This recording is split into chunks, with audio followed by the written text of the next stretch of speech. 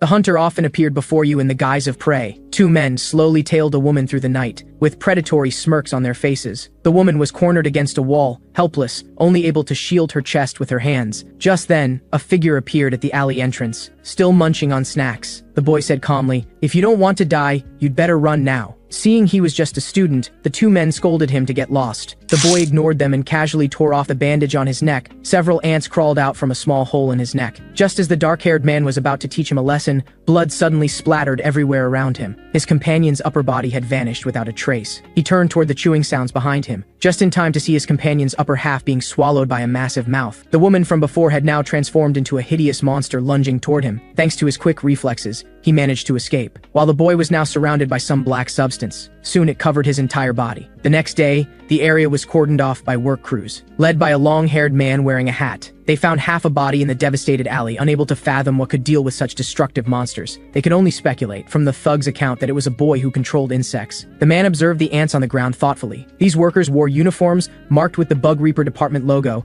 a government agency established specifically to combat insectors. These insect creatures first appeared in 2005, and they are known as insector. Most terrifying was their ability to disguise themselves as humans, making them indistinguishable, and most fed on human beings. On the other side, in a classroom, a girl was reading aloud about the Reaper Department and insectors. A boy with a bandage on his neck continuously stuffed snacks into his mouth. After the girl finished reading from the textbook, the teacher on stage discussed last night's alley incident. It was confirmed to be connected to insectors. Two female students below also started discussing. Sejin Bang asked Ara-jo, "Wasn't that near your house?" Ara-jo was troubled too. She might not be able to go home today. Meanwhile, two delinquent boys debated whether insectors really existed. The short-haired one mentioned there was a glutton named Ake in their class. Ake paid no attention to their teasing, focusing on his food. After class, the teacher instructed Ara-jo to collect the assignments and bring them to his office. After the teacher left, the two troublemakers approached Ara-jo, saying they wouldn't hand in their homework, and claiming no one but her would do assignments for such a class. But Ake stood up and handed over his assignment, making Ara-jo blush slightly. Ake returned to his seat, watching an ant crawling onto his desk, as if communicating with it. When he tried to touch the ant, someone heavily stomped on the desk. The ant on the desktop was instantly crushed. Ake's gaze immediately radiated a terrifying aura. The short-haired boy found the bandage on his neck annoying, taunting him about whether it was a hickey from his girlfriend. Ara-jo stood up, telling them not to talk nonsense.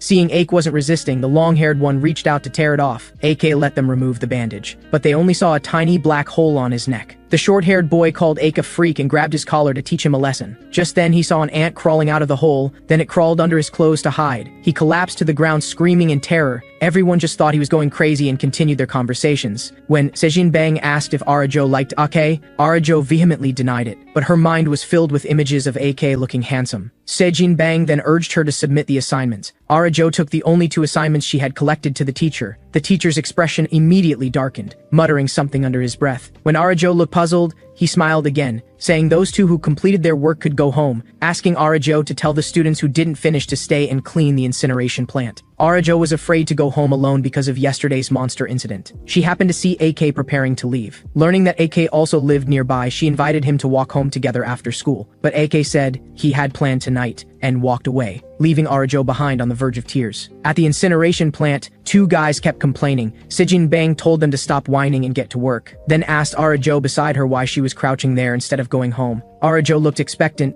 saying she was waiting to go with her. Sejin Bang expressed disbelief. Meanwhile, Ake sat in the classroom, as if talking to himself. He failed to escape. His strength wasn't weak. How could he not break free? Ake played with an ant on his notebook with his pen. After understanding the situation, he let it return to his body. The two delinquents at the incineration plant were planning mischief. They discussed Ake's situation while walking behind the building. The moment they rounded the corner, the short-haired one froze. A massive spherical monster stood before them. Before the short-haired one could react, he was torn apart. The girl with headphones saw the object that rolled to her feet. She screamed in terror. Everyone was startled by her scream. The girl pushed through the crowd with all her might. "Run quickly, there's a monster." The spherical insector then dragged the short-haired boy's body out slowly. Only then did everyone realize what was happening and frantically fled. Ara-jo and Sejin Bang reacted the slowest. The monster pursued them, soon catching up to the two girls. The glasses-wearing boy behind them, seeing himself falling behind, roughly yanked Sejin Bang. Sejin Bang lost her balance. Her head crashed hard against a rock. Ara-jo rushed to help Sejin Bang up. She looked despairingly at the enormous creature that had arrived behind her. The monster saw her blocking its path and stopped. Its head split open, revealing the teacher's face. "Didn't I tell you to leave? Why did you stay here with them?" He roared angrily while swinging at her. Just then, a stream of ants flew swiftly toward them. The monster's 2 arms were instantly severed. Arajo looked bewildered, then turned to look behind her. It was someone clad entirely in black armor. Black substance floated around him. He caught Arajo, who had fainted from shock. The spherical monster looked at its arms fall into the ground without showing much surprise, because he had long heard of the hunter Black Ant's existence, who specialized in hunting insect brethren. He just couldn't understand why Black Ant would kill their own kind to protect humans. He roared at Black Ant. We who were once at the bottom of the food chain have evolved and finally risen above humans. Black Ant didn't want to continue listening to his rambling and threw a heavy punch. The spherical monster crashed hard against the wall, spitting blood. Black Ant picked up both girls, gently placing them on the ground. He said he did it not to protect humans but simply for food. The spherical monster couldn't sit still after hearing this. He stood up, eyes gleaming fiercely. In that case, let me avenge my fallen brethren by eating you. Before he finished speaking, he shot toward Black Ant like a bouncing ball. Black Ant intended to catch him head on, but was unexpectedly carried dozens of meters by the impact force. Seeing Black Ant sitting on the ground, the spherical monster said his devouring of his own kind was despicable. While speaking, he bent his legs slightly, then leaped into the air. He aimed at Black Ant and crashed down on him. You should just die like an ant. Black Ant couldn't dodge in time. Taking the hit directly, he spat black blood. But this wasn't over yet. The spherical monster bounced off Black Ant and crashed down several more times, finally bouncing to an even higher position. Black Ant was now trapped in a crater, his limbs twisted and deformed, though his armor showed no damage. He seemed to give orders to something. Prepare to move. The spherical monster felt victory was within reach, once again crashing toward Black Ant, but Black Ant remained motionless as he gave the command. Move. The flesh ball crashed down. As the dust settled, hearing the sound of flesh exploding, the spherical monster thought Black Ant beneath him had been crushed to pulp. He never expected it was his own body that had been pierced. Just as he wondered where Black Ant got the weapon, Black Ant issued another command, move. The armor on his feet slowly dissipated. Then black substance gathered toward his arms. Another massive fist formed. The spherical monster was now terrified. He begged Black Ant to let him go. Black Ant clenched his fist. As you wish. The massive fist pounded down on him. The huge spherical monster was sent flying. Black Ant flashed again, appearing below him, slamming him hard into the ground. The spherical monster, injured internally, still managed to taunt him out of strength already. The next moment, he regretted it. Black Ant lifted him high. He flailed his legs helplessly in the air. No matter how he begged for mercy, Black Ant ignored him, increasing his strength. His palm gradually pressed into the insector's body. The insector's entire body contorted, then exploded, thus ending his life. Black Ant simply walked forward without looking back, devouring him. As the armor dissipated, Ake's figure slowly emerged, and the monster's flesh and blood quickly vanished. Unknown to him, a humanoid insect in the forest behind was secretly observing this battle. Whether friend or foe remained unclear. Soon after, 2 hunters arriving at the scene looked at the devastated battlefield, lamenting that they had prepared for nothing again. From the battle traces, they deduced it was a fight between 2 insectors, but they couldn't understand why, since they almost never attacked their own kind. Just as the 2 hunters were puzzled, a worker came to notify them that the rescued victims had awakened. The 4 eyes at the scene was now bragging to reporters about how brave he was, completely omitting the part where he had pulled Sejin Bang down. When he tried to show off photos on his phone,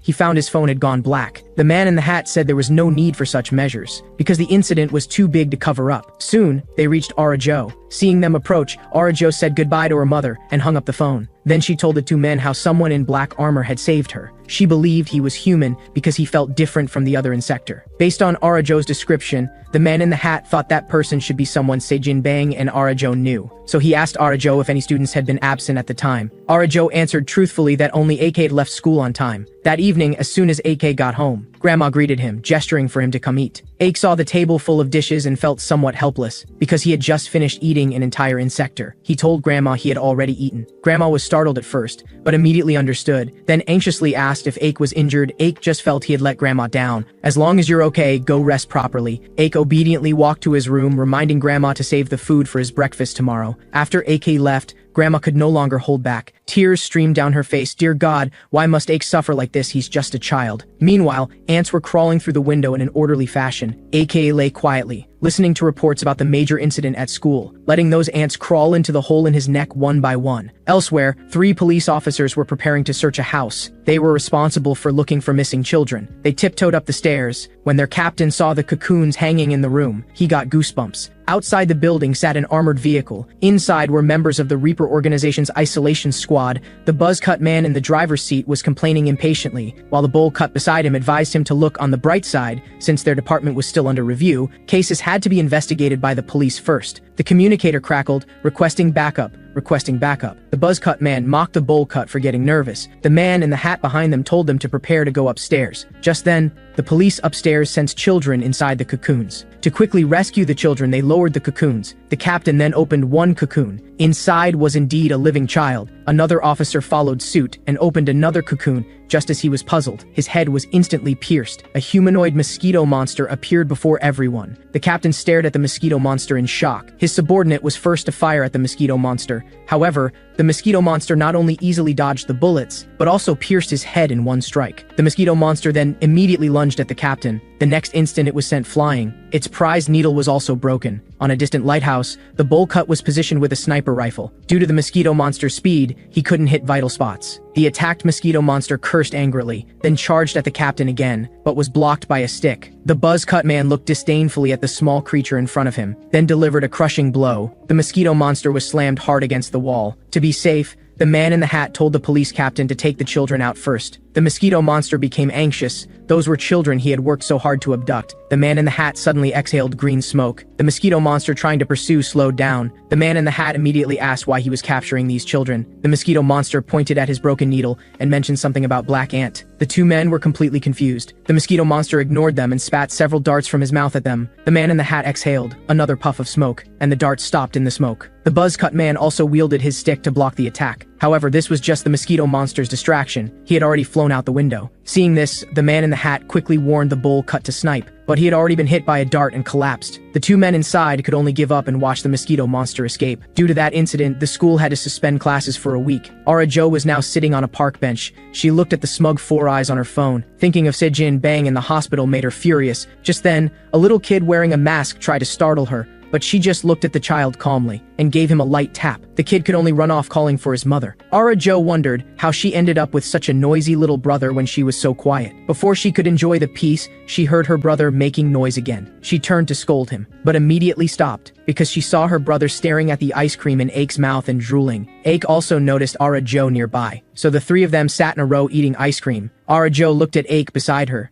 wondering if she had done wrong by telling those two hunters that Ake wasn't there. She then asked if Ake had been hurt that day. Ake replied with his mouth full, saying he was fine, and unwrapped another ice cream, not forgetting to give the stick to her brother for building. Just then, her brother saw a soccer ball rolling over, and the stick in his hand suddenly lost its appeal. After telling Ara Jo, he ran off to play with the other kids. Ak seemed to be triggered by something. He kept breaking the stick in his hands. Only then did Ara Jo realize that the full bag of ice cream had been finished by him, while she had only eaten one. With nothing to do, she inevitably felt bored. Her brother then said he wanted to go find the ball with the little boy, and followed him through a hole in the fence. Ake quickly stood up, telling Ara Jo to wait there while he went to find her brother, ignoring Ara Jo's protests behind him. Outside the fence, Ake held down the brother who was about to climb out, telling him to go back to his sister. He searched for something in the woods himself. Soon he saw the boy from before. Facing the big brother in front of him, the child felt a sense of familiarity, then asked if Ake was the same species, chattering on about how he had been chased by the isolation squad, wanting Ake to join him. Ake just stared at him blankly as he rambled, but his hand tore off the bandage, immediately giving him a strike. Seeing the ant before him, the child instantly recognized Ake as Black Ant. Ake also openly admitted it. The child easily crushed the ant in his hand, then began condemning Black Ant's crimes. "How dare you attack your own kind? I'll remove your head and become famous." After powering up, he instantly vanished, leaving only a shattered mask. His form had transformed into the mosquito monster, charging fiercely at Ak. Ak was hit directly in the head, his armor cracked, revealing half his face. The mosquito monster looked at the motionless Ake, circling around him, showing off his speed. Ake casually touched his head, then slammed a heavy punch into the ground. The mosquito monster was caught between the fist and the ground, his fate unknown. Soon after, Ake appeared before Ara Jo and her brother. Ake told the boy the ball had been found and the person sent away. Learning this, the boy wanted ice cream again. Ake bought another bag, laughing and talking with the boy. Ara Jo stared mesmerized at Ake's smiling face. She was completely enchanted. Only her brother's tugging brought her back to reality. Meanwhile, in the forest, the mosquito monster was being slowly consumed by Ak's ants. Due to the major incident in Class 3, students were redistributed to new classes. After the week-long suspension, Ara Jo returned to school. Without her inseparable best friend beside her, she couldn't help feeling somewhat lost. Plus, seeing the class redistribution notice made her even sadder, until she saw that her best friend, AK, and herself were assigned to the same class. Her mood improved considerably. In the new class with no familiar faces, Ara Jo could only lie listlessly on her desk. Her messages to her best friend went unanswered. She watched Four Eyes bragging to new classmates,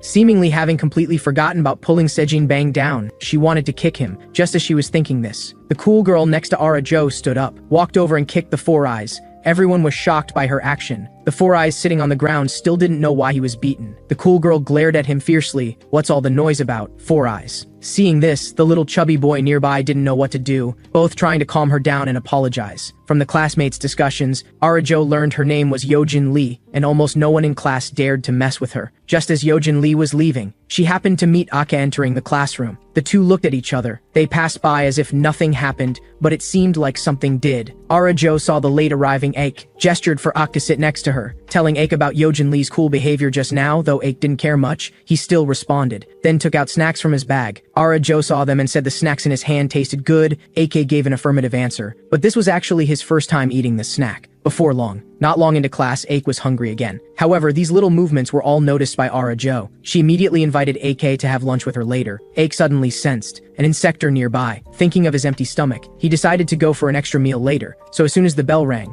Ake had already disappeared. Two hunters from the isolation squad were walking toward the school, discussing why they couldn't find any trace of the mosquito monster, and no more child disappearances had occurred. Ake happened to rush out of an alley. The man in the hat watched Ake's departing figure thoughtfully, but didn't investigate further, calling the buzz-cut man to head into the school. Actually, their purpose was to find Ake. But when they found Arajo, they were told Ake had just left. They asked Arajo to pass their business card to Ake, then left to visit the injured at the hospital. Meanwhile, under a highway overpass, a mantis-like insector clung to the wall, seemingly waiting for something. Seeing Ake emerge from the darkness, it slowly descended from the wall. It waved at Ak, then seemed to warm up there. Ak also rushed to attack it without hesitation, but his arm was deflected and deformed by its scythe. The mantis monster then struck Ake's chest hard with its elbow. Ake immediately steadied himself and charged forward again with a heavy punch. The struck mantis monster moved its limbs around. Ake watched its movements somewhat confused until he saw his ant hovering behind it. He discovered the threads controlling this mantis monster. He then dispersed some ants from his body, surging toward the mantis monster. The mantis monster was unconcerned, not knowing these ants weren't meant to attack it. The ants climbed up the threads on its body. The figure in the shadows saw this and actively cut the threads. The mantis monster also fell directly to the ground as the threads were severed. Ake looked puzzledly at the thread in his hand. The mantis monster moved again. Its head suddenly turned toward Ake, then opened its mouth wide, releasing tremendous energy, instantly engulfing Ake. After the explosion, two insectors immediately appeared here. Ake was now battered and bruised. He leant against the wall, looking at the two insectors before him. The two insectors looked at the dying Ake and taunted, "Black Ant, we finally found you." The silk insector stepped on Black Ant's shoulder, mocking him for actually protecting humans. Then the explosive ant also came over. Never expected the mighty Black Ant would be lured by a dead insector. "You who treated us as prey have now become prey yourself." The silk insector said no more. A flying kick directly knocked off Black Ant's head, but found it was just an empty shell. Just as she was puzzled, the explosive ant beside her quickly warned to be careful. Ake, having shed his armor, had jumped above her head to gather strength, delivering a devastating blow to the silk insector. After landing, he immediately attacked the explosive ant, because he knew the main damage dealer was the explosive ant. The explosive ant kept retreating from the beating, finally unable to withstand it. Taking a heavy punch, he used the momentum to immediately fire at Ake. Ake took the hit head-on, but the armor on his arm blocked most of the damage. He immediately attacked the explosive ant again, but his arm was bound by blue light, unable to move forward an inch. The silk insector behind him restricted Ake's movement and approached him. She angrily said, "This is the price of protecting humans." Then she leaped into the air, spinning to gather power, finally delivering a spinning kick to Ake's chest. Ake sensed danger and immediately turned to defend, but while his armor cracked, he was also sent flying dozens of meters, finally kneeling on the ground, briefly losing consciousness, letting the explosive ant aim his cannon at him. Suddenly, Ake woke up, shouting, "Move!" The outer shell quickly disintegrated. Rushing to converge on him, the explosive ant's shell had finished charging. "Game over," said the explosive ant. A huge explosion sounded, but the source came from the bridge overhead. A green stick pressed against the explosive ant's cannon muzzle, changing the shell's trajectory. The newcomer was the buzzcut from the isolation squad. He didn't forget to mock the explosive ant, setting off fireworks under the bridge. Fun? Then, with a sweep, the two insectors were gathered together, because behind them came the man in the hat. "I think your opponents are us, aren't they?" The buzzcut man and the man in the hat surrounded the two ant monsters. Battle was about to begin. The explosive ant first pulled out a ball from his cannon. The two men shouted in alarm. He smashed it toward the ground,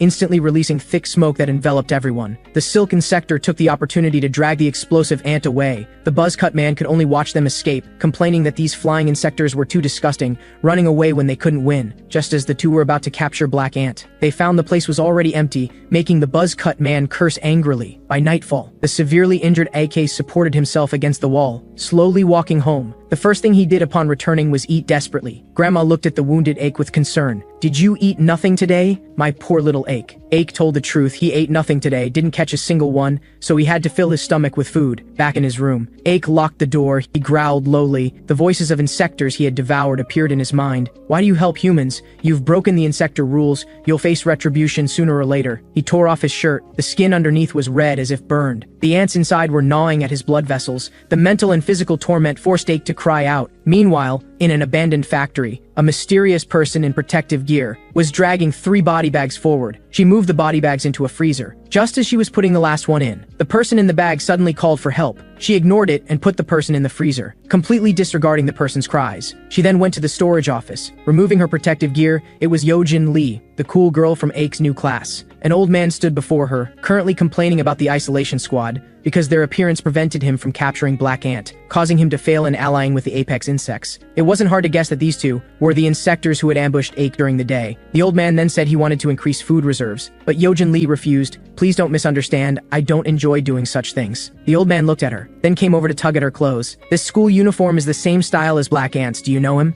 Upon hearing this, Yojin Lee slapped his hand away, saying she didn't know Black Ant. However, the old man said it didn't matter. As long as they were in the same school, there would always be opportunities to eliminate him. But Yojin Lee immediately refused, stating that wasn't her purpose. The old man then grabbed her by the throat. He reminded Yojin Lee that this matter was beyond her control now, and if she wanted to ally with the apex insects, she had to eliminate Black Ant. Just then, the sound of barking dogs came through. The old man looked toward the window. He saw a bald man in only underwear being chased by dogs. He checked the surveillance and discovered the man had escaped from the freezer. Then asked Yojin Lee if she had forgotten to lock the door. Yojin Lee said that was impossible. The old man approached her. His left hand began to glow. I suggest you tell the truth. Yojin Lee immediately declared she was done and wanted to part ways with the old man. The old man ignored her, simply placing his thumb gently on his index finger. At that moment, the escaping man outside suddenly stopped and screamed in terror. A blinding light flashed from his chest. Then the bald man was consumed by the explosion. The old man raised his thumb again. Yojin Lee's chest also showed that dazzling light.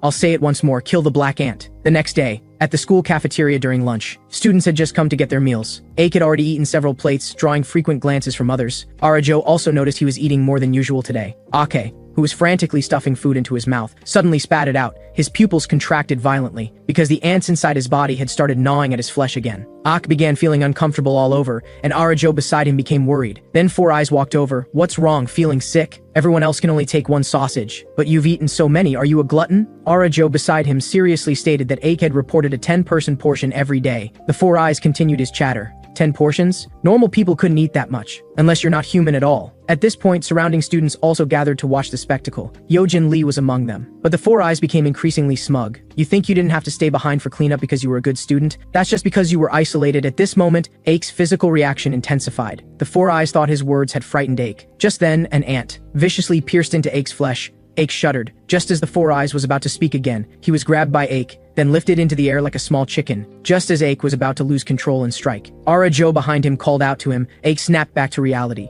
and threw the Four Eyes away, then rushed outside. He quickly ran to the rooftop. The ants inside his body were now uncontrollably rushing out. The band-aid fell off. He howled in pain as the ants gathered beside him into another conjoined head. Both heads roared simultaneously. Just then, Yojin Lee appeared behind them. Are you announcing that you're Black Ant? She spoke while her body slowly transformed into insect form. I have no ill will toward you, but I didn't have a choice. Seeing the insect before him, Ake felt his hunger intensify, then lunged at her. Seeing this, Yojin Lee brought her hands together, then condensed them into blue threads. They immediately grappled together. After the battle, Ake slowly opened his weary eyes, only to find his body covered with countless black ants. His limbs were also firmly held by 4 black ants. As Ake howled in pain, an even larger black ant appeared behind him, slowly crawling closer. Ake could only watch helplessly as the giant ant approached. Just as it was about to strike him with its fangs, a red giant ant beside them bit the black ant and quickly eliminated it, along with the surrounding black ants. Soon after, Ake woke up in bed. The pain in his body was gone. He only remembered encountering a silk insector on the rooftop. Ake had just walked out of his room. When Grandma saw Ake hadn't gone to eat, she asked if he had eaten bugs. Ake said he wasn't hungry, then learned from Grandma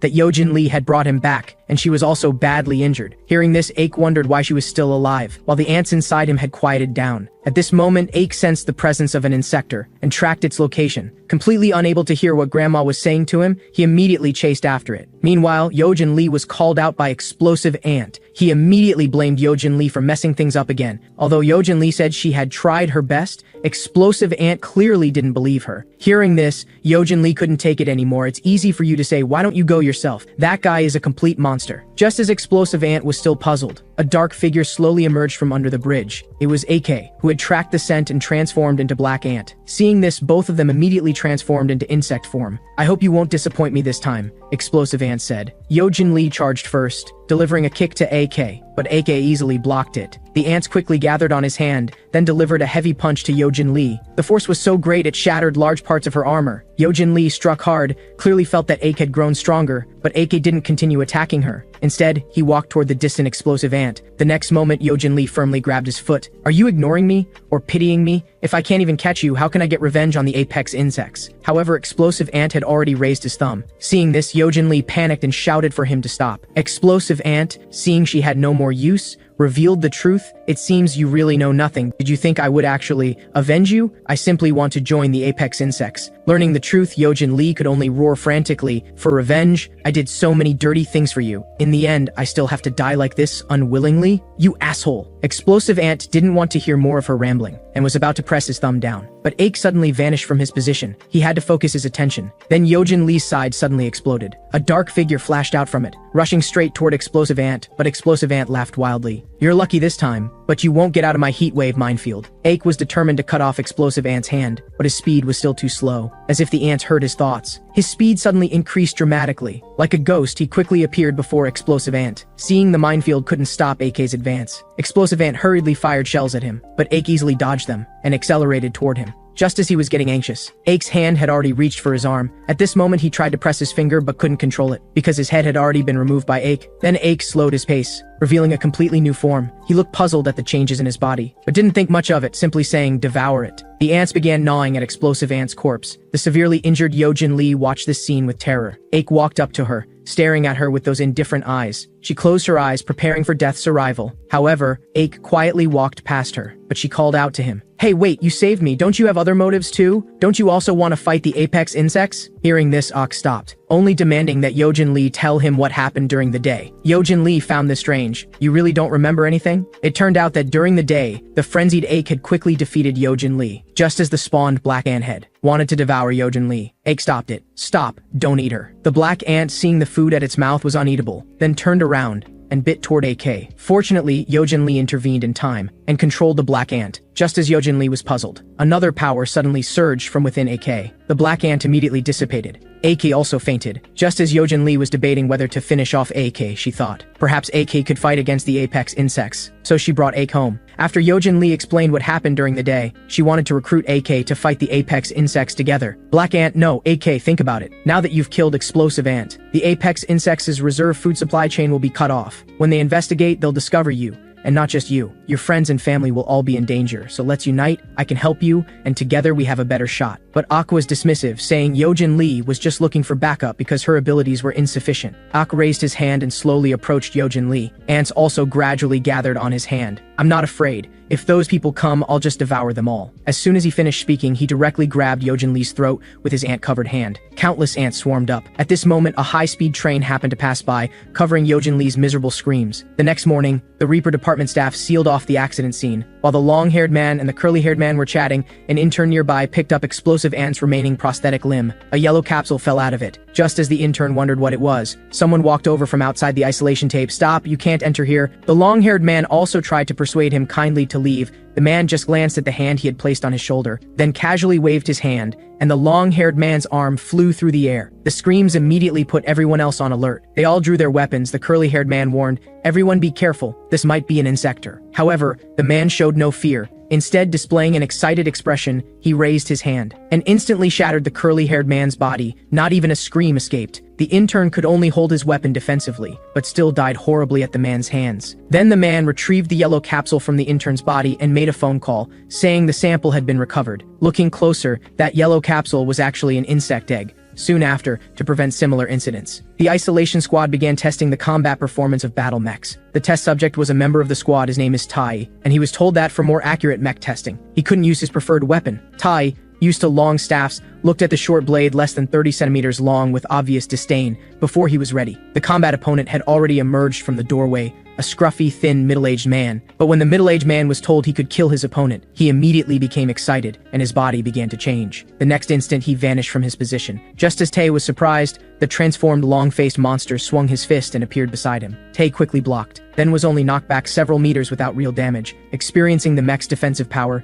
Tae became smug. At this point, the long-faced monster was moving rapidly around Tae at 300 kilometers per hour. He charged up again and threw a punch at Tae. This time Tae could barely defend, and the mech's arm cracked. But he counterattacked and wounded the long-faced monster, and delivered a heavy kick. However, the kinetic tube on his arm had already disconnected. Seeing this, the long-faced monster excitedly charged again. Tae began to panic, calling for help from those outside, but they said they needed to test the mech's limits. The next moment, he was grabbed by the throat where the mech didn't cover by the long-faced monster. He could only struggle desperately. Suddenly, a massive electric current made the long-faced monster roll his eyes. Only then did the professor in the observation area tell him that in mortal danger, the mech would release 100,000 volts of electricity. Then the long-faced monster was dragged away. He didn't forget to mock Tae before leaving. The frustrated Tae could only curse at the people outside the observation area, but they ignored him. The man in the hat, named Pio, simply walked away, heading to the archives to search for information about the apex insects. After a fruitless night, Pio was about to give up when he saw a dusty old book, Ant Castle Project. It actually contained records of the apex insects leader, Kojima. Meanwhile, at school, Ake was drawing small ants in his notebook. Even when the teacher called Yojin Lee's name with no response, AK showed no change in expression. Instead, Arajo beside him looked somewhat worried, while the four eyes and the others were more gloating. Just as they were discussing yesterday's bridge explosion incident, a voice interrupted them. "You are still so noisy. You'd better shut up." "Teacher, I'm here." While others focused on class, Yojin Lee used her abilities to play with a slingshot, then threw a yellow paper ball to AK, right in front of Arajo. Ake obediently opened it to read. After class, they came downstairs, seeing Ake's strange behavior. Yojin Lee teased, "Is this your first time having a conversation like this at school? You seem a bit abnormal." But Ake didn't respond, directly asking why she had called him out. Yojin Lee said she just wanted to thank him for sparing her life yesterday, then invited AK to cooperate again. But AK told her not to misunderstand, saying he only kept her as backup food. Then he tore off the band-aid, startling Yojin Lee. But she still didn't give up. "Did you forget what I told you yesterday? The apex insects will eliminate all obstacles to become the top of the food chain. Don't worry, I'll fight them with you. You're not alone." At this moment, Arajo was watching from upstairs. They were fooling around, and she wasn't sure when they had become so close. She hadn't noticed any contact between them at school before, to cooperate with Ake. Yojin Lee told him her real purpose. "Actually, my real target isn't the apex insects, but their leader, Kojima." Kojima, hearing this name, Ak immediately became agitated. His face showed anger and killing intent, because as a child, he could only watch helplessly as this person killed his mother. At the same time,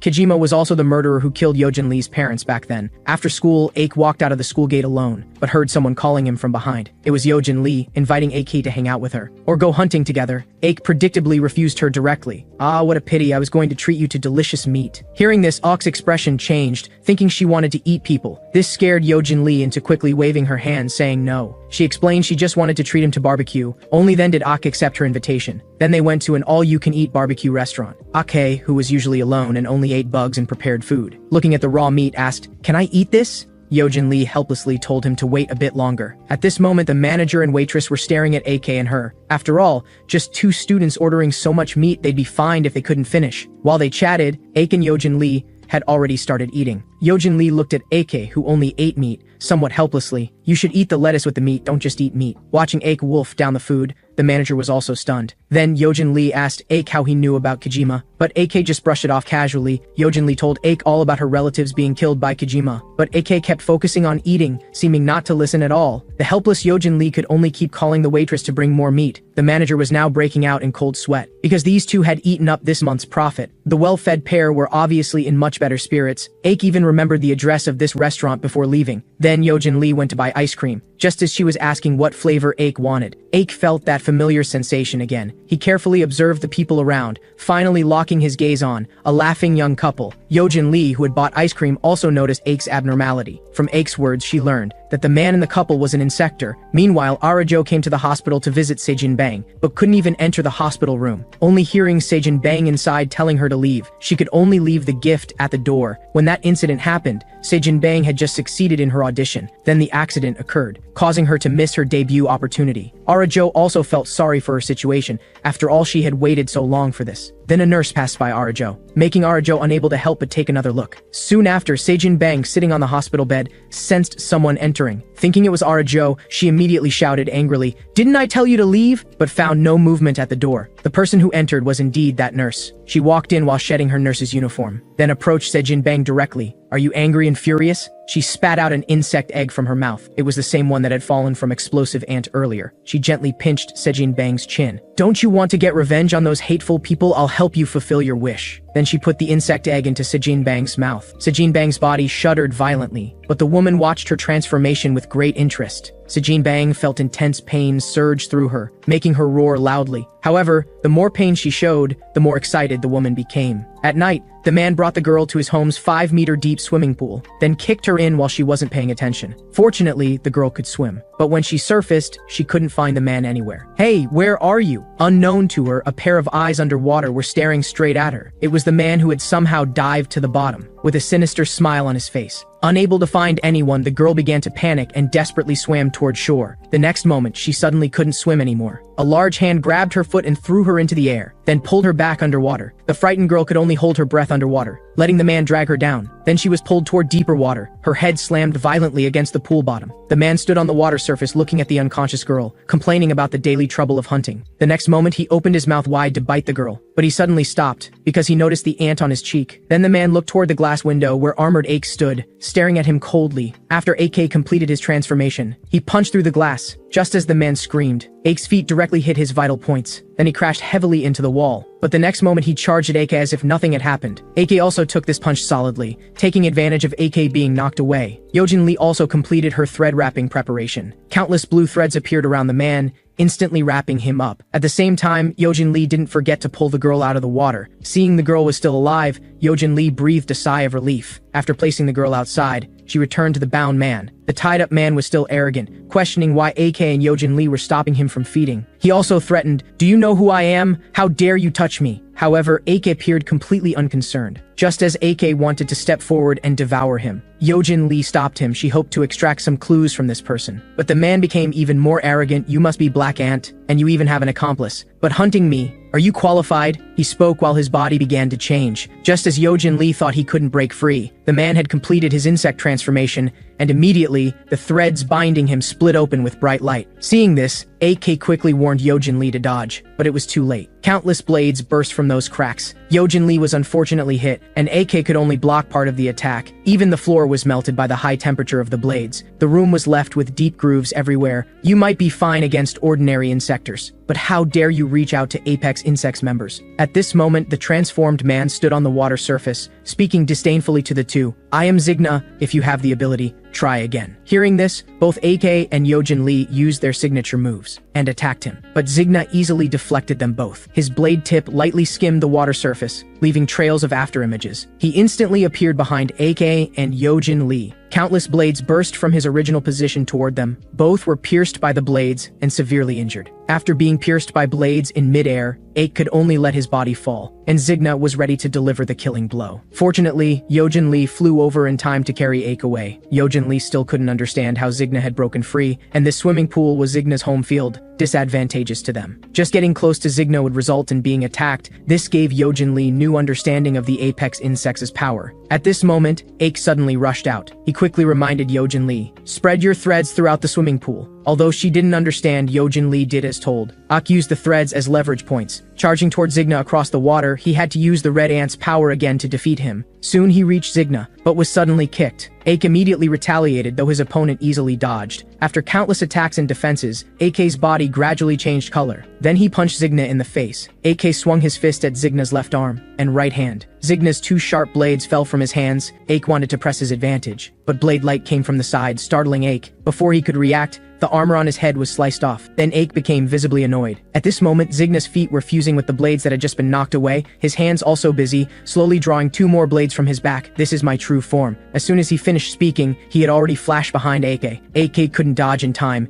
and was hit head-on by his cross slash. Zigna thought victory was assured and was about to act, but discovered threads wrapped around his blade. Yojin Lee had appeared behind him. Her knee struck hard at the back of Zigna's head, her hands pulling forcefully on the threads. Even Zigna's facial armor began to crack from the pressure. Suddenly, a long light blade pierced through Yojin Lee. Yojin Lee still continued manipulating the threads, wresting one blade from Zigna's hands. And AK also took the opportunity to grab the blade, directly piercing Zigna's chest. Zigna couldn't believe it, then used another blade to strike at AK. AK had no choice but to use his hand to block. The blade sank into half his arm, the two were locked in struggle. Then countless ants crawled along the blade toward Zigna's wound. Zigna could only roar in pain as he was bitten. This is quite lively. Hearing this, Ake looked up. His pupils contracted sharply. Suddenly, a man's fist struck his face directly. Ake crashed heavily into the wall. He had lost his fighting ability. Yojin Lee also fell into the swimming pool. The man carried Zigna, examining AK, but had no intention of killing him. Truly an interesting fellow. Then he threw a card at AK. "You're welcome anytime." The card landed beside Ake Reading Club's 6-shot. At the same time, in a deserted alley, a fat man was waiting for someone.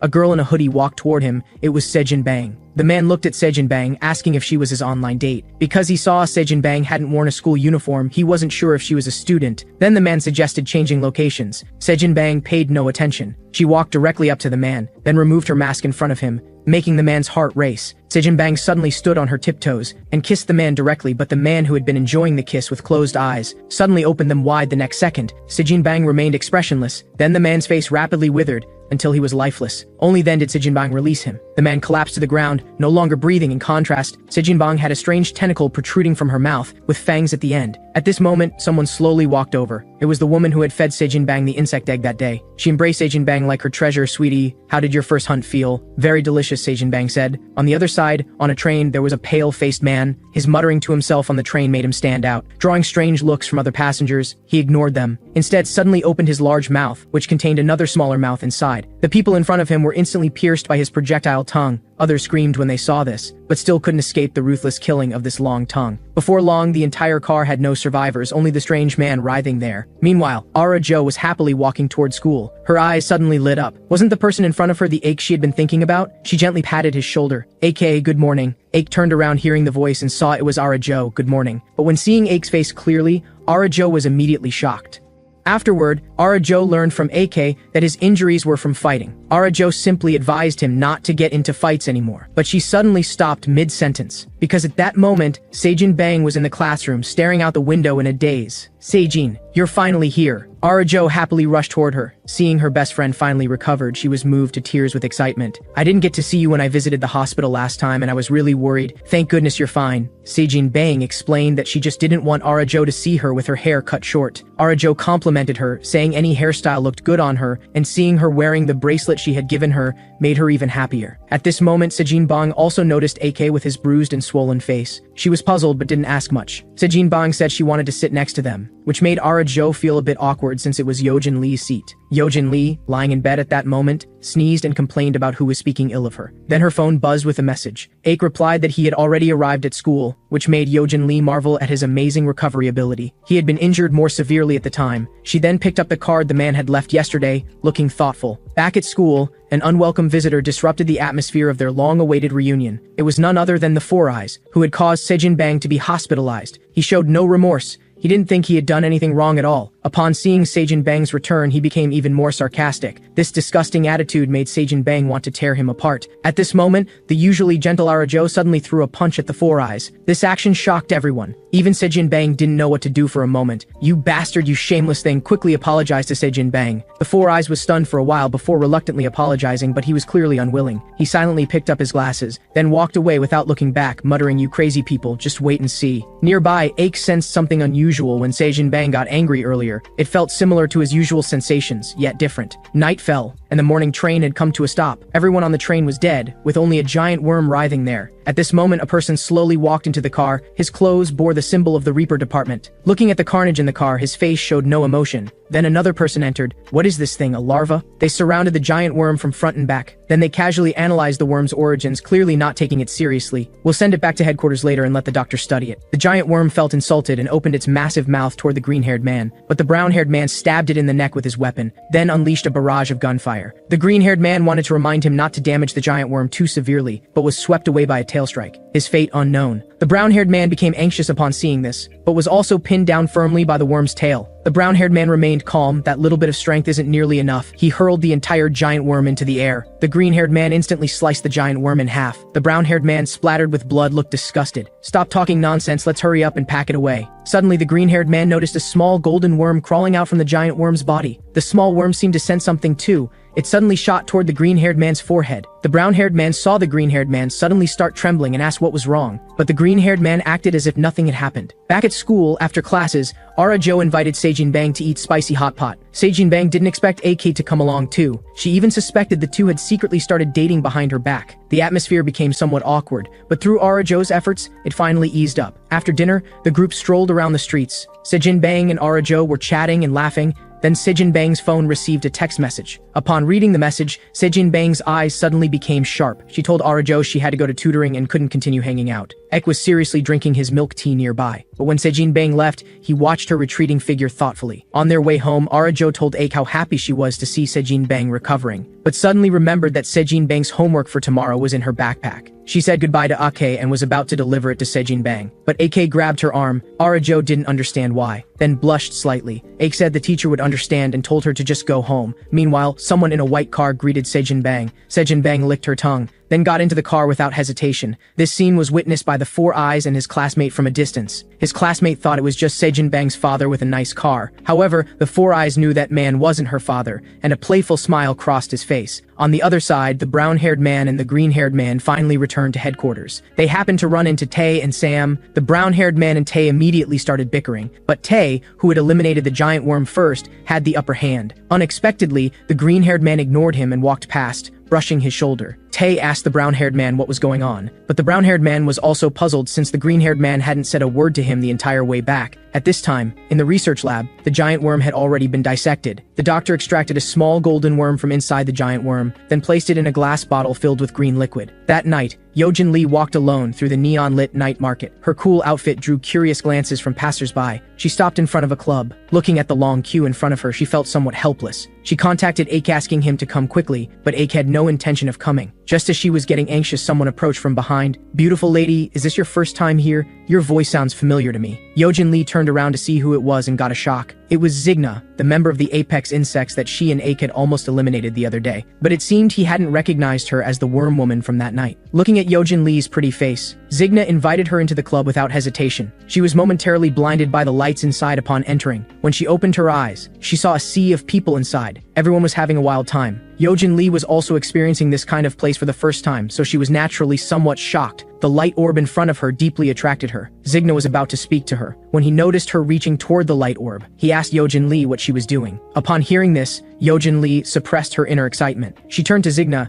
and said the atmosphere here was nice. But she also knew this place definitely wasn't as simple as it appeared on the surface. She took out the card that another Apex Insects member had left before from her pocket. "Actually, I was invited here." Zigna wasn't surprised to see the card. He simply said Yojin Lee was a guest from the other side, then led her to a large elevator door. The card was used to activate this elevator, but Zigna suddenly asked Yojin Lee what kind of insect she was. Yojin Lee certainly wouldn't tell him the truth. She said she was a cockroach, brushing off his question. Finally, the elevator doors slowly opened. Yojin Lee was even more shocked at the scene before her. Humans and insectors were mixed together. There was a wide arena in the center. People and insectors were fighting to the death in the arena, while the spectators outside were cheering wildly. This place was also called the Lawless Land. Before long, several humans inside worked together to kill an insector. They even brutally stabbed the insector's corpse after its death. But before they could celebrate for long, a massive figure loomed over them, another insector. That insector suddenly let out a roar. With only 1 foot, she stomped those people into bloody pulp. The audience outside became excited by this. At this moment, Yojin Lee voiced her confusion. She didn't understand why humans and insectors would be mixed together. Zigna was a bit surprised by her reaction,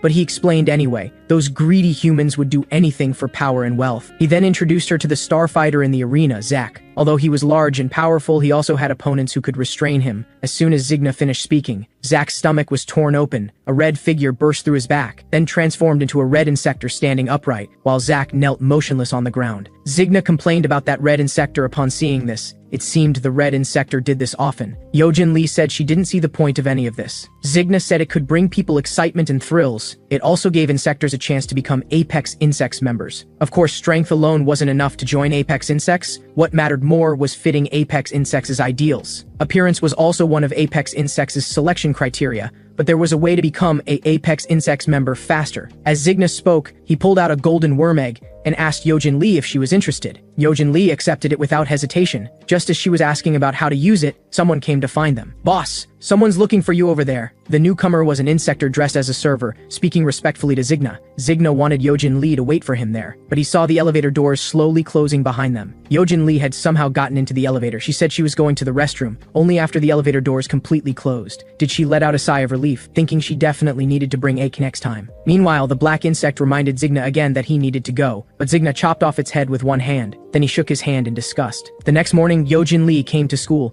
She loudly called Ak's name, but Ak just ate his chocolate bar with an indifferent expression. He easily dodged her sudden attack too. Yojin Lee pursued Ak relentlessly. "Do you know what I went through last night?" Only after Yojin Lee tired herself out did she start talking business. "Regardless, I still managed to get some useful information." Ake gave her a thumbs up, while the classmates in the class were gossiping. The voices got louder after Arajo and Sejin Bang arrived. All kinds of disgusted looks were directed toward Sejin Bang. Arajo didn't understand what was happening, but their words were hurting Sejin Bang. Arajo immediately stood up to defend Sejin Bang. At this moment, Ak and the others also noticed the situation. Yojin Lee, who had never seen Sejin Bang before, asked Ak, "Who's that cute boy at the door?" Ak said, "She is Arajo's best friend Sejin Bang." He then bit off the chocolate bar in his mouth, because he was certain Sejin Bang was no longer a normal human. At this moment, the Four Eyes jumped out, claiming he already knew about Sejin Bang's affairs. Then he and his classmate worked together to reveal what happened yesterday when Sejin Bang got into a rich man's luxury car. Later they even took a taxi to follow them. The Four Eyes then showed his phone to Arajo and Sejin Bang. Inside were clearly photos of Sejin Bang entering a hotel with an old man. At this moment the Four Eyes wore a punchable expression. He said Sejin Bang had chosen to degrade herself after failing to become an idol trainee. His words were full of mockery, completely forgetting why Sejin Bang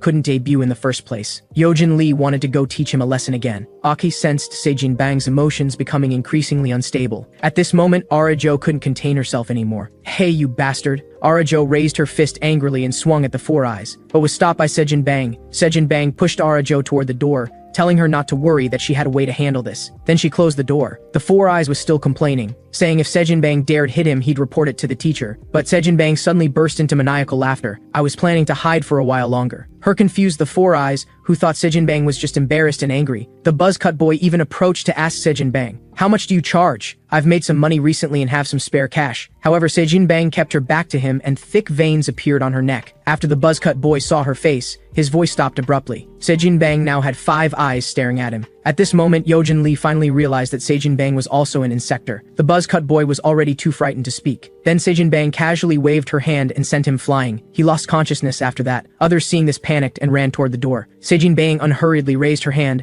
then her arm suddenly extended toward them. 2 chair legs protruded outside the door, making Arajo outside feel puzzled. At this moment, the interior of the room was completely blocked by desks and chairs. Yojin Lee wanted Ake to quietly slip away since transforming here would be too obvious. At this moment, Sejin Bang called out to the Four Eyes, who was holding his phone. He didn't dare move. The others around him wisely backed away. Before he could react, Sejin Bang's long hand grabbed him by the neck and lifted him up. "You're the one who caused all of this today!" Sejin Bang roared and opened her massive mouth, revealing a fanged tentacle inside. The next instant, it was already in front of the Four Eyes, about to bite him. "Stop!" Ake shouted loudly. "Stop the attack!" Ake stepped out from the crowd, urging Sejin Bang to stop. "If you do this, what will Arajo think when she sees it?" Constant knocking sounds came from the door. "Sejin, are you okay? What happened? Open the door quickly." The Four Eyes seized the opportunity to tell others to report to the Reaper department, but no one wanted to be the one to stick their neck out. This angered the Four Eyes, who cursed at others. Even AK standing nearby wasn't spared. But AK just watched coldly, with no intention of taking action. At this moment, Sejin Bang also called out to AK. She begged AK not to report her yet. Then she slammed the Four Eyes hard against the wall. "Listen, you bastard. You brought this onto yourself, so I don't have to feel too bad for killing you, right?" The Four Eyes kept begging Sejin Bang to spare him, and surprisingly, Sejin Bang actually agreed. But the next moment, she stuck her hand into her bag. "You should also experience the pain I went through." She pulled out a handful of golden worm eggs from her bag, then forcefully pried open his mouth. "After you get through the most painful moment, I'll kill you then." The Four Eyes didn't know what Sejin Bang was holding, but he knew it couldn't be good for him. No matter how much he struggled and kicked, he couldn't close his mouth. In the end, he could only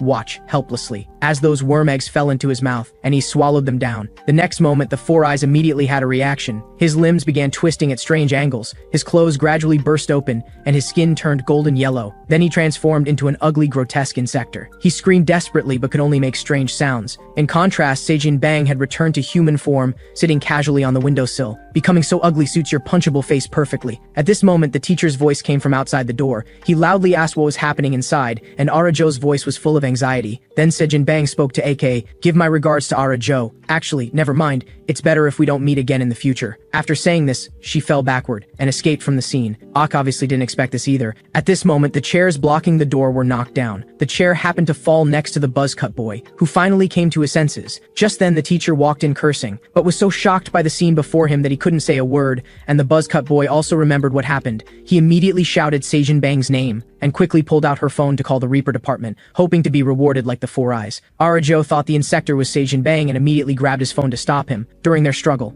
the phone fell out, landing right in front of the Four Eyes. "This is the Reaper department, how can we help you?" The Four Eyes wanted to call for help but couldn't speak. After realizing this, he looked at the glass window beside him. Only then did he discover what he looked like now, neither human nor ghost. He immediately crashed through the glass window, then frantically swung his two tails. The girl standing closest was about to be in danger. Fortunately, Yojin Lee rescued her in time. The Four Eyes' other tail also came toward Arajo. Aik quickly tackled her to the ground to save her. At this moment, the Four Eyes let out a roar, then burst through the window and out. After landing, he immediately crawled away in a strange posture. At this time, Arajo still thought that was Sejin Bang. Aik glanced over, then looked at Yojin Lee. Yojin Lee also nodded to show she understood. Before long, both of them followed. At this time, Yojin Lee also told Aik that Sejin Bang was connected to the apex insects, because the drug she gave the Four Eyes was the same as what she got from Club 6 Shot last night. Then both of them mentioned they had placed tracking marks on Sejin Bang. They immediately quickened their pace and pursued at full speed. Soon after, they arrived under a bridge. Through sensing, they quickly spotted Sejin Bang. She was standing there wiping away tears. Sejin Bang. She turned around upon hearing the voice. Aik and Yojin Lee had already walked up behind her. Yojin Lee said she wanted to talk with her. "Who are you two?" A voice suddenly rang out from nowhere. Sejin Bang wanted to explain, but was stopped by a slowly materializing figure. "I hate it most when people touch my children, no matter who it is. I'll make sure you never return." Even though Yojin Lee again stated they weren't here to cause trouble, Hannah didn't want to hear their explanations. The next instant, she vanished from where she stood. Aik sensed danger. He quickly pulled Yojin Lee away, but couldn't dodge in time himself, taking a solid kick. Hannah clenched her fist again, turning to strike Yojin Lee nearby, but she only grabbed Yojin Lee's chin before Yojin Lee could react. Hannah had already flashed behind her. "It would be such a waste to kill you like this." She bit Yojin Lee's ear. Purple blood flowed from her mouth. Only then did Yojin Lee react, swinging her hand to knock Hannah back. "You pervert!" Hannah casually wiped the blood from the corner of her mouth. "So you're one of us too." Yojin Lee simply stopped pretending. She directly transformed into an insector and attacked Hannah. However, her attacks were far too slow in Hannah's eyes. That boy should be one of us too, right? As she thought. Aik had also transformed into a black ant and was approaching her, but was still dodged by her ghost-like movement. Just as Aik's fist hit the ground, she had already circled behind him. "You can't touch me with such slow attacks. Go back and practice more." At this moment, Sejin Bang looked at Aik in great surprise, because she had just learned that Aik and Yojin Lee were insectors. At this time, Yojin Lee came to AK's side to discuss strategy. Aik indicated they should try again, then charged at Hannah again. Hannah looked disdainful in response. However, the next moment, the back of her neck was cut. It turned out Yojin Lee had already surrounded her with silk threads to restrict her movement. At this moment, Hannah was furious beyond measure. "How dare you!" Aik ignored her threat. His massive fist struck directly at her face. Although Hannah spat out blood, her eyes became even more fierce. A long golden needle appeared in her hand at some point. "You dare to make me bleed!" She forcefully broke through the silk thread restraints and stabbed the needle into Aik's chest. Aik's blood actually flowed through the needle tube into the protruding blood vessels on her arm, but she also noticed something was wrong. "Why is your blood red?" At this moment, Yojin Lee anxiously rushed over. Hannah glanced over calmly, raising her other arm to aim at her too. The golden needle pierced in. When the needle was withdrawn, Yojin Lee said it didn't hurt at all. She continued charging toward Hannah. Hannah calmly licked the blood on the needle. Suddenly, the spots where Ake and Yojin Lee had just been stabbed began glowing and swelling. Then they exploded. Both were badly injured by the blast, and Ake's armor completely shattered. "Is that all? You're too weak. I haven't even started getting serious yet." The next moment, Sejin Bang suddenly stepped in front of Ake and Yojin Lee. "They're not our enemies, they're our customers.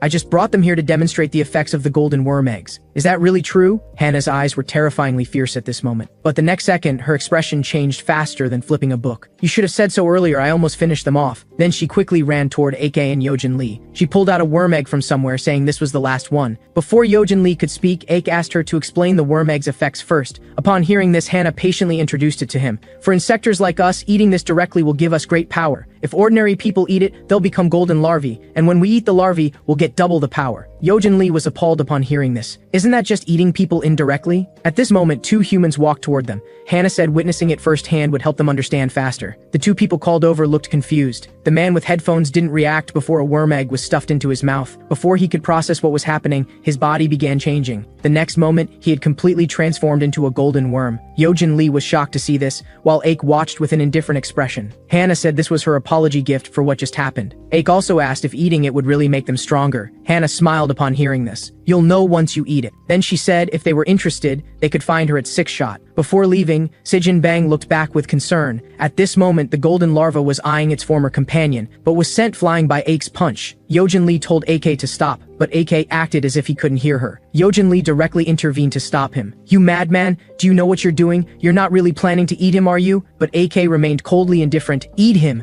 at his command. The ants on his body all flew toward the golden larva's corpse. Seeing Aik's ants had already reached the golden worm's body, Yojin Lee was extremely anxious, trying hard to dissuade AK. How is this any different from eating people? How is it any different from those villains in the apex insects? Is power gained this way really yours? Upon hearing this, Aik gave her a cold glance. Shut up and watch. With these words, even the man nearby didn't dare make a sound. Although Yojin Lee didn't understand, she also closed her mouth. The golden worm slowly became thinner. Its original human form gradually became visible again. Yojin Lee asked Aik what was happening. Ake explained that ever since he noticed something was wrong with Sejin Bang, he had been thinking about it. Now he could only experiment to see if it would work. At this moment, the parasitized man opened his mouth wide. A small golden worm was dragged out of his mouth by the ants. Clearly, this was the culprit that had caused the man to become like this. Yojin Lee also marveled that Ake's ants were truly capable of anything. Not only could they dismantle bombs inside human bodies, but they could also help expel parasites. But she was also puzzled. Was it really okay to have the ants eat the small golden worm? Aik said he didn't know, and they'd find out once they returned to his body. Before long, the little worm was completely devoured by the ants. Then they crawled up Aik's neck and into his body. Aik froze, then began trembling violently. Yojin Lee became worried about him. At this moment, Ake's blood vessels bulged all over his body as he shouted to Yojin Lee, "Get back quickly!" The skin around the hole in his neck swelled terrifyingly. The black ant shell flickered on his body. Meanwhile, at 6 Shot, a man was leisurely drinking wine. Hannah walked in with Sejin Bang still complaining, "I can't believe I need to be announced before entering." Daejun Gong said this was normal since he was the owner of this establishment. But Hannah helped herself to a drink nearby, and drank it without ceremony. At this moment, Daejun noticed her arm, asking her what had happened. Hannah said she had encountered 2 impulsive customers today and fought with them. Daejun wanted to promote the lawless land and asked Hannah and the others to help, but Hannah didn't want to participate, saying she'd leave if there was nothing else. At this moment, Daejun changed the subject. 50 pills went missing yesterday. Hannah just thought it was their poor security, while Sejin Bang remained silent. At this moment, Daejun slowly stood up. "I feel very sad, because the culprit is this girl." Daejun instantly appeared in front of Sejin Bang and grabbed her head, pressing it against the wall. The tremendous force left Sejin Bang unable to move. Daejun looked extremely angry at this moment, saying he would eat Sejin Bang on the spot. The next instant, a golden needle was pressed against his neck. Daejun's subordinates immediately transformed and rushed forward, directly holding a knife to Hannah's neck. But Hannah continued threatening Daejun, "Touch my person and you'll die a very ugly death." Daejun calmly asked about the whereabouts of the pills, while applying more pressure with his hand. Hannah's golden needle also pierced his neck without hesitation. However, he seemed to feel nothing, loudly demanding Sejin Bang tell him where the worm eggs were. Hannah also shouted for him to stop, while Sejin Bang became increasingly anguished. "I took them for revenge. I poured all the drugs into the Four Eyes' mouth." Upon hearing this, Daejun began laughing. "Wouldn't it have been better to say so earlier? Why did you make me resort to violence?" After saying that, he released Sejin Bang. Hannah also hurriedly came over to inquire about her injuries, but Daejun suddenly burst into laughter. "Actually, I knew you stole the pills, I just didn't want to stop you." Sejin Bang looked incredulous upon hearing this. Daejun continued, "I was just wondering who I could find to conduct such an experiment. That guy who took 50 pills, I wonder what kind of changes will occur when he absorbs it." Meanwhile, the guy they mentioned, who had consumed 50 pills, was frantically fleeing. Several combat personnel from the Reaper department were hot on his heels. At this moment, he was suffering in silence. He could only watch helplessly as the combat personnel's weapons pierced his body. He roared helplessly, but this only earned him a fatal blow from PYO. Then he could only collapse, powerlessly to the ground. Perhaps this was the consequence of his loose tongue. Seeing that he had gone silent, Pio ordered his subordinates to retrieve the corpse. Just as a few subordinates had taken several steps, their feet sank into the ground. Pio turned around at the sound. he saw two figures standing not far in front of them. He inquired about their identities, but they didn't bother to respond. The man among them simply told the child beside him to take the corpse away first, but the child was unwilling. He wanted to eliminate these bug reapers right here. The man among these two was none other than Zigna. The child was crouching with both hands on the ground, clearly having turned the surface into a muddy trap, watching his subordinates slowly sinking down. Pio actually sheathed the sword in his hand. The two opponents sneered, "Are you giving up resistance?" Pio turned a deaf ear to their words. Even his subordinates began to panic, but he calmly asked why that corpse was different from usual. At this moment, the symbol on his sword sheath changed into green. The opposing child didn't answer him, but blood vessels had already appeared on his face, clearly having lost patience. By now, some of Pio's subordinates had only half their heads above ground. Pio finally raised his sword, but still didn't draw it from its sheath. The opposing child expressed confusion at this sight. At such a distance, he didn't think Pio could attack him. Zigna warned him to be careful. The next moment, the child had already been struck by green lightning. Seeing his companion knocked down, Zigna immediately became furious. At this moment, Pio launched his second strike. Zigna was attacked. Meanwhile, his subordinates felt the underground suction stop and quickly climbed up. Pio had already charged alone towards Zigna. At the same time, he didn't forget to order his subordinates to retrieve that insector's corpse at all costs. Their interference must have a reason. He drew his sword. It clashed with Zigna's blade. Pio immediately realized he was a dangerous individual. Zigna pulled out another knife from behind his back. "This feels a bit like cheating," Zigna said. Pio was caught off guard by his move. Zigna continued his aggressive pursuit, forcing Pio to retreat step by step. Seeing the situation turning dire, Pio immediately spat a mouthful of green mist towards Zigna. Zigna felt his own movements slow down. He swung his blade to disperse the mist. However, Pio had vanished, without a trace. The sound of electricity behind him caught his attention. Zigna barely dodged the attack, just as Pio was about to continue his pursuit. Tremors came from underground. He leaped backward, but the attack followed him. A subordinate blocked it just in time. But then a red object burst from the ground, directly piercing through the person in front of him. Only then did Zigna realize the child had been playing dead. The boy had now transformed into a monster, with the person he had just killed floating in front of him. They decided not to continue fighting. Afterward, the child sank the Four Eyes corpse into the muddy swamp. Zigna leisurely sheathed his blades. "Let's go back to the club." Two people wanted to stop, that couldn't cross the muddy swamp in front of them. Pio also raised his sword to aim at them, only to discover his sword was out of power. At this moment, the surrounding buildings rapidly crumbled. Two companions covered their heads and urged Pio to retreat. Pio stepped on the falling stones and wanted to stop them from taking the insector corpse away. However, looking at the sinking insector corpse, he was helpless. He could only carry the wounded and flee this area of falling rocks. After everything returned to calm, Pio gave his orders. "Thoroughly investigate all clubs in this area. Now it's our turn to hunt." Meanwhile, Ache was hunting. The yellow insector took off running at the sight of Ache. Just as it turned to look back at Ache, several ants floated past in front of it. Another Ache stood before it. The Ache behind also slowly approached, with both Aches surrounding it. In just a few moments, the yellow insector became food in Ache's belly. The next morning, students were all talking about Seijin Bang being a monster. Arajo immediately stepped forward, saying Seijin Bang was her friend and telling them not to spread rumors. Seeing her mental state, Yojin Lee couldn't help but worry. Then Arajo walked up to Yojin Lee. She asked Yojin Lee if she had really seen Seijin Bang transform into a monster. Yojin Lee didn't tell her the truth, only saying that when she entered, the monster she saw was the Four Eyes who had transformed. Hearing this, Arjo felt a glimmer of hope, but tears still flowed uncontrollably. After all, Seijin Bang is her best friend. She only regretted being too short to see what happened inside. Seijin Bang had left without her even getting to see her one last time. Yojin Lee looked toward Ache's seat, thinking to herself that Ache would surely have a solution. At this moment, inside an abandoned building, black ant were crawling over a large insector, tearing and biting at the large insector voraciously. AK stood nearby, silently watching. After eating that insect egg, he discovered the ants in his body had decreased. It had also split off this strange black ant individual. He tried to merge with this black ant but failed. He could only place an important ant inside it to control the black ant,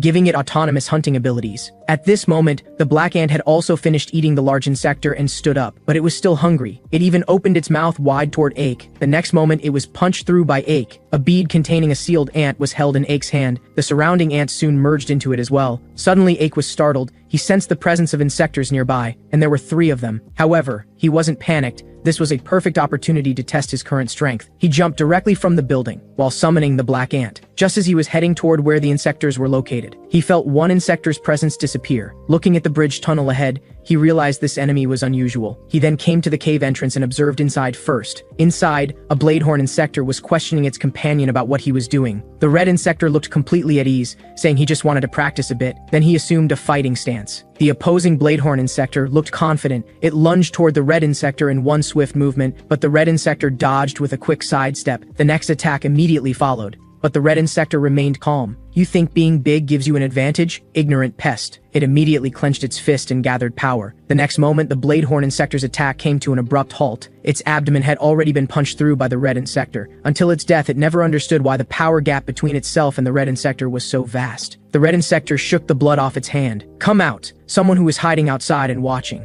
Eke no longer concealed himself and stepped forward directly. His armor at this moment was even more imposing than usual. The red insector kindly advised Eke, "It's better to leave your name before dying." Ake didn't answer. Seeing this, the red insector didn't waste time and charged forward with a clenched fist. Ake neither dodged nor moved. The next moment, the red insector froze. His arm had been bitten by a suddenly appearing head, forcing him to immediately pull back his hand, frantically shaking his arm. He didn't know what to do for a moment. Only then did Ake speak. "Black Ant, that's the last name you'll hear before dying." Hearing this, the red insector became excited. Because he had heard that Black Ant had once defeated Zigna, he immediately charged toward Ake again. Ake watched the fist approaching, completely unconcerned. No matter how fiercely the red insector attacked, he couldn't touch Ake at all. Ake didn't counterattack either. This made the red insector increasingly furious. He threw another heavy punch. Ake dodged it again, and as Ake evaded, he had already clenched his fist in preparation.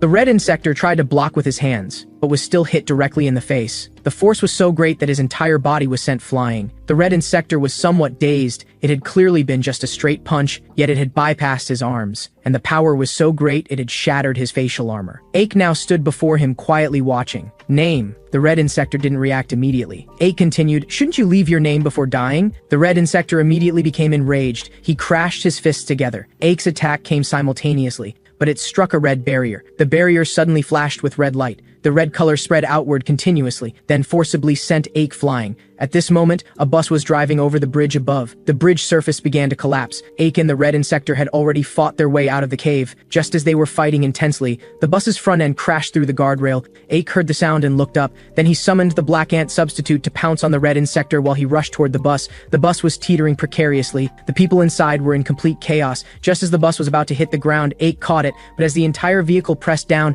Ake also appeared somewhat strained. Then a voice came from behind. "Hey, strong guy, do you think I would stop you?" The black ant substitute was already being held in the red insector's hand. Then he also walked to the front of the bus. With both their combined efforts, the bus was able to land safely. The people emerging from inside ran away in panic at the sight of the monsters before them. After everyone had fled from the vehicle, the red insector was already impatient. He charged fiercely toward Ake. Now, round 2 begins. Facing the incoming attack, Ake remained expressionless. The moment the attack reached his eyes, he also raised his right hand. Then he slapped toward the red insector's forehead. The red insector's facial armor was already broken, and his face was swollen beyond recognition. Then Ake lifted him up with one hand, while the black ant nearby eyed him menacingly. But just as the black ant was about to bite down, it suddenly stopped. Ake thought seriously for a moment, suddenly threw him aside, then walked away without looking back. The red insector struggled to open his eyes, staring blankly at Ake's departing figure. Meanwhile, elsewhere, Arajo walked along the bustling street. Every day after school, she would search everywhere for Seijin Bang. Little did she know, during her phone call, someone behind her heard her mention Seijin Bang's name. Arajo had just hung up the phone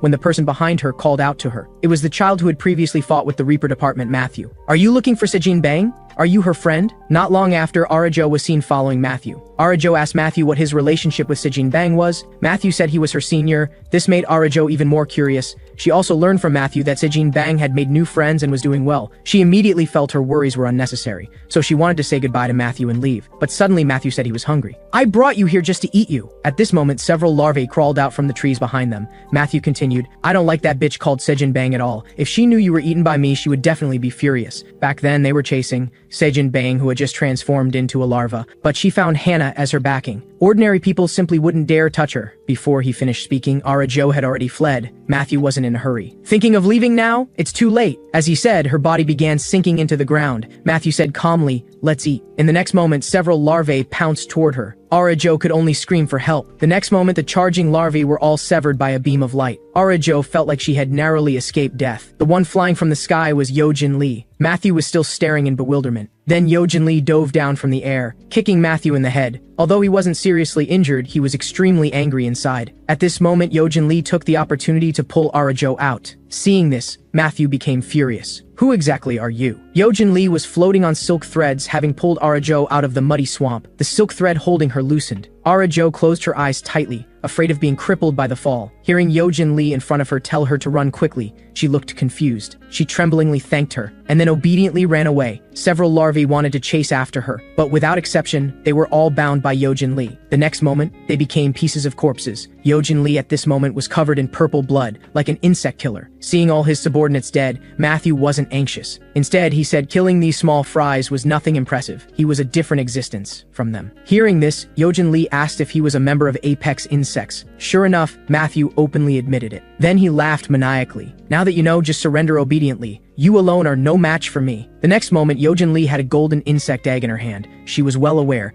that even with AK's help, they might not be certain of victory against an Apex Insects member, let alone herself alone. Matthew was quite surprised to see the insect egg in Yojin Lee's hand. Where did you get this thing? Yojin Lee ignored him. Instead, she removed the protection from her face. To defeat him, she could only rely on this kind of power. Then she put it directly into her mouth. Seeing this, Matthew immediately transformed 4 long spikes and thrust them toward Yojin Lee. Yojin Lee's location was immediately shrouded in dust and smoke. Matthew was quite pleased with himself. Eating 1 pill is basically the same as eating nothing. However, the next moment, his spikes broke apart inch by inch. Matthew looked shocked. After all, Yojin Lee had only eaten 1 pill. Yojin Lee's hair gradually grew longer. You'll never know what true power is. Seeing her improvement was so dramatic, Matthew was still questioning whether what he had eaten before was fake. Yojin Lee's kick had already struck his face directly. Everything happened too fast. Before he could react, his arm had already been severed. Yojin Lee, on the other hand, remained composed. Matthew didn't believe what he had eaten was fake, because the Apex Insects organization had already accepted him. He then spat out a tentacle. It directly bit Yojin Lee's neck. Seeing that he had bitten her, he was excited. Yojin Lee said calmly, "What are you happy about?" The tentacle's teeth couldn't even pierce Yojin Lee's skin. No matter how hard he tried, he could only see some sparks. Then Yojin Lee grabbed the tentacle. She controlled several silk threads to wrap around the tentacle. The silk threads quickly spread along the tentacle. Matthew could only bite his tongue in self-defense.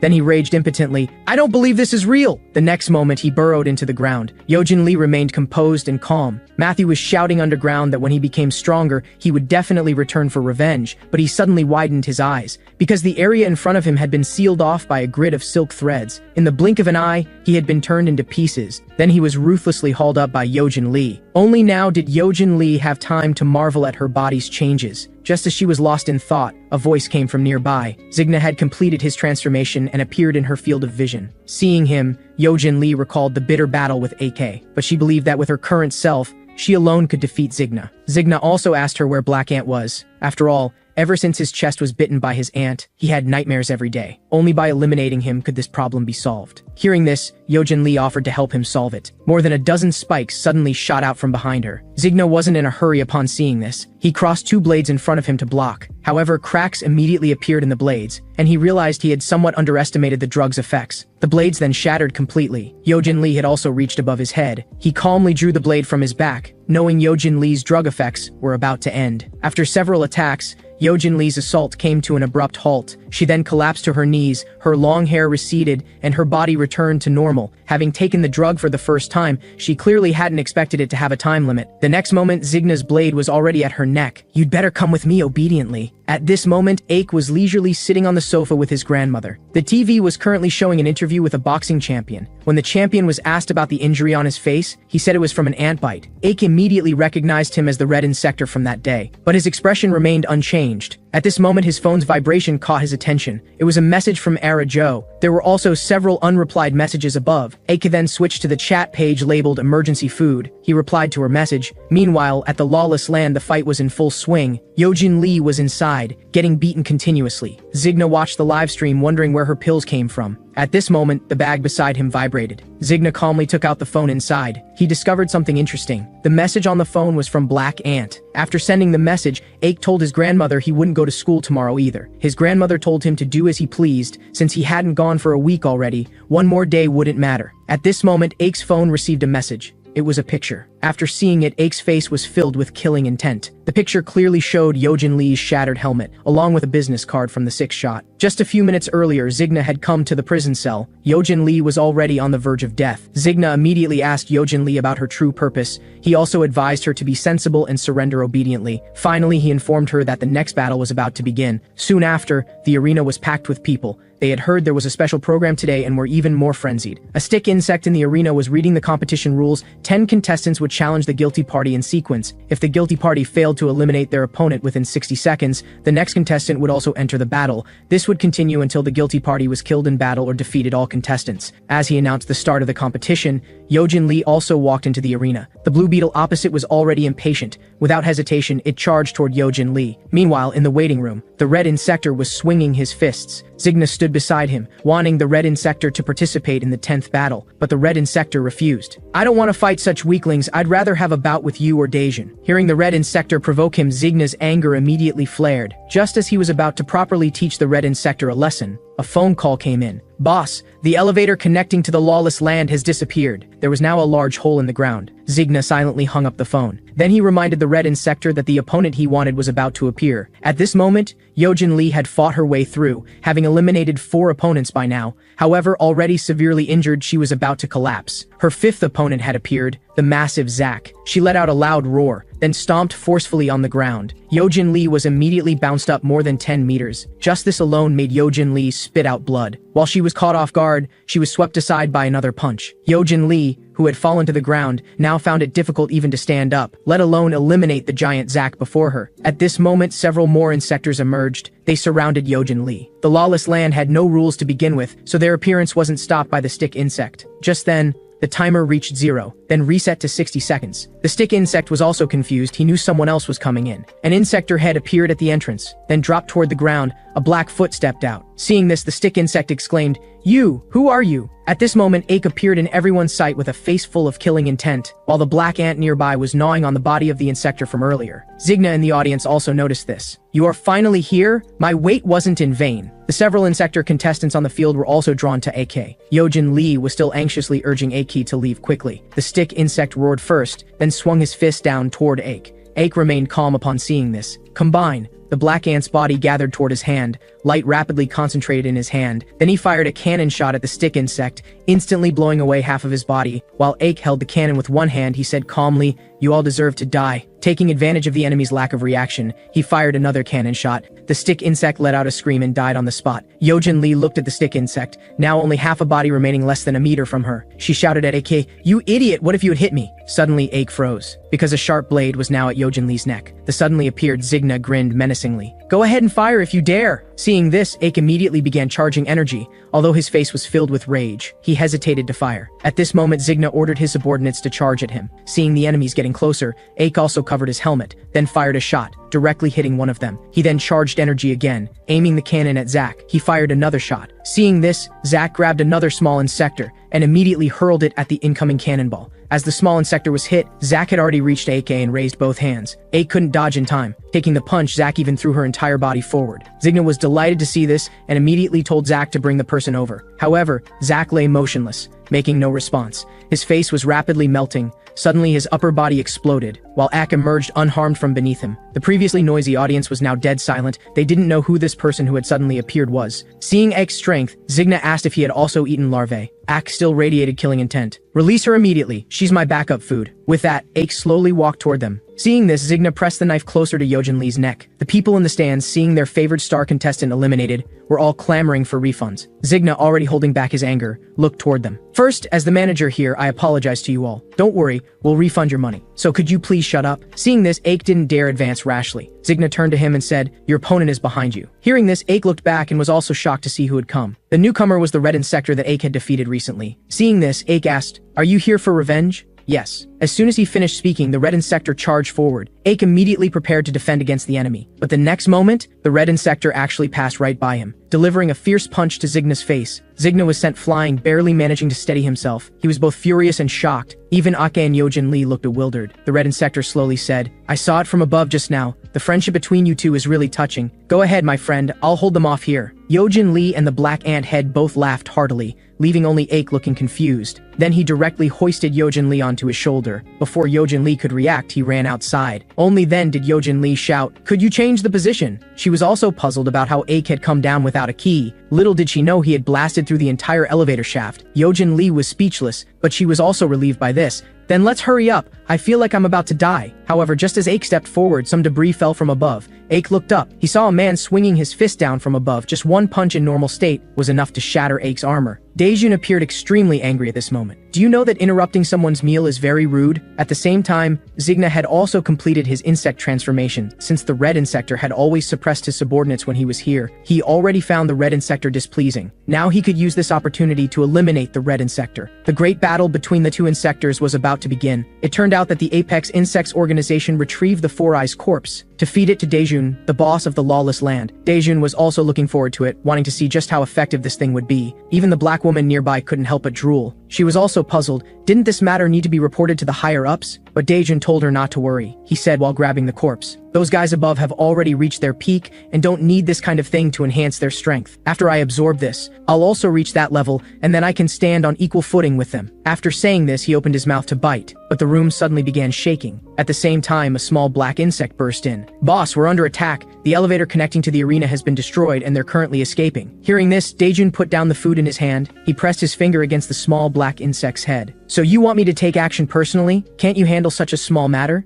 The black insector has more to say, but the next moment, his skull was pierced through. He could only collapse helplessly to the ground. In contrast, Daejun looked completely indifferent. It seemed he needed to work up an appetite before eating. Soon after, he appeared in the elevator. With one punch, he severely injured AK. Then he effortlessly lifted AK up. Yojin Lee, who had been thrown to the ground, was trembling all over. The moment Daejun appeared, she felt the overwhelming pressure emanating from him. Daejun's expression became playful. "Don't be too scared, just try to keep me entertained." With that, he delivered a heavy punch straight to Ake's abdomen. The wall was smashed into a deep crater by Ake's impact. In the next instant, Daejun moved at inhuman speed past Yojin Lee. His foot pressed down on Ake's body, then he stomped on him repeatedly, leaving Ake's face covered in blood. "Is this all the strength you have?" Ake struggled to shout "combine," but was punched in the face again. Daejun grabbed Ake's head and roared, "This isn't enough! Hurry up and show me your real power." At this moment, Black Ant had formed behind him. It punched his face, but it was like hitting a rock. The Black Ant then grabbed his arm and opened its massive jaws toward him. Seeing this, Daejun threw a punch. However, his other arm was also entangled by Yojin Lee's silk threads. "Hurry up, I can't hold on much longer." Yojin Lee felt like she was restraining a wild beast who hadn't even transformed yet. In contrast, Daejun remained utterly calm. "So this is all the power you have?" Then he let out a mighty roar.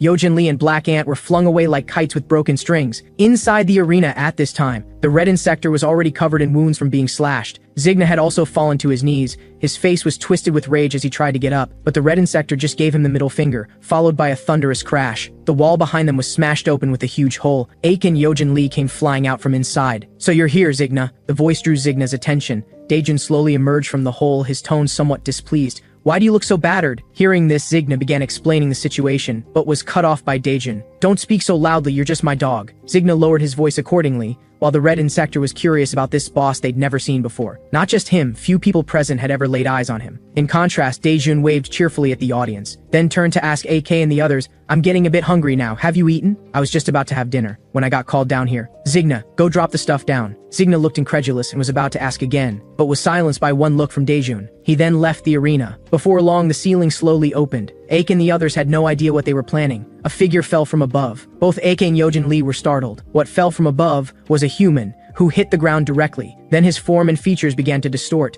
Soon he transformed into an adult insect. Daejun walked up behind him. "Don't let his appearance fool you, this thing is surprisingly delicious." After that, the ceiling kept dropping people, some even completing their transformation mid-air. Soon the entire arena was filled with them. Daejun had already begun his feast. "Now let's begin the meal." AK and the others looked at the adult insects around them, unable to bring themselves to take a bite. At this moment, Ak spoke first. "This is our chance. You stop him from feeding first, then leave the rest to me." Clearly, Ak now considered the red insector as one of his own. At this point, Daejun across from them was getting impatient watching them chatter. "What are you doing? The food is already laid out before yo. There's no need for mercy anymore, they can hardly be called human now. You can't even buy this kind of thing outside." As he spoke, he spotted larvae inside the adult insects. Without hesitation, he pulled one out. The red insector reacted first. Just as Daejun was about to eat the insect, he had already charged to his front. Yojin Lee cursed him for being reckless and impulsive, but AK suddenly called out to her. "Yojin Lee, you should leave first. I came here specifically to rescue you, just leave this to me." Yojin Lee was stunned by his words. Then she smiled faintly. "What's gotten into you? You're not the type to say such sentimental things.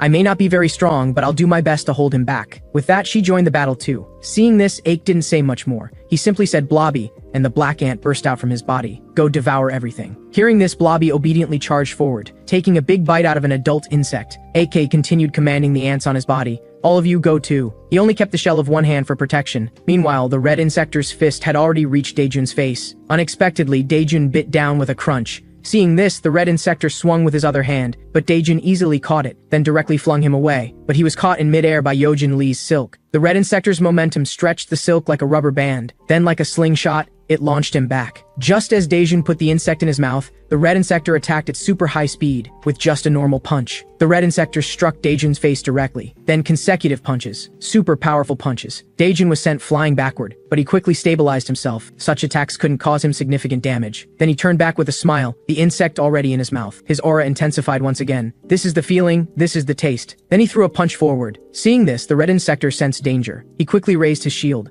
A powerful punch wave swept forward, scattering the audience. The wall behind the red insector collapsed entirely. Yojin Lee couldn't believe that Daejun could achieve this with just the force of his punch. More importantly, he hadn't even transformed yet. Even though the red insector had raised his shield, he was still badly injured. Daejun had no intention of getting entangled with them. He walked toward the adult insects again, but the red insector's fist was already attacking once more. Without even turning around, Daejun's fist had already slammed into his abdomen, then a kick to his face. The red insector was sent flying at supersonic speed. The shell on his upper body had been shattered, revealing his original appearance. It was Red, the boxing champion who had been interviewed on TV before. Now he just sat there collapsed on the ground, his fate unknown. Seeing this, Yojin Lee also fell powerlessly to her knees. She had lost all courage, and could only watch as Daejun fed frantically before her. Another larva was consumed by Daejun. Then he turned his attention to the adult insect lying before him. This is the fifth one now, my body is reaching its limit. Suddenly, he noticed something was wrong. This adult insect's face was degenerating back to its original form. A larva appeared in its mouth. Aik said calmly, "Come back." The larva was then transported back to his hand through black matter. Daejun looked at this scene in shock. Aik raised his hand provocatively. "The last one is mine, that makes 10 now." Then he swallowed the larva directly. Seeing this, Daejun's face contorted with rage. He was sure Aik was bluffing. Then a group of people appeared in his vision, the very food that had just been dropped down. Now Daejun believed it. "I don't know what method you used, but I just need to kill you before you digest them." With that, he charged fiercely at AK, but his body stopped dead in front of AK. 10 shadows burst from Aik's body. Black ant figures took shape one by one. It was a black ant army. "Tear him apart," Aik commanded. The black ant clones quickly rushed toward Daejun. Daejun seemed unusually excited. "That's right, all of you come at once." In the next moment, the black ant clones reached him, but he punched one of them to pieces. However, that clone quickly reformed. 2 clones directly restrained his arms while a third attacked. He stomped it to pieces. At the same time, the 2 clones behind him dissolved, flowing toward another clone's arm. The arm soon transformed into a massive claw. The black ant clone raised it high, delivering a devastating blow to Daejun's head, but Daejun only bent slightly at the waist. The next moment, he became even more excited. The clones gripping his arms couldn't hold him back. He then slapped away the clone that had just struck him. However, he was startled. 2 more black ant clones had somehow positioned themselves in front of him with cannons ready. The shells were already charged. At AK's command, both cannons fired simultaneously. Watching the shells approach closer and closer, Daejun realized his feet were firmly held by 2 clones, but he showed a playful smile instead. In the next moment, the shells hit directly. The cannons charged and fired again. With several shells fired,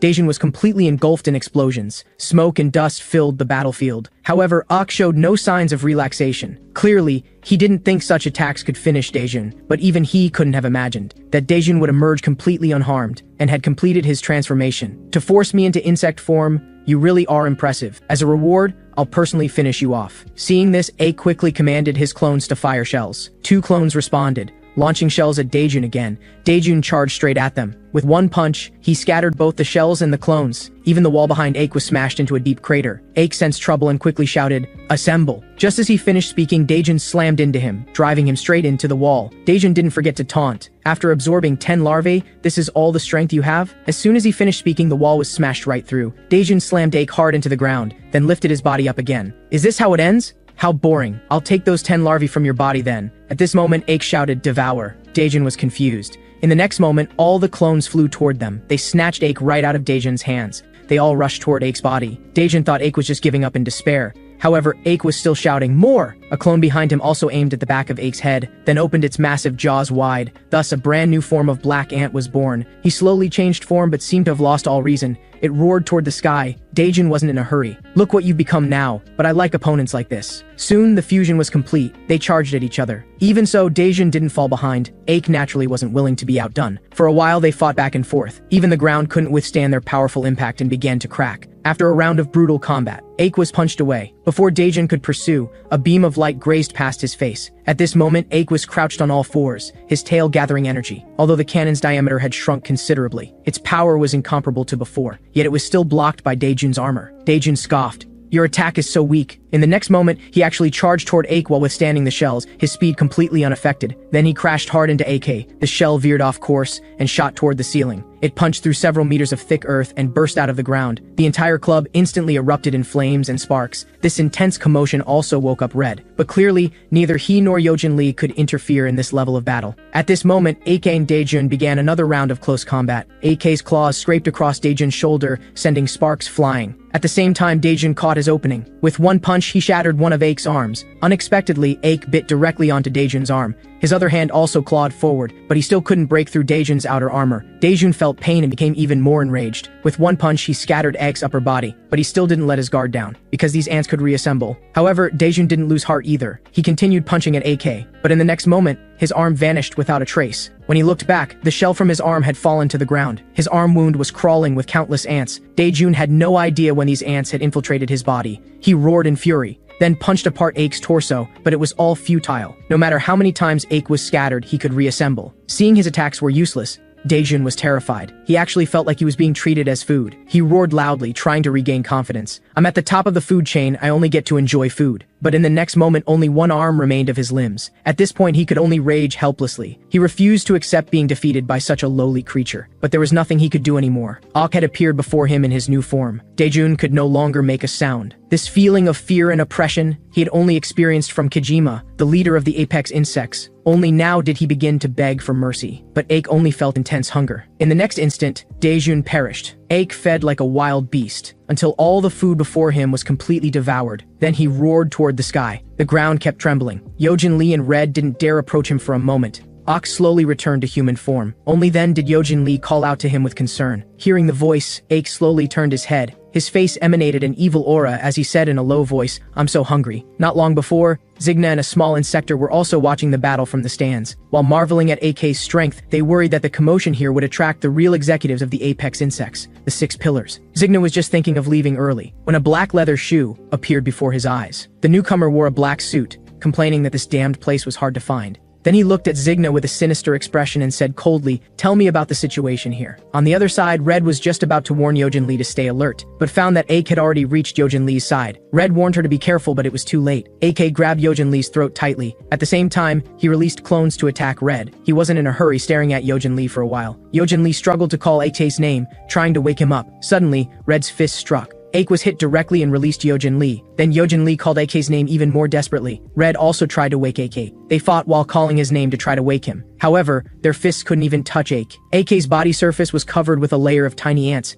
Instead, the parts they used to attack were slowly being eaten by the ants, and the ants quickly spread to both of their entire bodies. AK stared at them like a demon. Many small circles appeared in his eyes. In AK's consciousness, he was drawn into an illusion. Countless large black ants and clones surrounded him. They accused Ake of being incompetent and said they no longer wanted to follow his commands. With that, they approached Ake, intending to devour him. The ants Ake was proud of had now become his shackles, just when he was at a loss. A red claw crushed the large black ant. This wasn't the first time the red ant had appeared before Ake. Every time Ake lost control, it would appear. Ake asked why it wanted to save him. The other's answer was, "Live." Suddenly, the carapace on the red ant's head cracked open. Intense red light shot out. A humanoid phantom slowly took shape on the red ant's head. Ake looked at it in extreme shock. Waves of invisible energy spread from the humanoid phantom. The surrounding black ants suddenly spat blood. The shackles on Ake's hands were also shattered. The intense energy wave forced him to raise his hand to block. Suddenly, a voice came through, "You must live." With that, the light from the humanoid phantom became even more intense. Ake struggled desperately, not wanting to leave like this. He asked the humanoid phantom, "Are you?" But his body was constantly pushed outward by the energy. In reality, Ake let out a long howl. The ants around him slowly dispersed. Even the ants on Yojin Lee and Red scattered. But Yojin Lee was still worried about AK. After all, his cries were so heart-wrenching. After some time, Ake finally broke free from that damned ant shell. Yojin Lee caught Ake just as he was about to fall. She felt water droplets fall on her shoulder. Those were tears flowing down from Ake's face. He was still sobbing and calling out, "Mom!" This made Yojin Lee afraid to move or speak. This was the first time she had seen Ake like this. After AK came to his senses, he asked about Daejun's situation. Yojin Lee truthfully told him it was all over. Red on the side smugly wiped his nose. He remarked that the friendship between AK and Yojin Lee looked like there was no room for him to join. Without a word, Yojin Lee threw AK to him. At this moment, the surroundings suddenly began to shake. They realized this place was about to collapse, so they quickly left. Suddenly, a voice came from behind. "Ah! What a hassle. This startled them. They immediately turned around. The man in the suit was kneeling on the ground examining the situation. Several of Daejun's subordinates had also arrived at the battlefield. Before long, the man in the suit slowly stood up and asked, "Did you do this?" Red said this person was very strong and told Yojin Lee to take AK and leave first. At this moment, the man in the suit looked somewhat impatient. "I want to get off work early. Do you have anything else to say?" At this point, Zigna nearby suddenly shouted,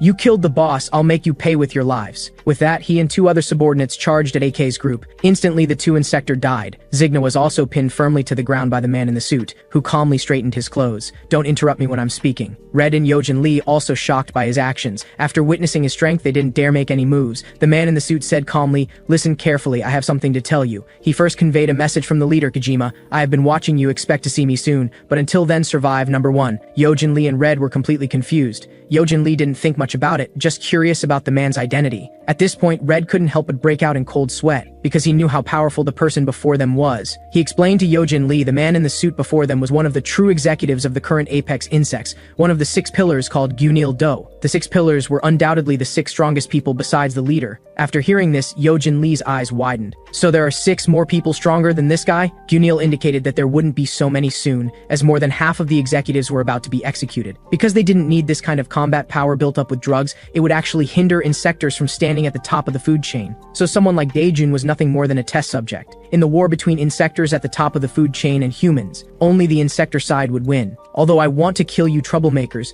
but I have a better suggestion. I invite you to join the Apex Insects." Hearing this, Yojin Lee and Red were stunned. Then Yojin Lee shouted at Gunil, "Join you! Do you think I don't know why I'm fighting like this? It's all to get revenge on you guys." "Shut up!" Gunil suddenly roared. "I hope you'll think seriously before answering. You can answer yes or no. So, will you join the Apex Insects?" Hearing this, Yojin Lee and Red sneered. Then in perfect sync, they both gave Gunil the middle finger. Gunil instantly flew into a rage. Then Red calmly walked out of the hole. "I don't know why you and Yojin Lee are fighting, but I want to defeat you one by one. Just thinking about fighting someone stronger than Daejun makes me excited." Yojin Lee shows a serious expression. "Are you brain damaged recruiting enemies into the organization? Even if I die, I'll never join you." After hearing both of them speak, Gunil actually laughed until he shook. "You two really succeeded in making me laugh. I can't believe you could say such funny things. Without the black ant, what use could you possibly have? But I still have to thank you for making me so happy." With that, he threw Zigna in front of them. Yojin Lee didn't understand what he was doing. Before they knew it, an insect had appeared beside Gunil. "I know that black-haired brat among you can't survive without eating insects. Consider that waste a thank you gift for you." As he spoke, the insect created a light trail around him. "Well then, see you again soon." With that, he vanished into thin air. Yojin Lee and Red had no time to think about what trick he had used. They also needed to leave this place quickly. Fortunately, both of them could fly. Getting through the large hole in the elevator shaft wasn't difficult. It was just eerily quiet above. Only then did Yojin Lee notice that Red had brought Zigna up too. Red said, "It seemed pitiful to leave him behind.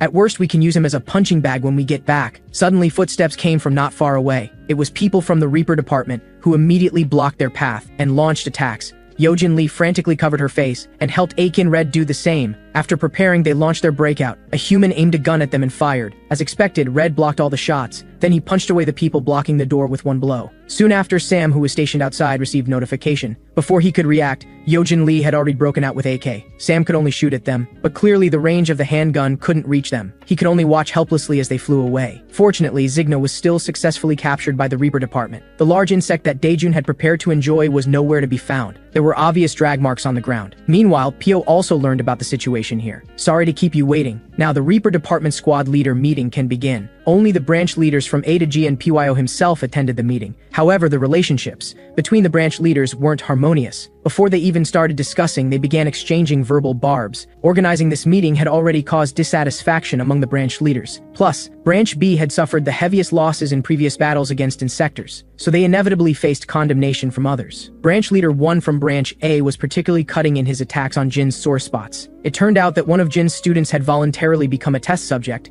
and been injected with insect genes to protect him. Although that student had risen through the ranks since then, Jin had never been able to let go of this incident. After hearing One's provocation, he didn't let anger cloud his judgment. He simply said calmly, "Our department was formed to eliminate insects. Now there's an insect buzzing in my ear, and I think it needs to be dealt with." With that, he glanced at One with murderous intent. Hearing this, One was about to retort. Yun, the leader of Branch G, who had been silent, seemed somewhat impatient. "When are we actually going to start? I'm about to fall asleep." Seeing this, Pyo announced the meeting had begun. "As you can all see, we've indeed been suffering consecutive defeats against insectors recently, but we've also discovered that recent insector activities are organized. After investigation, we learned they have a group centered around high-intelligence individuals. They've formed a collective called the Apex Insects. In the near future, they might launch a total assault on humanity. After hearing PYO's statement, some believed it while others didn't. Among them, the Branch D leader said he had fought Sky Insect members before, and their combat power and intelligence were incomparable to ordinary insectors. Seeing that most people still had only a vague understanding, PYO pulled out a book called Ant Castle Project from his coat. However, they still couldn't understand the book's contents,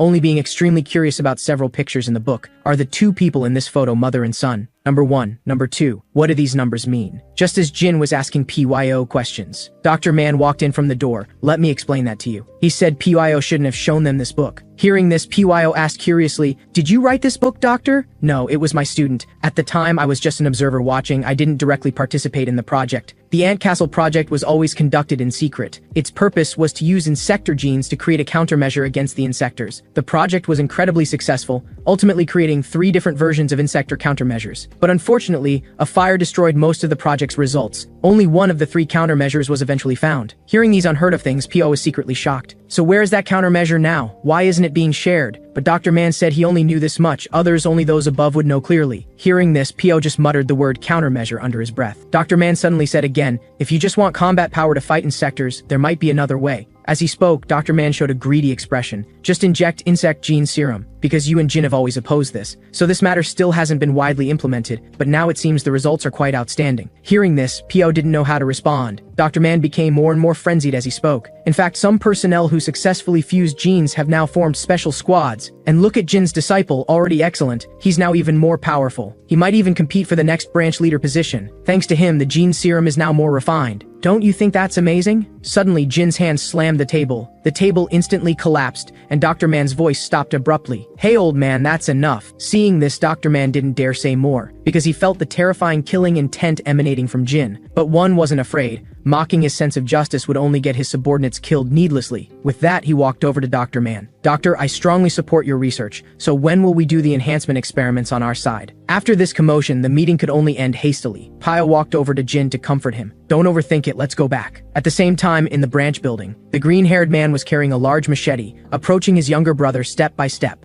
The younger brother still didn't know that his older brother was parasitized by the golden larva during their last mission. He was still asking what happened to his big brother. But in the end, he could only be taken out with a single strike. After dealing with the younger brother, the green-haired man walked directly to an iron door. Then he pressed the switch. The iron door slowly opened. A blue-black monster with horns emerged from within. "Welcome, Mr. Kojima. I have been waiting for you." He immediately knelt down. "Please bestow us with evolution." Upon hearing this, Kojima extended his palm with an expressionless face. The green-haired man's head was only as big as his palm. A mere mutant dares to ask for evolution. The next moment, Kojima eliminated the green-haired man. Shortly after, the Reaper Department's combat forces arrived. They assumed the brothers were all killed by the monster before them. Without hesitation, they opened fire on him. However, the bullets couldn't even penetrate Kojima's skin. Kojima suddenly spoke up, asking, "You inferior humans, do you know where that thing is?" Without waiting for their answer, Kojima flashed forward and took out several people. The others stared in disbelief with wide eyes. The next moment, they were all eliminated by Kojima in one move. Before long, the base was engulfed in flames. Pio and Jin rushed back after receiving the notification.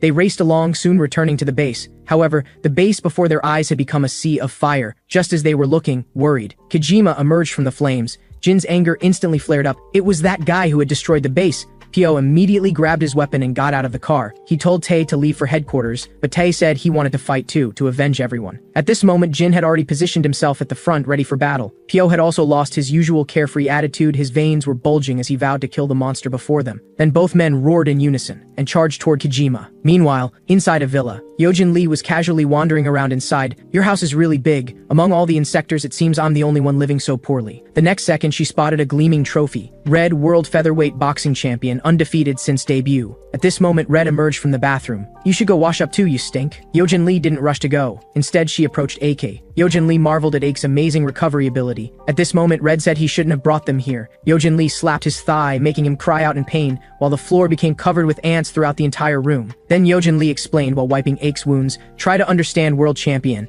Aik lives with his grandmother, and going back like this would worry her. Red suggested she could take him to her home. Yojin Lee looked innocent. Sorry, I don't have a home. So they discussed what Gunil left behind, feeling that Gunil was only trying to tell Aik something, but neither could figure out what it meant. However, Yojin Lee had an idea. When she mentioned Kijima earlier, Aik had shown that kind of angry expression. It was clear he wanted to eliminate Kijima more than anyone. On the other side, the attacks launched by Pyo and Jin were blocked by the black substance in front of Kijima. Kijima was quite confident in his defense, staying completely still. Then he raised his arm to charge up, successfully forcing Pyo and Jin back. They retreated several meters before steadying themselves. Kijima swung another attack into the void, but Pyo and Jin nimbly dodged his strike. Only then did they see the floating ants clearly. At this moment, Jin spun the machete in his right hand. The next moment, the high-speed spinning blade was thrown by him. At the same time, Pyo seamlessly added electric current to the machete. Soon, the blade flew in front of Kijima. Kijima didn't dodge or evade, letting the blade strike his body. At this point, Jin had already leaped above Kijima. Two blades became one. Only then did it successfully cut into Kijima's body. Jin asked with burning eyes, "Who are you? Are you a member of Apex Insects or a countermeasure?" Kijima didn't directly answer Jin's question, only saying calmly,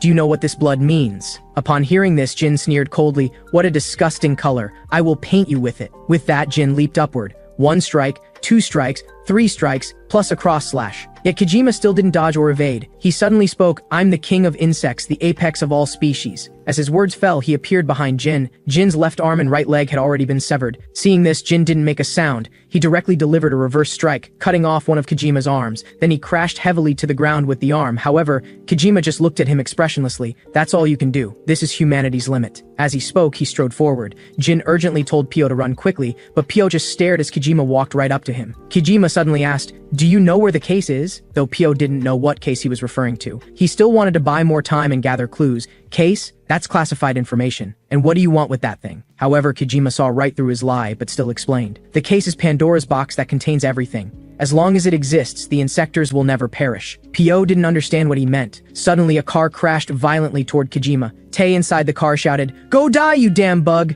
However, the wheels just spun in place. Then the car was instantly split in half and immediately exploded. Tae had already jumped out of the car, standing in front of Pyo. "Captain, you take Jin and leave. I'll hold him off." However, Pyo interrupted him. "How long can you hold out against this kind of monster?" At this moment, Kijima was slowly walking toward them. Just then, a missile flew rapidly toward them. Kijima caught it directly with his hand, and the explosion instantly engulfed him. From a helicopter high above in the distance came a shout from Sam. "Pyo, Tae, are you alright? Sorry I'm late. Get out of there quickly, I'll provide cover." He then fired several more missiles at the same spot. At this moment, in the middle of the gunfire, Kijima kept roaring continuously. In the morning, in the grade 10, class 5 classroom at Naimun High School, only AK and Yojin Lee sat at their desks. Yojin Lee complained, while Aik looked at his phone thoughtfully. The phone displayed the chat interface with Ara Jo. At this moment, Yojin Lee suddenly shouted nearby, "Damn it, I also want to join the school trip too. In that case, let's go too." AK then shouldered his bag. "Do you have a way to get to Pohang?" Hearing this, Yojin Lee showed a mischievous smile. "I have my methods. First, give me your phone." Soon after, they waited at the school gate. Yojin Lee looked smug. "I know you're dying to ask how we'll get to Pohang. Don't worry, we'll arrive there before everyone else." As soon as she finished speaking, a horn sounded in the distance.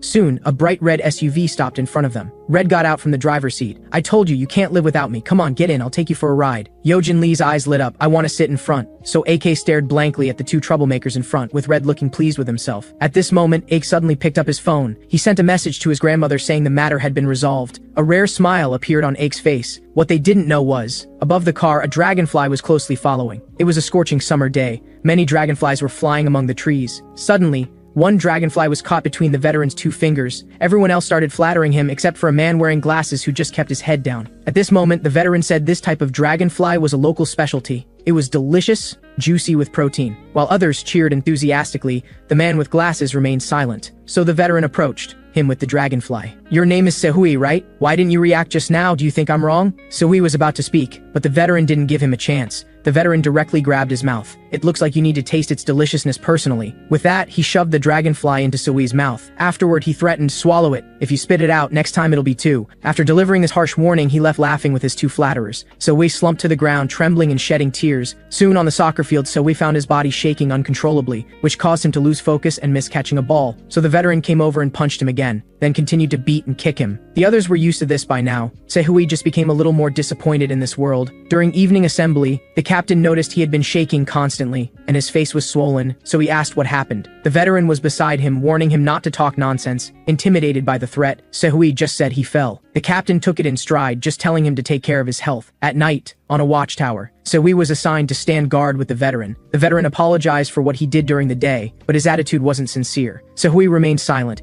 He just felt like something inside him was about to awaken. Seeing this, the veteran asked him again, still getting no response, so he became furious on the spot. Don't be ungrateful. Sehui continued his silence. Meanwhile, the little dragonfly inside him released certain elements. The veteran kept cursing. Suddenly, his pupils constricted. He saw Sehui's glasses fall off. He was no longer Sehui, but had transformed into a dragonfly man with large eyes. Soon after, screams began echoing throughout the camp. The next day, a bus full of passengers traveled on the highway. The radio broadcast news. Last night, a fire broke out at a B Division camp. According to investigations, it was caused by a new recruit. Tracking indicates that the deserter has infiltrated Pohang and is carrying various weapons. Pohang residents are advised to stay home and avoid unnecessary outings. These passengers were AK's classmates coming to Pohang for their school trip. Ara-Jo gazed out the window, lost in thought. Suddenly, she saw a figure rapidly flying by in the distance, shaped somewhat like a dragonfly. At this moment, a buzz-cut boy in front of her got rejected by a female classmate nearby, so he turned his attention to Ara-Jo. Are you alone too? I have candy. Want some? If you eat it, how about you go with me on the school trip? Ara-Jo raised her fist toward him, obviously just stopping in front of him to scare him. The boy dropped his candy.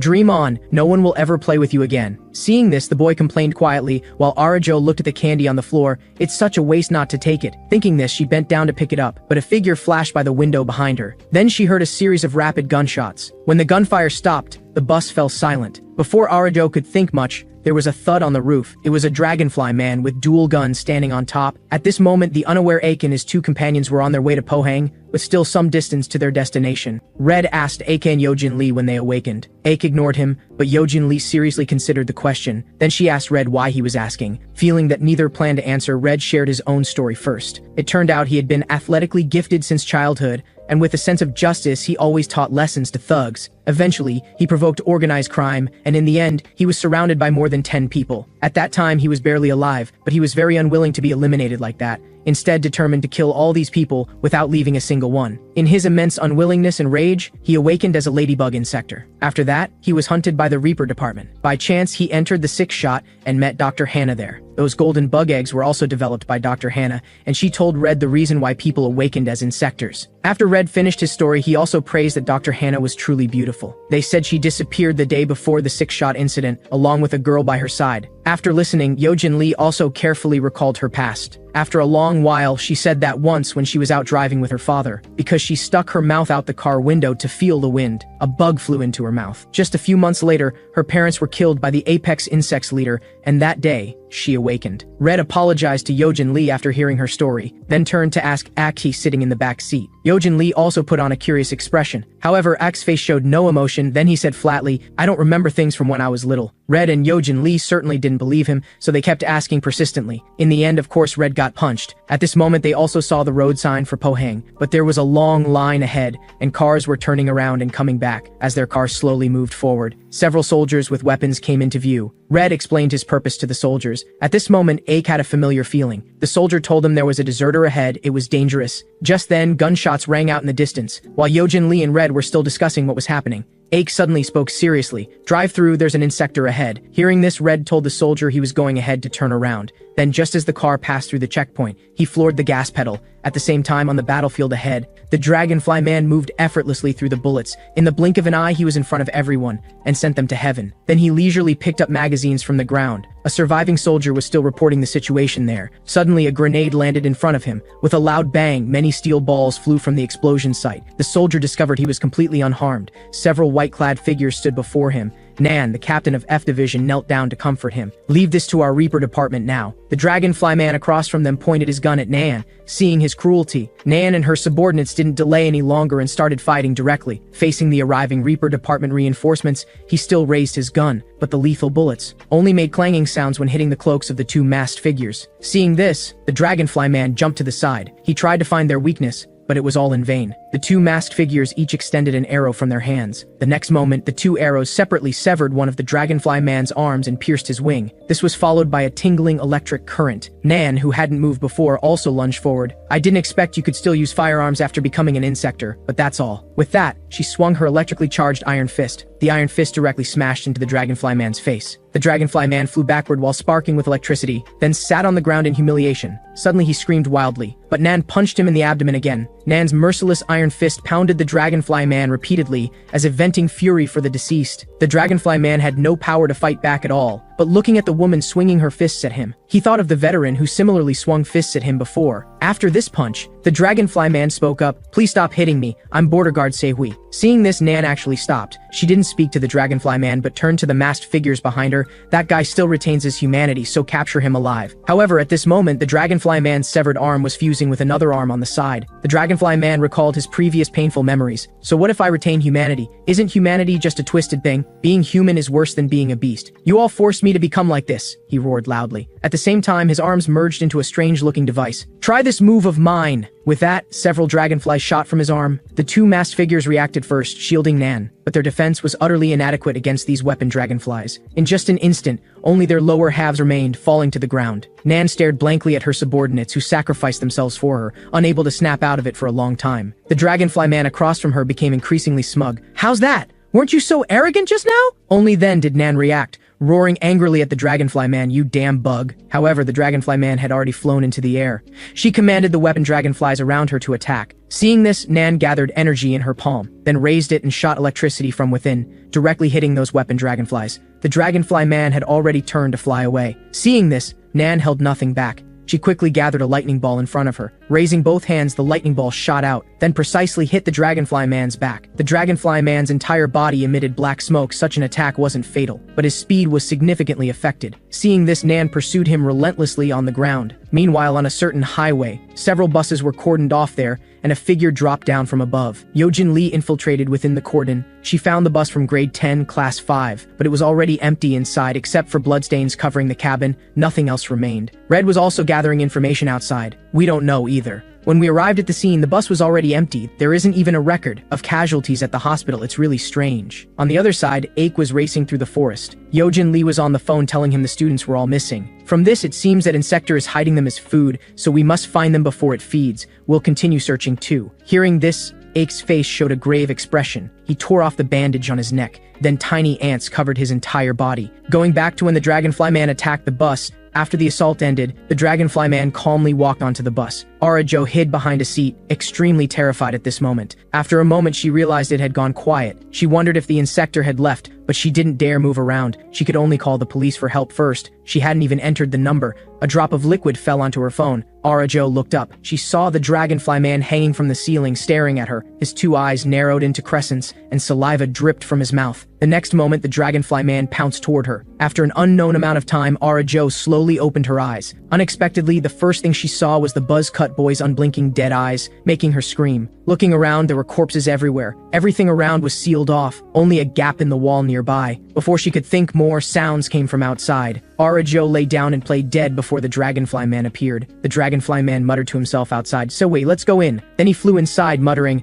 "Ase. Soon he came to behind a soldier's corpse. "Dinner is served, please enjoy." Arajo was terrified hearing this. The Dragonfly Man ate while screaming wildly. His body trembled constantly, changing color from blue to red. Then he said, "I'm full," and kept repeating, "Ase." Arajo was too scared to breathe, knowing she had to escape, or she would be next sooner or later. Suddenly, a familiar phone ringtone sounded. It was coming from Arajo's pocket. The Dragonfly Man seemed to have noticed. Without caring about anything else, Arajo quickly pressed the volume button to reduce the sound. Then she looked at who was calling. It was Aik calling. She mustered the courage to answer. An anxious voice came from the other end. "Arajo, are you okay? Just wait there, I'm coming to save you." Arajo didn't speak throughout the call. When she looked at her phone again, the Dragonfly Man was already behind her, repeating "Ase" in his mouth. Then he grabbed Arajo. Arajo tearfully begged him to let her go, but the Dragonfly Man seemed unable to hear. He recalled being bullied by the veteran before. He himself had pleaded the same way, his face filled with anger as he asked, "Are you giving me orders?" Arajo suddenly felt intense pain in her neck. "Aik, please save me. Didn't you say you'd come save me?" Suddenly, the Dragonfly Man opened his mouth wide toward Arajo. The next moment, a fist crashed into the Dragonfly Man's face. The Dragonfly Man flew backward. The black ants, to prevent Arajo from flying away too, grabbed that arm. Arajo slowly turned to look at the black ant, but she didn't know the black ant was AK. She only knew this insector once saved her life. Looking at the dragonfly man, despite losing an arm, he remained calm. He muttered, "Intruder detected." Seeing this, Ake took out the crystal orb that sealed the black ant. Then he tossed it aside and the crystal orb transformed into the black ant's body. The dragonfly man's severed arm was growing frantically. Soon, an arm with a cannon barrel took shape. Ake didn't hesitate either. He commanded the black ant to protect Arajo, while he himself charged toward the dragonfly man. The dragonfly man immediately fired several red cannonballs from the barrel. 4 flew straight toward the black ant, and ants had already surrounded Arajo completely. Arajo screamed in terror inside. Ake didn't look back, still charging forward. The remaining dragonfly cannonballs curved around chasing Ake, but these cannonballs couldn't stop Ake. Ake punched and shattered 1 or 2 cannonballs. In the blink of an eye, he was in front of the dragonfly man. He threw a punch toward the dragonfly man's face. The dragonfly man also engaged him in close combat. The two seemed evenly matched for the moment. The dragonfly man seized the opportunity to aim his cannon at AK. At such close range, Ake had no time to react. Several cannonballs blasted into his abdomen. Then blood spilled from his mouth. The dragonfly man had already flown into the air. Ake sensed trouble. The dragonfly man surrounded Ake with dragonfly cannonballs. Soon they formed a circle, completely blocking Ake. They simultaneously rammed toward Ake's waist. Ake's waist was instantly pierced through. At this moment, some small ants flew out from the watching black ant's body, while the dragonfly man was still looking at the half-body lying on the ground. By the time he noticed, Ake was already behind him. At this moment, one of Ake's hands had transformed into a giant claw. He swiped the dragonfly man out of the building with one claw, then immediately followed out. Seeing this, the dragonfly man retreated while firing cannonballs, but they were all caught by Ake's giant claw. Ake said in a deep voice, "Assemble." Massive numbers of ants flew out from behind the dragonfly man. When the dragonfly man turned around, the black ants had already formed an impenetrable giant wall. Then individual black ant faces took shape, slamming the dragonfly man to the ground. Only then did Ake slowly walk over, but only small remnants of the dragonfly man remained on the ground. He suddenly turned around. The dragonfly man flew out from the building, still holding Arajo. Arajo desperately shouted, "Let me go, you stinking bug!" Seeing this, Ake immediately gave chase. The black ant also flew toward Ake. "Look what you've done, you fool!" Hearing Ake's words, the black ant felt wronged, but immediately attached to Ake's back.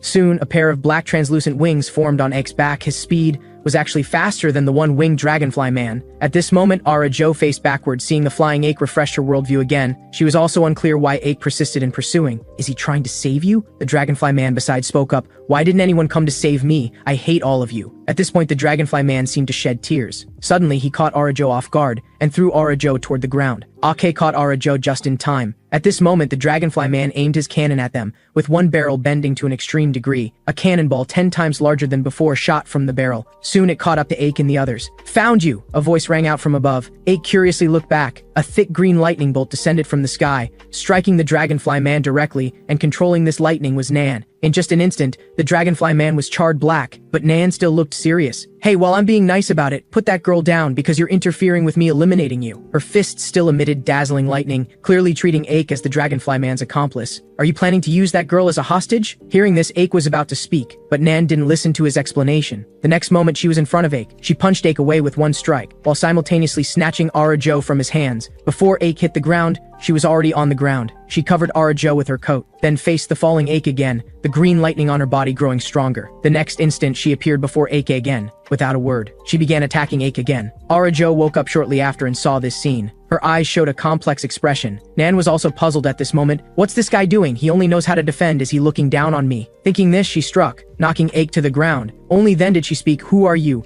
Are you really trying to save that child?" Ake didn't avoid this question. "Yes, is that not allowed?" 387. Just yesterday alone, that guy killed that many people. And you, as his kind, say you're protecting humans? Do you think I'd believe such nonsense? With that, she swung at Ake again. "Wait!" The sudden voice made her fist pause. Nan turned around at the sound. Arajo had come up behind them. "That person didn't hurt me just now." "Person?" Hearing this term, Nan was stunned. Arajo continued explaining, "You should be from the Reaper department, right? You specialize in eliminating insectors and saving humans, right? But the person before you is also eliminating insectors, and he saved me. This isn't the first time." As she spoke, Arajo stepped forward, then directly stood in front of Ake. "So, I hope you won't attack him anymore." Seeing this, Nan became nervous. She quickly grabbed Arajo. "Listen carefully, that's not a person, it's an insector, the kind that harms humans. Although he seems to have saved you, who knows what scheme he's plotting? What if he hurts your family and friends? Could you bear that then?" Hearing this, Arajo also recalled what happened before. Whether in the classroom or on the bus, the scenes of her classmates being victimized, and that room full of countless corpses. She herself felt somewhat afraid thinking about it. Nan continued persuading her, "Do you know,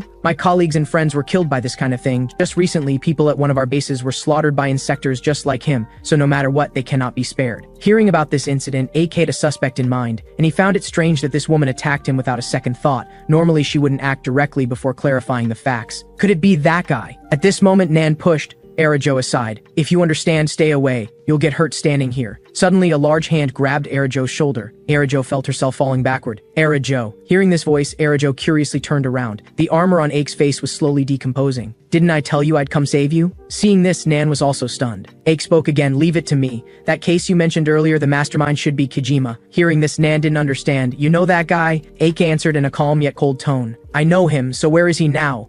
At the same time, Yojin Lee and Red came to the forest looking for AK. Suddenly, Yojin Lee raised her hand to stop Red. Red was about to say something when they saw Ake being arrested in the distance. Seeing that Ake was about to be taken away, they couldn't afford to delay any longer. "I'll handle the purple-haired one, you take care of the rest." Suddenly, a black object hit Red in the face. "Why did you suddenly hit me?" Yojin Lee denied it, saying she didn't do it. That's when they noticed a tiny figure in front of them. It was an adorable little black ant. At this moment, black liquid sprayed from its rear. They watched this scene in confusion. Then it arranged themselves into a line of text, "Don't do anything." Yojin Lee was still somewhat skeptical. Is this what Ake wants to tell us? Then several words rearranged themselves again. "Follow." So they had no choice but to obediently go start the car. In the vehicle, everyone remained silent. Arajo seemed to be thinking about something. After a moment, Nan called headquarters to report the situation. They successfully eliminated the Dragonfly Man, lost 2 team members in this operation, and they also captured the insector hunter Black Ant, who claims to have intelligence about Kojima. Soon after, the car arrived at headquarters, while Yojin Lee and Red parked not far away. As expected, Ak was brought into headquarters.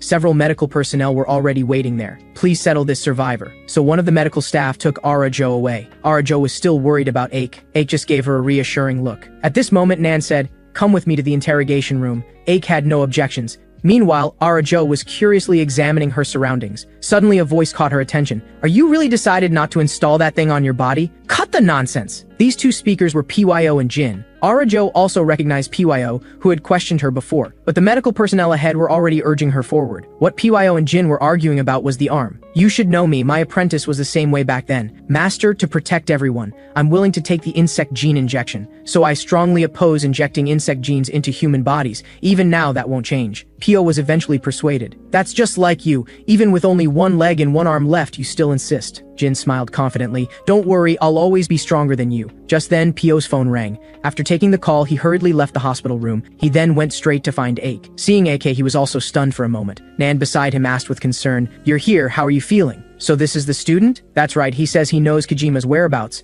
and about the Ant Castle project. He himself is the first test subject of the project Black Ant." Pio's eyes widened. He had originally thought the test subject would be the mother, never expecting it to be the child. Pio continued asking, "Kojima, the king of insectors, he's also a test subject, so you two are the same kind of existence. Don't compare me to him. Though I don't remember much from childhood, I remember this guy very clearly. Test subject number 2, a hybrid of the strongest insect and black ant, now leader of the apex insects. It's an existence that can tolerate everything." Pio wasn't sure if the intelligence was accurate, since even the higher-ups knew little about these things. Then he asked about Kojima's whereabouts. Ake said he had already called someone who knew the detailed location and who was in charge here. They were puzzled. What did he mean by the person in charge here? At the same time, a figure appeared in the building. The guards all looked shocked when they saw him. "Hello, why have you come?" The middle-aged man slowly spoke. "Of course I came to find Ake." One of them immediately reported this to the higher-ups. The order to stop the interrogation was issued immediately. Pio still didn't know what was happening. In contrast, Ake looked completely calm. "All rise." Everyone in the building stood up. "The director is here." The middle-aged man stood respectfully to the side. "Director, please come in." A small familiar figure appeared at the main entrance. "Thank you, Mr. Kim. What are you little ones all gathered here for? Watching the excitement? What's there to see?" Everyone dared not make a sound. Then a jeweled hand was raised. "Hello, everyone." This person was none other than Ake's grandmother, also the director of the Reaper department. "So, has my sweetie eaten yet?" As the director, Okshim Jin rarely appeared at the base, the affairs here were all handled by Mr. Kim. So few people knew what she looked like. Today she rarely came because of her grandson's matter, and she came first was to ask the higher-ups, "How is Ake? He's my precious grandson." Everyone was dumbfounded upon hearing this. At this time in the interrogation room, because the interrogation was interrupted midway, Pio and Nan were curious about the noisy sounds outside. Vaguely hearing the word director, Pio finally realized, could the person you called be the director? Suddenly, the shackles restraining Aik were bitten through by ants. This scene shocked them greatly. Just as he stood up, Aik apologized first. Sorry, I opened it myself. Seeing this, Nan immediately gathered energy in her hands. Don't do anything rash. AK calmly replied, don't worry, I just don't want my grandma to feel sad when seeing me locked up. Just as they were in standoff, the door was opened. Grandma walked in with a hearty laugh. Oh my dear grandson. Seeing this, Aik immediately smiled. He thoughtfully bent down to greet his grandmother. Grandma asked if he had eaten, saying she brought braised pork ribs. Pio watched this scene and pondered silently. He really is the director's grandson. So does the director also know about that project? So he greeted the grandmother. Director, long time no see. I know you have many questions. Let's eat first, then talk. So everyone went to the dining room. Aik drooled looking at the pork ribs Grandma had braised. Grandma generously invited everyone to eat together. Everyone was completely unrestrained. After all, the braised pork ribs were too delicious. Before long, all the food on the table was finished. After Grandma put down her chopsticks, her tone immediately changed. Now let's talk business. These are matters from before the Reaper Department was established. 18 years ago, Grandma was still the chairman of the country's first corporation, and at that time, Mr. Kim was already Mr. Kim. Grandma had a son named Shang Tae, who was a police officer. Every day, Grandma would call to ask if her son had eaten. Today, her son brought good news. Mom, I think this time I should be able to get promoted. Hearing this news, Grandma was overjoyed. Kim, did you hear? My son is about to get promoted. But usually when good news comes first, bad news follows. Seong Tae, who had received a case, hurriedly hung up the phone. Mom, I'll call you again after the operation is over. Little did she know, this was the last conversation between she and her son. Mr. Kim was still congratulating Grandma on the side. Though Grandma was also pleased, she kept complaining. I originally wanted him to inherit my family business, but he became a police officer like his father. Mr. Kim comforted her. This shows he admires his father very much and hopes to become a hero like his father. Seeing this, Grandma patted her cheeks to calm herself down, then continued handling the corporation's business. What Grandma didn't know was, Song Tae had arrived at the crime scene and witnessed an inhuman sight. He fired several shots at the monster before him, but the bullets couldn't even penetrate the monster's skin. Just like that, the monster pounced on Seong Tae. At the funeral, Grandma cried heartbrokenly. The autopsy results showed this wasn't damage caused by humans, but more like an attack by wild beasts. Grandma could hardly believe these words. No matter what, she had to find the killer who murdered her son. Not long after, a mysterious person approached Grandma. The visitor was a white-haired, crew-cut elderly man. You said they killed my son? That's right, we call them insectors. Grandma was somewhat skeptical. The doctor said it was wild beasts. You say it was insects. Also, who exactly are you? I forgot to introduce myself. I'm Dr. Sishol, preparing to organize resistance against the insectors.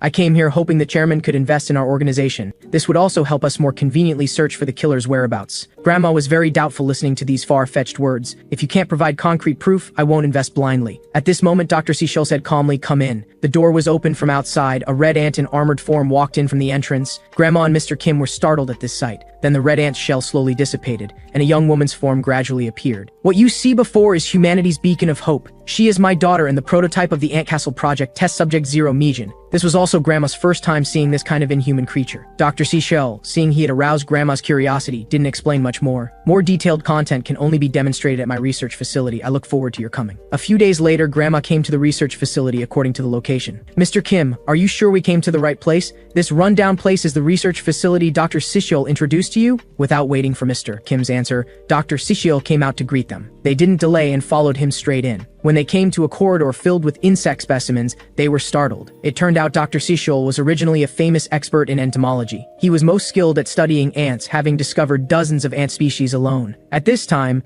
Grandma curiously asked, "Where is that girl who appeared with you before? Are you the only one here?" The doctor answered, "Mijin is preparing to demonstrate combat for you to see." This left Grandma completely puzzled. At this moment, the doctor indicated they had arrived. "We will show you the battle process with insectors for your observation." Grandma and Secretary Kim were invited to come to the glass window. At this time, Mijin was already prepared inside. Seeing this, Dr. Sishol pressed the switch beside him. The iron cage in front of Mijin slowly opened. A thin, yellow-haired man with a severed arm walked out. Grandma couldn't help asking, "That's a person. Didn't you say insector?" Dr. Sishol remained expressionless. "Please continue watching. Begin." Upon hearing this, blood-red ants emerged from Mijin's neck. The ants circled around her. Soon they transformed into an outer armor. This was Test Subject Zero of the Ant Castle Project, Red Ant. At this time, the yellow-haired man across from her also completed his transformation, still roaring unwillingly. "You guys, stop tormenting me anymore." Dr. Sishol explained to Grandma, "This is an insector, the same kind of guy your son faced before." At this time, the battle inside had already begun. After one strike, Mijin jumped into the air. She turned and kicked down. Strangely, she was covering her stomach when she landed. Just need to hold on a little longer. At this moment, the yellow-haired man launched a ranged attack. attack. Mijin used her agility to dodge the light blades one by one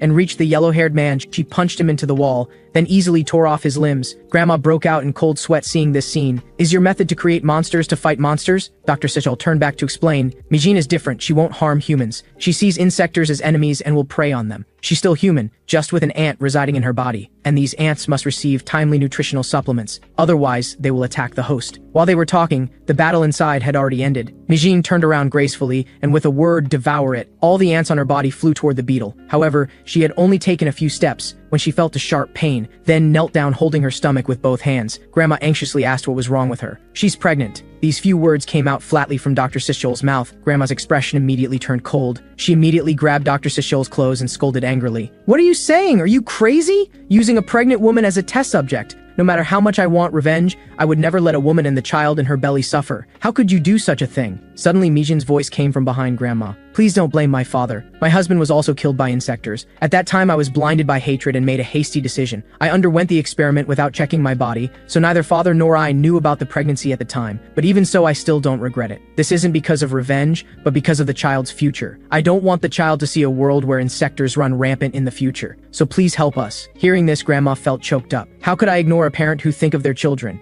I agreed to invest, but the child must absolutely not be involved. Dr. Sichel nodded in agreement. Thus, the cooperation between both parties was established. After that, Grandma took care of Mijin like her own daughter, with braised pork ribs at every meal. They also secretly investigated the situation with the insectors. Dr. Sichel continued researching ants. Days passed, and Mijin's belly grew bigger and bigger. Finally, the child was born. Grandma carefully cared for him. Mijin told her the child was called Ache. This was the origin of Ache. At this time, they all looked toward the window. Dr. Sichel was there singing a lullaby. In his arms was also a white-haired little child. He was Ache's younger brother, Mishan. These two brothers were quite mischievous. Although they didn't have a father, they lived happily, because they also had a lively grandma. One afternoon, the two brothers were playing ball. They directly hit the ball into Grandma's face. Grandma immediately showed a fierce expression. You two little brats, watch me teach you a proper lesson. Then Grandma chased them around for the whole day, until everyone collapsed on the ground exhausted. Grandma was getting on in years. Gosh, it's tough looking after kids at my age. At this time, Mijin asked Grandma, when will Mom come back? Ache on the other side also looked at her pitifully. Grandma just told him she would return after midnight.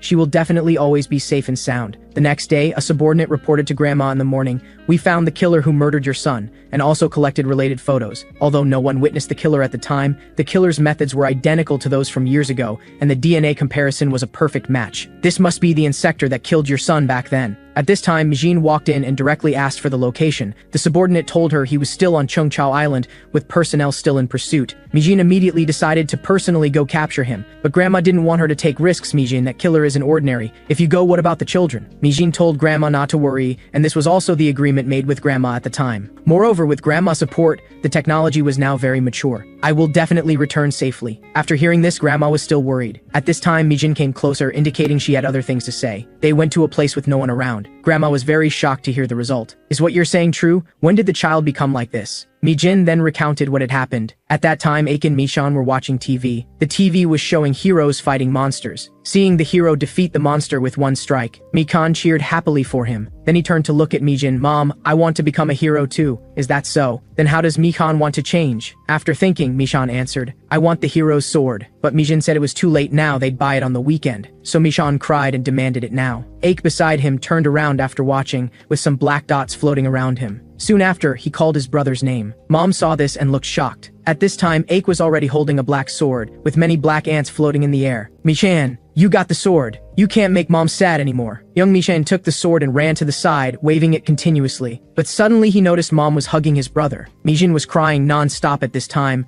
constantly apologizing to AK. This had happened half a year ago. Fortunately, Mishan showed no abnormalities. Only father, and now you know about this secret. But Grandma was very concerned about the doctor's reaction. Mijin said she only saw him embrace Ache at the time. I'm afraid Ache might scare you when I'm not home. Hearing this, Grandma smiled kindly. How could a grandma be scared seeing her grandson? You must also return safely. I don't want to lose you as a daughter either. This day, Ache and Mishan saw Grandma sleeping, while their mom was out on a mission. They were extremely bored. Mishan suggested going to see that uncle who always fails, so they came to the experimental base. Inside, a yellow-haired man was desperately roaring. What he was undergoing was the Ant Castle project. Dr. Sishal watched the experiment seriously, not knowing what he was thinking. At this time, the yellow-haired man's body was already covered with more than half armor. The assistant beside Dr. Sishal excitedly shouted, "Synchronization rate, 70%, 80%. Seeing this, Aik couldn't help but break out in cold sweat. Will I have to undergo such experiments in the future? Michin said it was possible. Hearing this, Aik became even more worried. Just then, sudden changes occurred. The synchronization rate rapidly declined. The assistant reminded the yellow-haired man to calm down and imagine scenes of getting along with ants, but it was still useless. Dr. Sishiel seemed used to this. The yellow-haired man had already released his transformation and returned to being an ordinary person. From his expression, you could see he was extremely angry at this moment. The assistant reminded him that his control over the ants wasn't mature yet. He needed more time for training.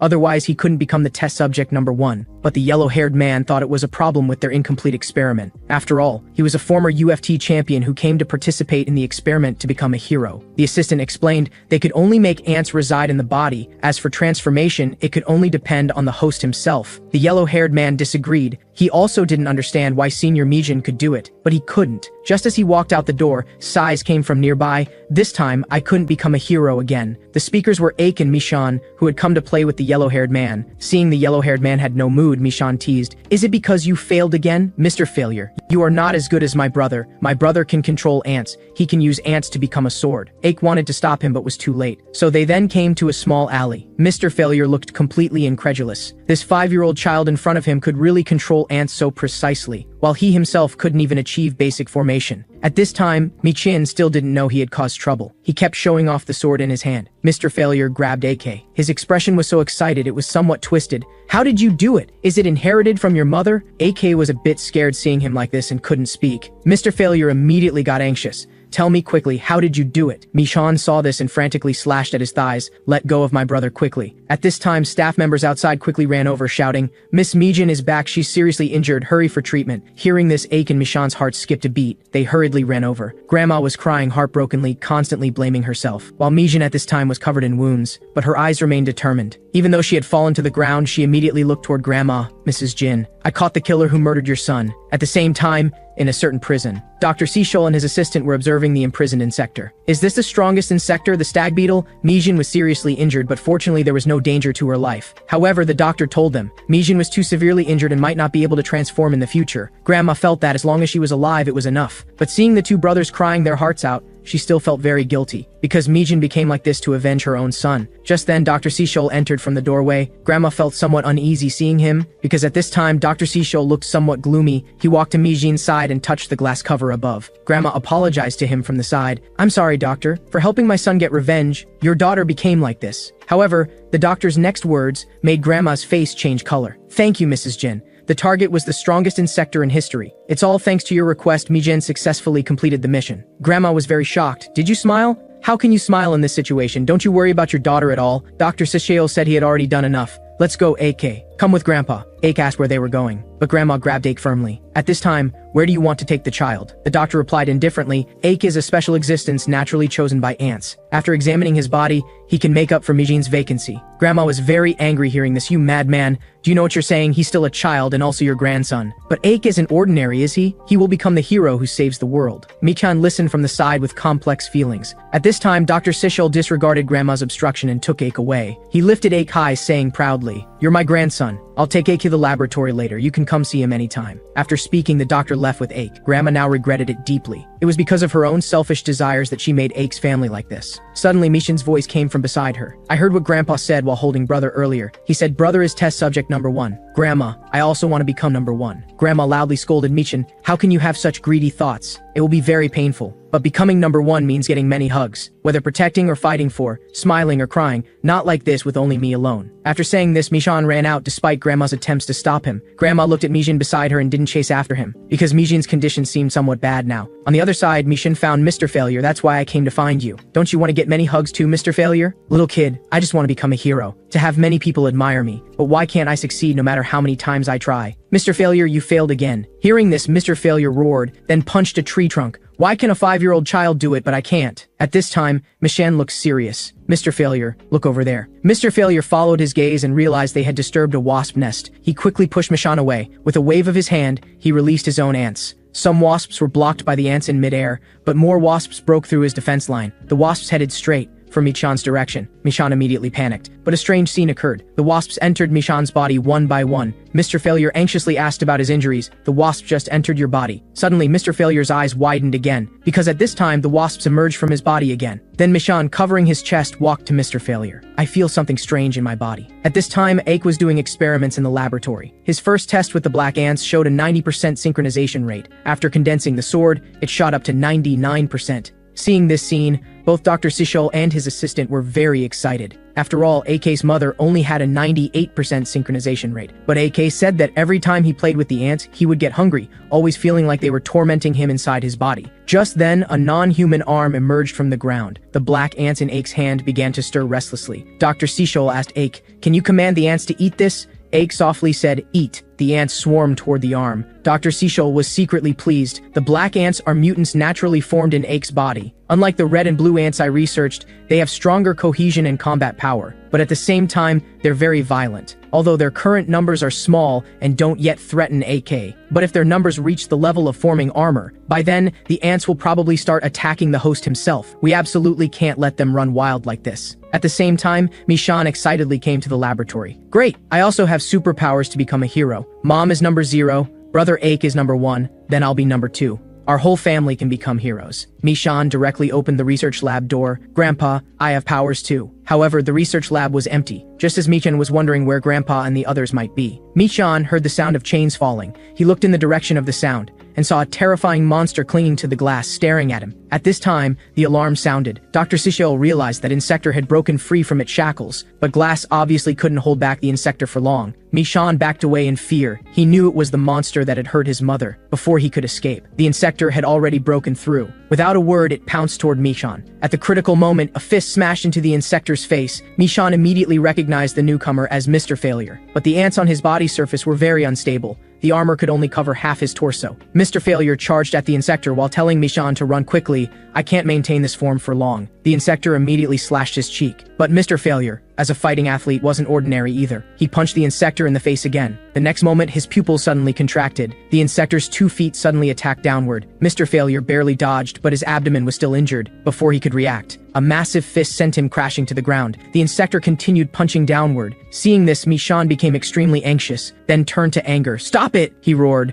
and at the same time strange energy spread out. The Insector stopped its actions and turned to look at Michan. It slowly walked to Michan's front. Before it could act, a voice spoke from the side again. "Don't be ridiculous. The battle isn't over yet." Mr. Failure had stood up again, and his appearance was completely different from before. Form 2. Battle continues. With that, he slashed across the Insector's cheek, then delivered continuous damage at super high speed. "Go die!" Mr. Failure pierced through the Insector's chest, then forcefully threw it out. The Insector hit the wall and spat blood. At the same time, Mr. Failure was already exhausted, but the Insector immediately stood up again, just as it was about to pounce on Mr. Failure. Mishan immediately stood in front of him. The Insector looked puzzled. Mishan raised his right hand. "Disappear!" Instantly, his palm unleashed powerful suction. The Insector's body was continuously stretched and distorted. The pain made Michan roar toward the sky. Before long, only shackles remained on the ground. Soon after, the doctor finally arrived. At this time, Michan was holding Mr. Failure's hand, healing his wounds. After that, a blue ant hero appeared in various places. Those ordinary insectors were no match for him at all. This blue ant was Mr. Failure, who had successfully controlled the blue ants in his body and became test subject number 2. It's just that the power in his body would occasionally go berserk. Just last time when going abroad on a mission, the ants in his body went berserk and harmed many people. However, all this couldn't escape the notice of Dr. Sishol. Mr. Failure showed no remorse, saying that to save the majority, sacrificing a small number was unavoidable. He became like this after Mishan transferred energy to him. So this isn't just my fault, this is also inevitable. After listening,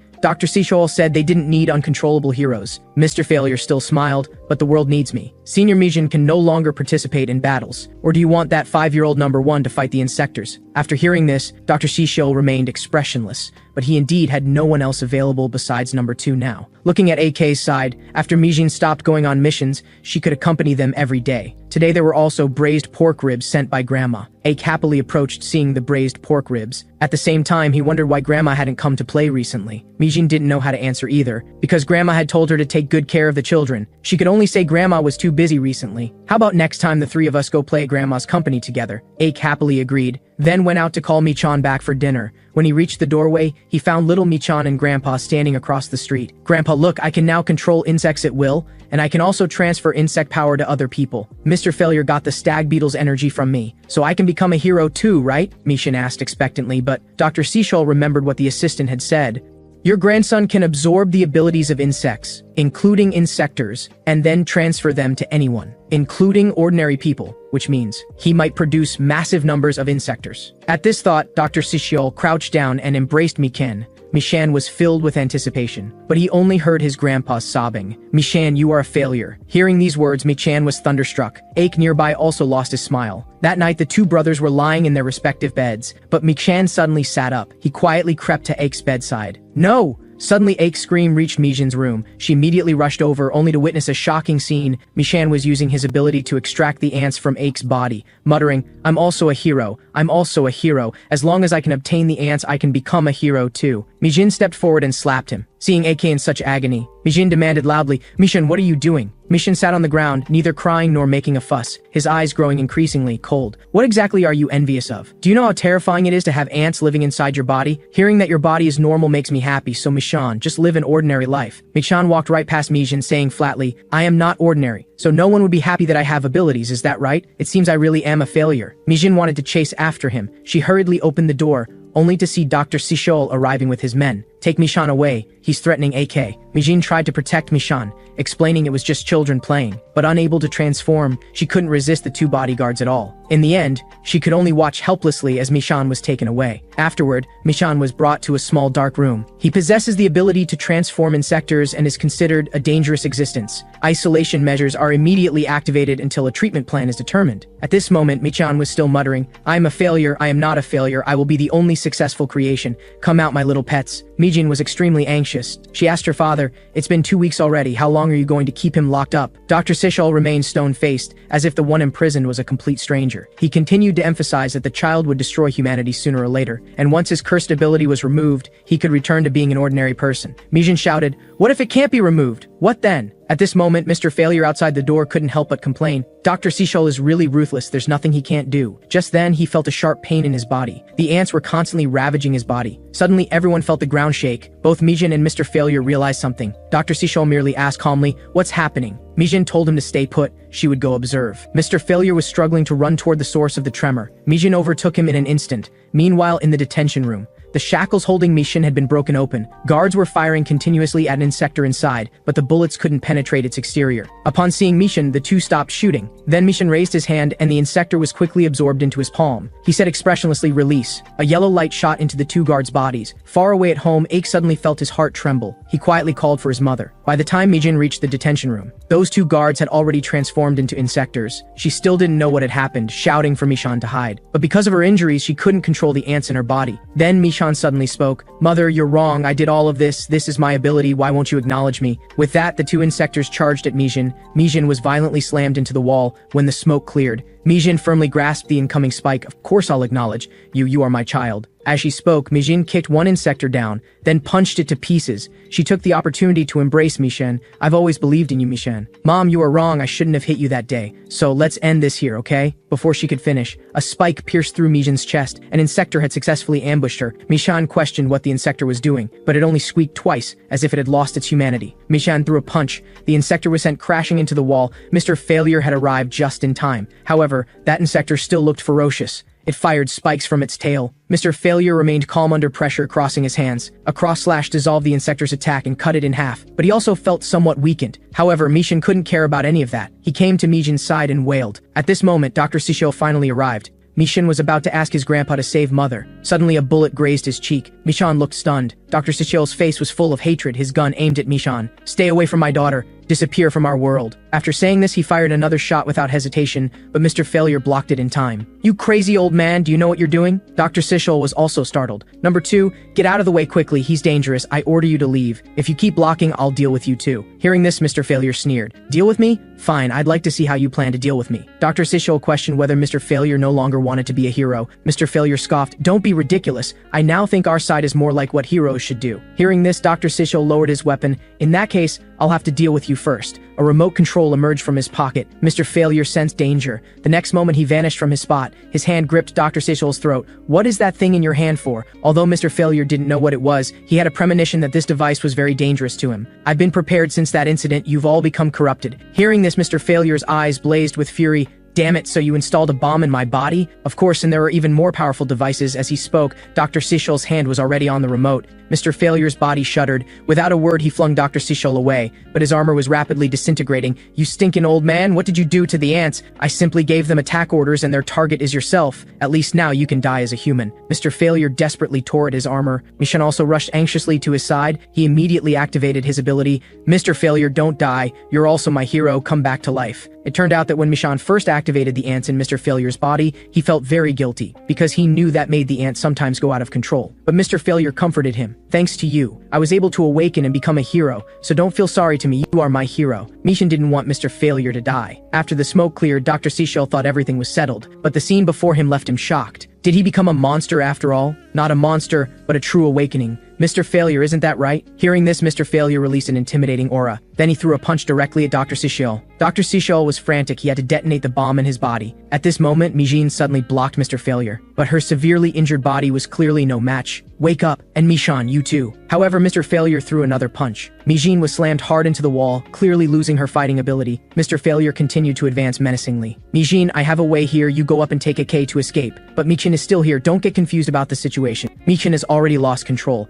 Mom? A voice suddenly came from behind them. Aik looked on in bewilderment. Mijin urgently shouted, Aik, run away. But Aik's gaze had already shifted away from her. What is that? Michan, what are you doing there? At this moment, Michan also looked over. It's all because of you. Disappear from my sight. Mr. Failure immediately walked toward AK. Mijin crawled with difficulty to get in front of AK, telling him to run. At this moment, bullets were firing at Mr. Failure. I absolutely won't let you harm him. He is humanity's hope. What about me? Michan looked at Dr. Sichel, his eyes completely lifeless. Then I'll be humanity's death. With that, Mr. Failure struck at Dr. Sichel with one hand. Mijin and AK's faces turned deathly pale. Dr. Sichel struggled to give his final words, don't get close. After saying this, he used all his strength to press the button. A small bomb flew out from his body. The explosion instantly engulfed everyone. Mijin gently caressed Aik's cheek. Then came a tremendous roar. A deep crater appeared in the ground. Mijin held Aik, who was surrounded and protected by red ants. When grandmother arrived, only Aik's cries remained, and his younger brother Michan curled up on the other side, with some blue ants crawling on his body. In an unknown corner, there was an imprint made of blue ants on the ground. No one saw them crawling toward the bottom of the pit. Fortunately, Aik wasn't seriously injured. The matter of the insectors was also covered up. Only Mijin couldn't be saved in the end. Hearing this, grandmother burst into tears. Then grandmother asked about Michan's whereabouts. The assistant told her Michan was confined in a certain prison. Grandmother wanted to argue that he was just a 5-year-old child, but thinking about what he had done, she felt guilty. She tearfully told the assistant, I want to abandon the experimental subject research. You all shouldn't create monsters to eliminate monsters anymore. I'm sorry for making you lose your job. The assistant said he was also responsible and would go take care of Michan. At the gravestone, Aik asked grandmother, will I be alone from now on? How could our Aik be alone? You still have grandmother. From now on, live with grandmother. After returning to the company, grandmother sold it. As for the Reaper department, she let Mr. Kim take over, while she herself enjoyed retirement as the founder. After hearing grandmother's account, the others finally understood the Reaper department's history. Pio also finally understood why Kojima was attacking the base to find Michan. Director, I want to ask, where is Michan imprisoned? Hearing the question, grandmother became unusually serious. Even if you knew, what would you want to do? Do you want to hurt him? Pio indicated he had no such intention. Don't do unnecessary things that might backfire. Keeping him locked up where no one can find him is the best solution for everyone. But if we leave it alone, Kojima will continue attacking various bases, and eventually the Reaper department will be destroyed. At this moment, Ox spoke up, I'll take him. Grandmother was also stunned. Nan questioned, you want to personally eliminate your brother? No, I'll destroy his ability. Previously, I restored those golden bugs that used humans as hosts. If I can find the original bug in my brother's body, I can definitely save him. Meanwhile, outside the base, Red complained, how long do we have to stay here? That guy won't be tortured, will he? Yojin Lee gave him a look. Can't you hope for something good? Besides, he seemed so confident he should be fine. They continued watching the base entrance. Suddenly, a man appeared. Yojin Lee's eyes widened. The man muttered, So annoying, overtime again. Then he blew a bubble. It's that guy. Yojin Lee's words made Red perk up, the one who appeared at the club. At this moment, Gonil had blown dozens of bubbles which drifted slowly forward. The guard saw them dismissively saying, "Soap bubbles? Hey mister, you can't let these things fly in. How old are you to still play with such things?" As he spoke, he was about to poke the bubbles, when the radio suddenly warned, "Don't touch them." The guard turned back in confusion, but the bubble at his fingertip burst, immediately causing a chain of explosions. Yojin Lee and Red finally arrived. Their faces were extremely grave. They finally stopped behind Gonil. Gonil turned to look at them. "Do you want to get off work?" At this moment, alarm sounded in the base. Base defenses have been breached. The enemy is currently in untransformed state. 2 unidentified individuals have also been discovered, cannot determine if they are enemies. Please move patients to the underground ward. All combat personnel report to the scene. AK indicated the blonde-haired girl and the red-haired man were his friends. "Mr. Pio, please take my grandmother to Michan first. I'll meet up with you later." At this moment, Guno was still chatting with Yojin Lee and Red. "Why are there only 2 of you? Last time I suggested you join the Apex Insects, how did you consider it?" Yojin Lee immediately refused. Red asked what he was doing here. "Do we need a reason to attack humans? But I do have a purpose. First, to retrieve that severed arm. Second, to determine if that test subject is here. Moreover, a word of advice. Besides me, all Apex Insects members in the entire region are at the base awaiting orders." Yojin Lee's eyes widened. "So you're going to start a war between humans and insectors?" At this time, combat personnel had arrived, but Gunil looked impatient. "I don't like overtime, that's why I rushed here. So don't get in my way." With that, he waved his hand, and many bubbles floated from his palm. Yojin Lee flew up to dodge. "Regardless, I can't let you in." Red relied on his speed to dodge each one. At the same time, he discovered the bubbles contained microbombs. Yojin Lee also noticed this and wanted to blow the bubbles away, but this still caused an explosion. Fortunately, Yojin Lee had already rushed out. In just this short time, the first batch of combat personnel had been eliminated. Yojin Lee and Red attacked simultaneously, but were both blocked by bubbles. They could only choose a tactical retreat. At this moment, Gunil had completed his transformation. "You two are too annoying, but with your abilities, you couldn't possibly break through my defensive bubbles." Red told Yojin Lee to step aside. He would handle this. The next instant, Gunil appeared in front of him. "Though it's troublesome, I should eliminate you first." Red was somewhat alarmed. He couldn't sense the unique frequency when insectors moved. "Don't underestimate me." As he spoke, he threw a punch. Just as his fist swung out, Gunil appeared behind him. Surprised, "I'm different from ordinary insectors." Red was about to turn around when he was kneed and sent flying. Yojin Lee in the air watched with concern. Red could only take passive beatings while Junil leisurely explained, "The more primitive the appearance, the less rational they are. The more savage and mindless they become, they all repeat one phrase quietly. That is their own name." Red kept swinging his fists, finally landing one punch on Gunil's face. But it couldn't damage him at all. "Please don't interrupt my speech." With that, Gunil kicked him in the abdomen, then leisurely walked over. "You should be the same, right? Looking at you, you're a red ladybug. And that one in the sky should be a silkworm. My form doesn't have a name yet. I also want to give myself an intuitive name. What should I call it? I can blow bubbles, so what about bubble? But besides blowing bubbles, I have other special skills, so this name doesn't seem that good." With that, he vanished. Red shouted, "Watch out." At this moment, Gunil had already appeared above Yojin Lee. "This super jumping is also my ability," and whip kicks with tremendous power. Yojin Lee couldn't dodge at all. She was slammed to the ground by his kick. Red could only rage helplessly. All this time, to become stronger, I kept challenging, but I was thrown further and further behind. Invincible? Maybe it really is because of this. It's cumbersome and fragile as paper shell. This isn't my style at all. I'm a fighter. At this moment, Yojin Lee lay unconscious on the ground. Gunil raised his right leg, not intending to show mercy. Time to end this. As he stomped down, lightning suddenly filled the area under his foot. When the lightning cleared, there was no one under his foot. Suddenly, 2 small ladybugs struck him from left and right. The damage was minimal, but the insult was extreme. Gunil sighed. "It looks like I'll be working very late today." Red set Yojin Lee down. "No, you won't." The next instant, he appeared not far from Gunil. "I'll finish you off quickly." Red's form was no longer round and bulky, but more suited to his style as a boxer. Red could also feel his body had become much lighter, as if he had limitless energy. Seeing this, Gunil also admired. Impressive. With that, he charged toward Red. The two engaged in intense hand-to-hand combat, and Red, who had just been dominated, wasn't falling behind. Yojin Lee was awakened by the sounds of battle. She looked at the shocking scene in disbelief. "Is that Red? How did he become like this?" The current Red used a boxer's rhythm to easily dodge most of Gunil's attacks. The small ladybugs floating around him could also help him defend. He seized the opportunity and threw a punch. Gunil dodged in time, but another fist came crashing down. His body flew backward, finally landing on a tree trunk, then shot toward the other side at amazing speed. Red sprouted a pair of phantom wings from his back. In the blink of an eye, he was above Gunil. "Where are you going? Trying to escape?" With that, he punched Gunil toward the ground. Gunil shot out from the smoke again. He didn't forget to talk tough. "Don't get cocky, you bastard. Even if you've had a molt, you're no match for me." With that, he unleashed a flurry of kicks. Countless leg shadows shot out. Red didn't dodge or avoid. The small ladybugs in front of him blocked all the attacks. Soon he himself reached the ground. Gunil ground his teeth in hatred. He immediately launched a sneak attack. but Red caught it steadily. I feel like even dodging your attacks would be unnecessary. Now it's my turn. Gunil sensed danger and quickly retreated. Red pursued relentlessly from behind. His fist rapidly accumulated energy.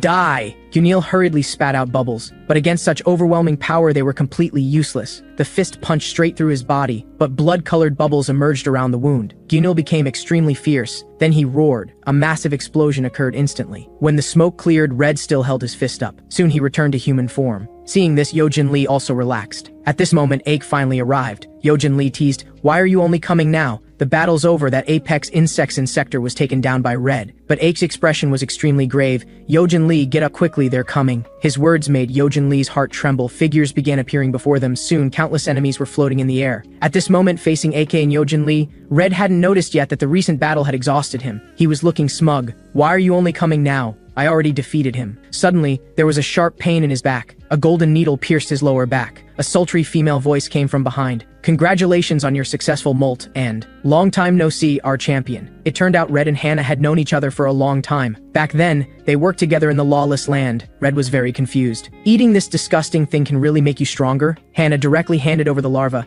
"Do you want to try it too?" Those guys in the lawless land all ate them. Although Red wanted to become stronger, he didn't want to rely on external forces. Seeing this, Hannah stopped teasing him. "That time will come soon. And these larvae have no desire as a medium. They can only temporarily boost combat power. When you desperately crave power, then you'll undergo molting. This is the second awakening." Yojin Lee looked at the dense swarm of flying insects ahead, asking AK in a daze, "Are those also Apex Insects members?" AK told her the origin of these flying insects. At this moment, artillery shells came flying. The shells struck the flying insect army. Reaper Department combat members also came out to defend. They had to hold out until internal personnel evacuated. Meanwhile, other bases encountered the same situation, so no support could be provided in the short term. Tae and Sam also prepared for battle. Tae told his partners that the three people in front were allies, and to distinguish between friend and foe during combat. Then the Reaper Department launched their attack. Yojin Lee urgently told Aik, "Let's go, we've done what we needed to do." Gunil was also taken down by Red. "Red, get up quickly, don't just lie there." But Aik refused because his grandmother was still inside. Hearing this, Yojin Lee said no more, just cold sweat appeared on her face. Aik said, "Please." At this moment, the flying insect army dove toward the ground.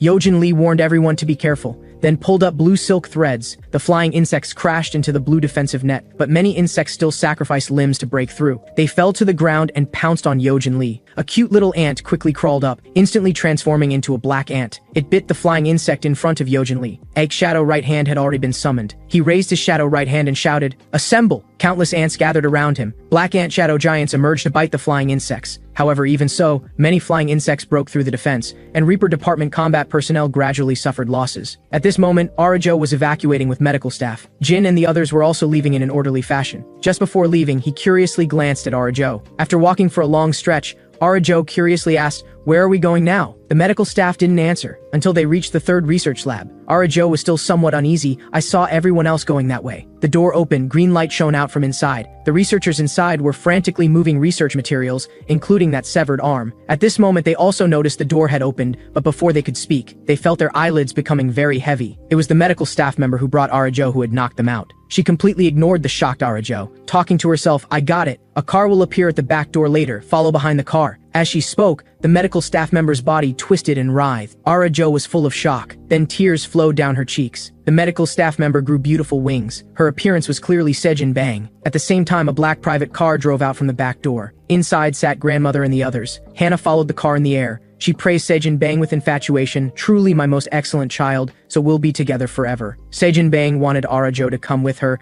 to become the same existence as her. This way they could be together forever. But only she knew she had evolved from an ugly caterpillar, and out of 100,000 caterpillars, only one or two could successfully evolve. Sejin Bang spoke various sweet words, and quietly activated her ability, trying to hypnotize Arajo. Just as she was about to succeed, an IV stand quickly flew over. Sejin Bang had to dodge, stopping her hypnosis of Arajo. The stand happened to shatter the storage tank containing the severed arm. Arajo regained consciousness due to the impact. Sejin Bang looked in the direction the stand came from. she saw a one-armed, one-legged man hopping toward them, cursing as he came. "You little bug, how dare you break in here and deceive the little girl?" Sejin Bang flapped her wings and shot wind arrows, but Jin deflected the attack with one slash and left a wound on her body. She quickly turned and fired back. They immediately began fighting. Even now, Sejin Bang didn't know who this person was, that he could beat her with just one hand and one foot. But Jin didn't want to waste words with her. He wanted to directly kill the insect before him, but Arajo suddenly rushed over to stop him. Jin was afraid of hurting the child in front of him and didn't dare continue attacking. Arajo turned to Sejin Bang and told her to leave quickly. Sejin Bang hesitated for just 2 seconds,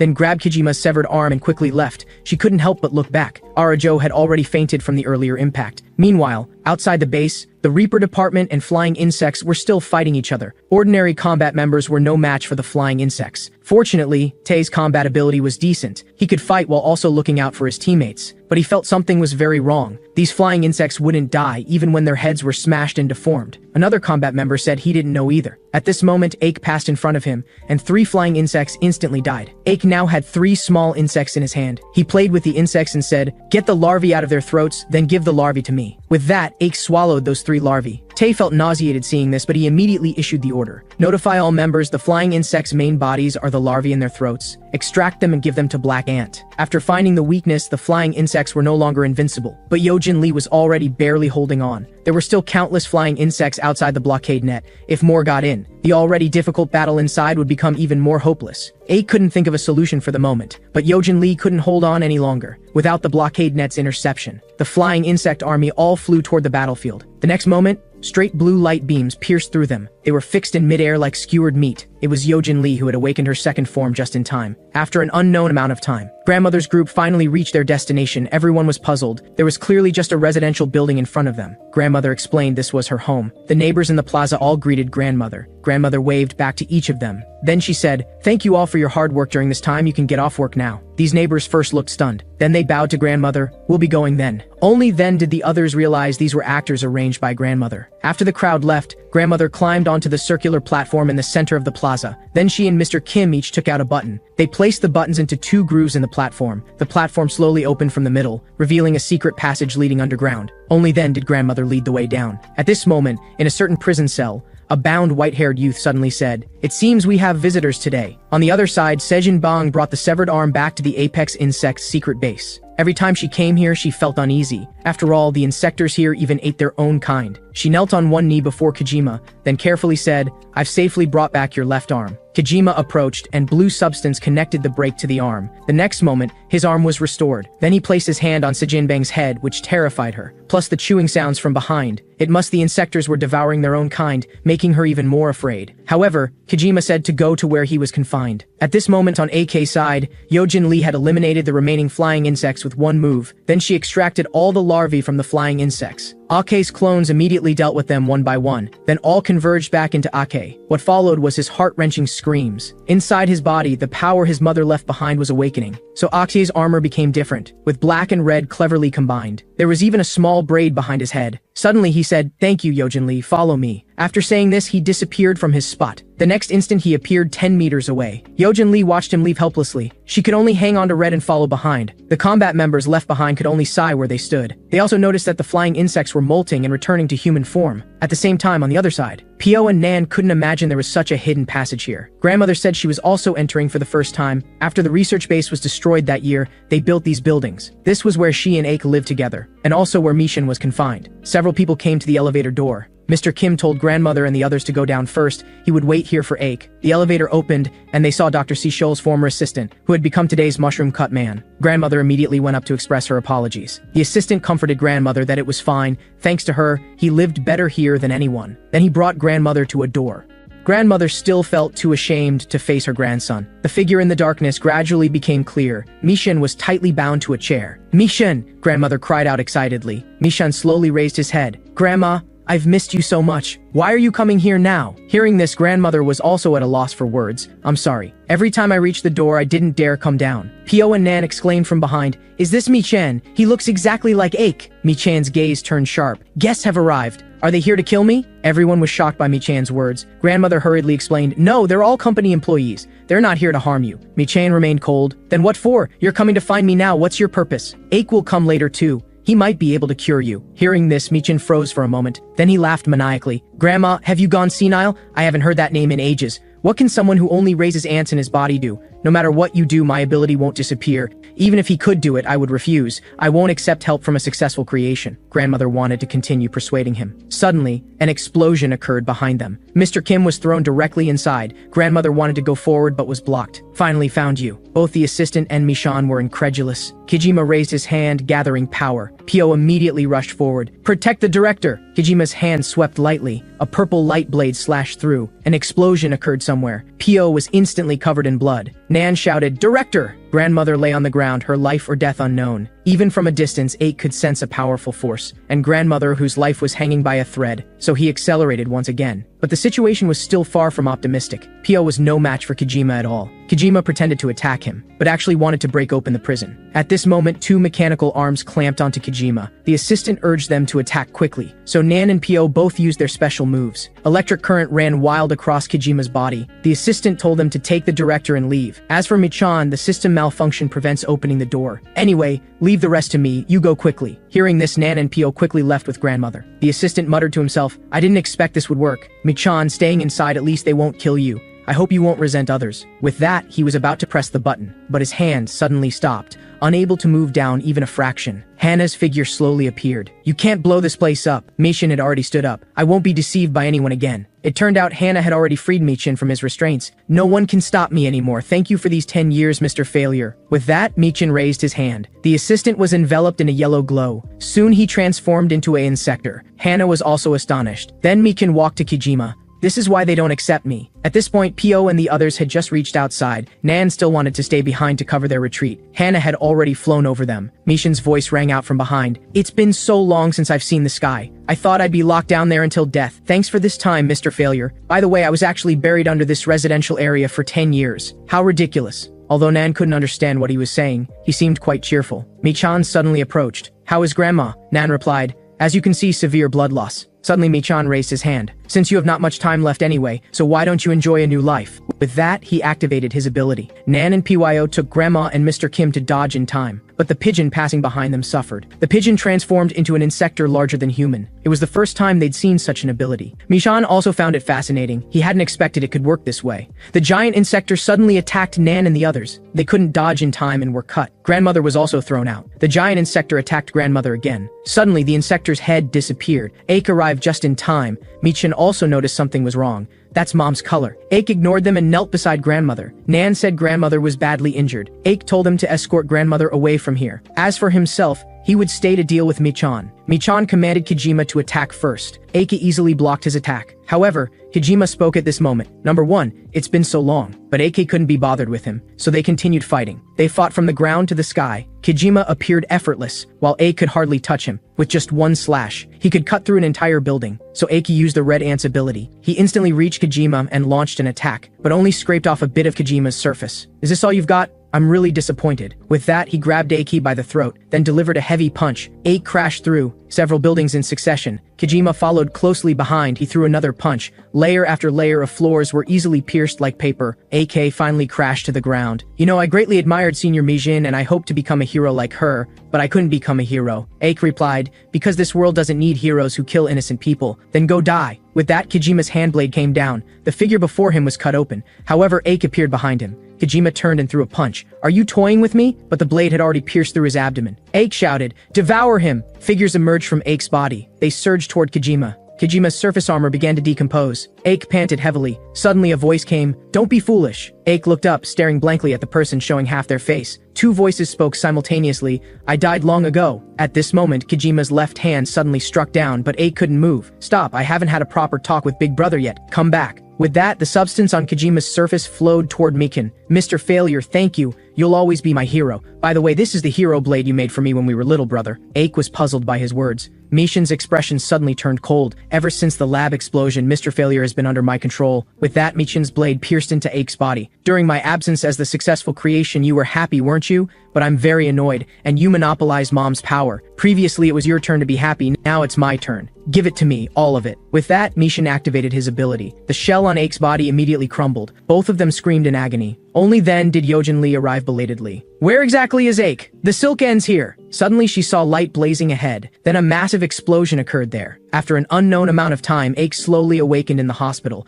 He learned that Yojin Lee had saved him. Aik looked around. Where's Grandma? Pio sighed deeply. Director disappeared after the explosion. Aik anxiously tried to get up, but the wounds on his body tore with searing pain. All personnel were deployed, but we still couldn't find the director. I'm truly sorry. At this moment, the TV broadcast news. Recently, insectors have appeared globally. Civil Reaper departments have now received official authorization. Please be careful when going out. PYO also spoke up. You can see the current situation. We need your abilities. Although the black ant is no longer in your body, we still need you. Ate quickly pulled himself together. As long as I can kill them, I'll do anything. What no one knew was, a red ant in the hole in Ake's neck was stirring restlessly. After Mishen regained his freedom, the number of insectors worldwide skyrocketed. 2 years passed, and Country H had become insector territory. They lorded over humans, becoming the apex of the food chain, while humans became playthings at their mercy, and some humans even became one of them. They didn't hesitate to capture their own kind and offer them to those insectors. The bald man before them was just such a person. He tied 10 humans before an insector, then reached out to the purple insector on the platform. The people are all gathered. According to our agreement, give me the medicine, Black Ant. The purple insector silently counted, stopping before the last man. You only have 9.7 people here, the bald man protested. You never said you needed a complete 10 people. Hurry up and give me the stuff. With that, he was about to draw his weapon. The insector raised his hand and flicked lightly. The bald man's hand flew off. The purple insector said flatly, now it's enough. The bald man cursed continuously. I should never have trusted you damn bugs. The purple insector told him not to worry, then took out a blue crystal. Inside the crystal seemed to be an insect egg. I am Black Ant. I will keep my promise. With that, he threw the blue crystal beside the bald man. Enjoy the pleasure of gaining power. The bald man immediately showed a greedy expression, ignoring the pain of his severed arm. The other insectors stared at the captured people. Then let's also start enjoying our feast. Moments earlier, several figures were flying toward this church. Just as the bald man was about to swallow the crystal in one gulp, the window glass was suddenly shattered. Blue threads wrapped around the bound people. Then both they and the bald man flew into the air. Yojin Lee said, blue crystal discovered along with 3 insectors. Now the extermination operation begins. Those insectors weren't panicked at all. Hey, isn't this a bug reaper? Another figure burst through the window, transforming his hand into a gun. Without a word, he fired 2 shots, directly blowing up one of the bugs. The newcomer was actually Sahui, the dragonfly man who had taken Arajo away. Idiots were Dark Reaper. The purple insector remained silent. The surviving insector shouted, you traitors, launching a sneak attack. I'll tear you apart. With that, he charged at Sahui, but was suddenly split in half by someone who appeared. This person was Zigna, who had also been recruited into the Dark Reaper. By the way, do we really have to bring this ugly thing? It feels so embarrassing. Yojin Lee put the blue crystal into a bottle. If you feel constrained, take it off. I'm begging you to take it off quickly. Then they started their daily bickering. Sahui also came down to tease. Seems like being restricted to 20% still isn't enough. You still have so much energy. While they were arguing, the purple insector had already charged up. The 3 quickly dodged. With just 1 slash, it left a significant groove in the wall. Yojin Lee accused, we've been cooperating for half a year, and there's still no coordination at all? Sahui also said, that attack just now was too fast. At this moment he noticed, Zigna had already engaged the purple insector, forgot while arguing with you that our target is still here. Trash, you dare call yourself Black Ant? The purple insector mocked instead. I heard you were bitten by Black Ant until you cried for mommy and daddy, you worthless traitor. With that, he sent Zigna flying with 1 strike. Zigna slid several meters before stopping. He hadn't expected the opponent to be so strong. Before he could prepare, the purple insector had already assumed an attack stance. The next instant, he pierced right through Zigna. Zigna screamed continuously. At this moment, 2 bullets shot over. Sahui kicked to separate the purple insector and Zigna. The purple insector had just noticed, but found himself already bound. It's not because you're impersonating my friend that I'm saying this, but you really don't deserve the name Black Ant, Zigna suddenly cried out.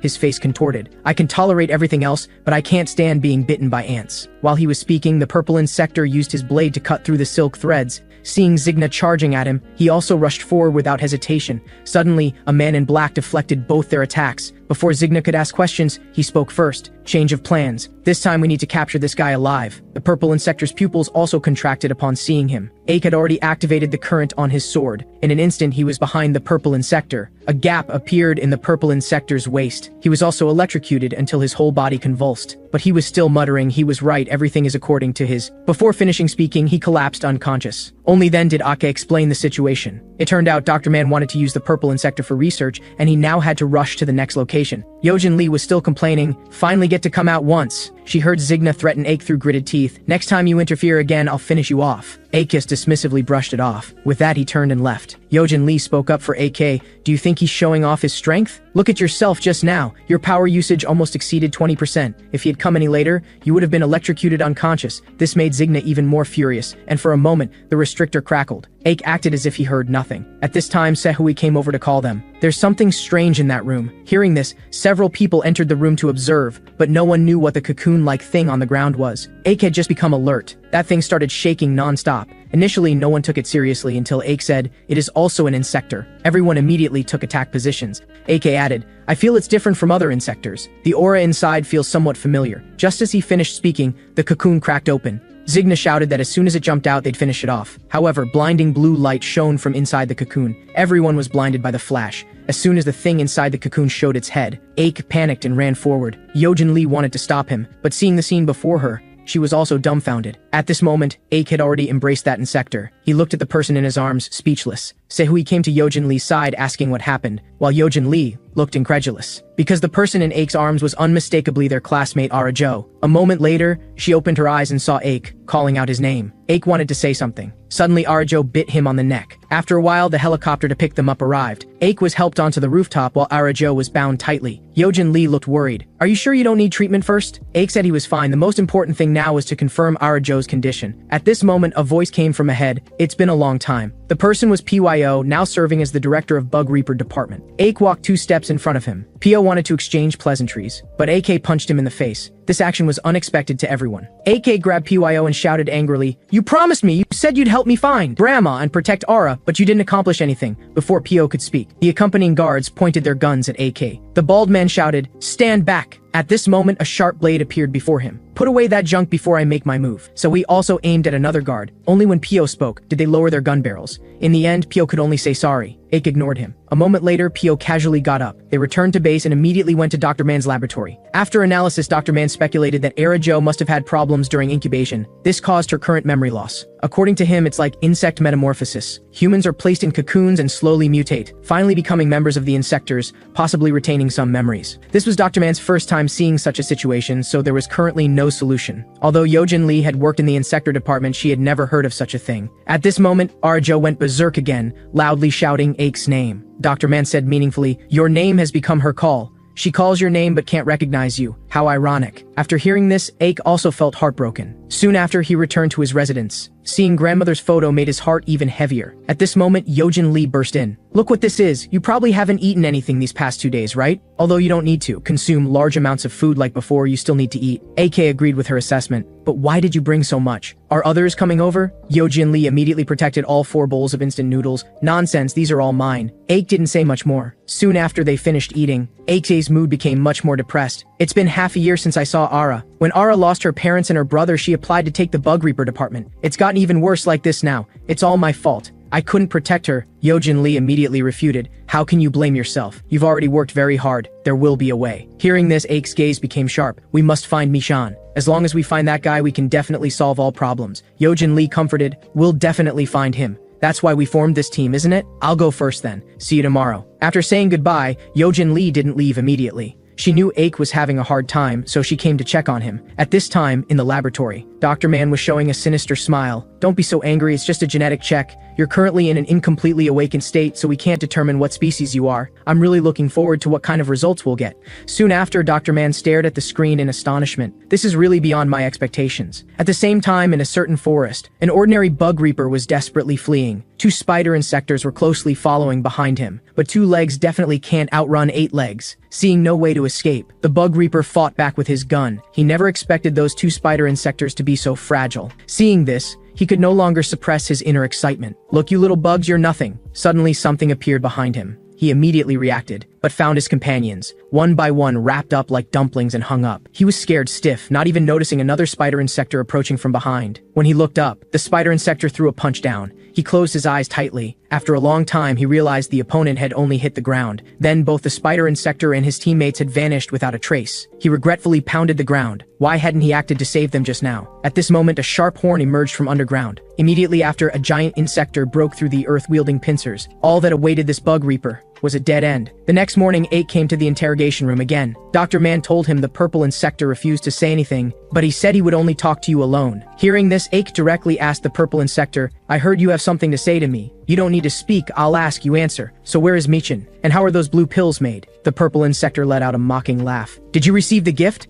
That girl. Ake punched through the glass. His killing intent was unmistakable. What exactly did you do to her? The purple insector still spoke unhurriedly. I'm just conveying that person's message. Without the ant's power, you are nothing. Don't make futile struggles. There are no heroes now. Soon after, the alarm sounded. Yojin Lee rushed into AK's room. AK, there's a mission. The Pyongyang mountain team lost contact. We need to leave now. AK prepared to depart immediately, but Dr. Man asked him to wait a bit longer. More than 10 minutes later, several people flew over Pyongyang mountain. Sehui flew ahead to scout. He saw the mountain filled with spiderweb-like things. Sehui struck first. He blasted open a passage with several shots, but in less than 2 seconds, those spider webs had restored themselves. He wanted to use even more fierce attacks, but was suddenly entangled by spider silk that caught his feet and mechanical arms. Spider insectors had appeared below at some point. Under their pulling, Sehui couldn't move. Zigna mocked with a smile. How pathetic, actually caught by a few bugs. With that, he dropped directly from the helicopter, instantly shredding the webs in those spider insectors. He didn't forget to look back at Sehui. Look at you, what would you do without me? Seeing this, they landed on the ground. Sehui didn't mind Zigna's words. Ake was about to suggest splitting up to search for the missing personnel. Zigna interrupted, no need, because those people should all be hanging here. In that case, let's rescue them. Sehui, you're on watch duty. At this moment, a half-dead spider insector desperately pounded the ground. Zigna was confused. Ake was the first to be alert. Something seems to be coming, everyone hide quickly. As soon as he finished speaking, a giant insector burst from the earth. Everyone drew their weapons and opened their abilities to 20% of the maximum. Yojin Lee struck first. She restricted that insector's movement. Zigna immediately followed up with a slash. After finishing, he called out, Dragonfly Man, your turn. Sehui was already prepared. A big cannon had finished charging. It hit the giant insector right on target. Zigna smiled proudly, then saw a giant tail sweeping toward them. Sehui had just shouted. A large pincer came before him, but it was too late to flap his wings now. Fortunately, Ake deflected the giant pincer in time. Zigna and Yojin Lee weren't injured either. They looked shocked. What exactly is this thing? Our attacks have no effect at all. The insector before them also mocked. Shrimp like little bugs, your attacks are completely painless. With that, he struck an obscene pose. I am the death crab, praised as a cadre of the apex insects, also given the perfect body personally crafted by that lord. So I didn't know there were such things. Not a trace of human form visible. Zigna indicated they maintained more of their insect appearance. Ak also said, I've encountered several guys like this before. Mikan might have even stronger beings than that guy. Absolute nonsense. I am the strongest in this world. Zigna leaped into the air saying, fool who only knows brute force, speed is our strong point. As soon as he finished speaking, the insector's tail swept before them. Both were hit, falling powerlessly to the ground. The insector mocked, what did you just say? Zigna was very unconvinced. If I could use 100% of my power, I wouldn't need to be so constrained. He spat out a mouthful of blood. The insector let out a strange laugh. Forgot to tell you, even being grazed will poison you. Just as he was about to attack, clanging sounds came from his back. Sehui's attacks had no effect at all, but still drew the insector's attention. At this moment, Yojin Lee and Zigna grabbed him again. Zigna shouted, now! Lightning flashed. Ake had reached the insector, green current danced, but his sword shattered directly in the critical moment. Sehui blocked in front of Ake. The two rolled more than 10 meters before stopping. When Ake raised his head, Sehui was already lying motionless. Yojin Lee and Zigna's situation was also terrible. Ake cursed inwardly. Without the ant, am I really nothing? At this moment, he spotted a backpack not far away. The insector had already walked to Yojin Lee and Zigna. Truly foolish traitors. Offering you up, I can become one of the 6 pillars. At the critical moment, Ake's figure flashed past. Purple blade light erupted from the giant insector. The next instant, the insector was torn to pieces. The insector was shocked and angry. You bastard, what did you do to me? Ake slowly landed, holding 2 blood-red broken blades never seen before. I'm going to tear you apart. Ake made another simple slash. The insector's other pincer was also severed. Now he could only use his tail to attack AK. But the previously indestructible tail was cut into segments by Ake in the blink of an eye. Then AK pressed the insector to the ground, first giving him 2 slashes with the short blades, then stabbing one of them into his chest. Listen carefully. No matter how strong you become,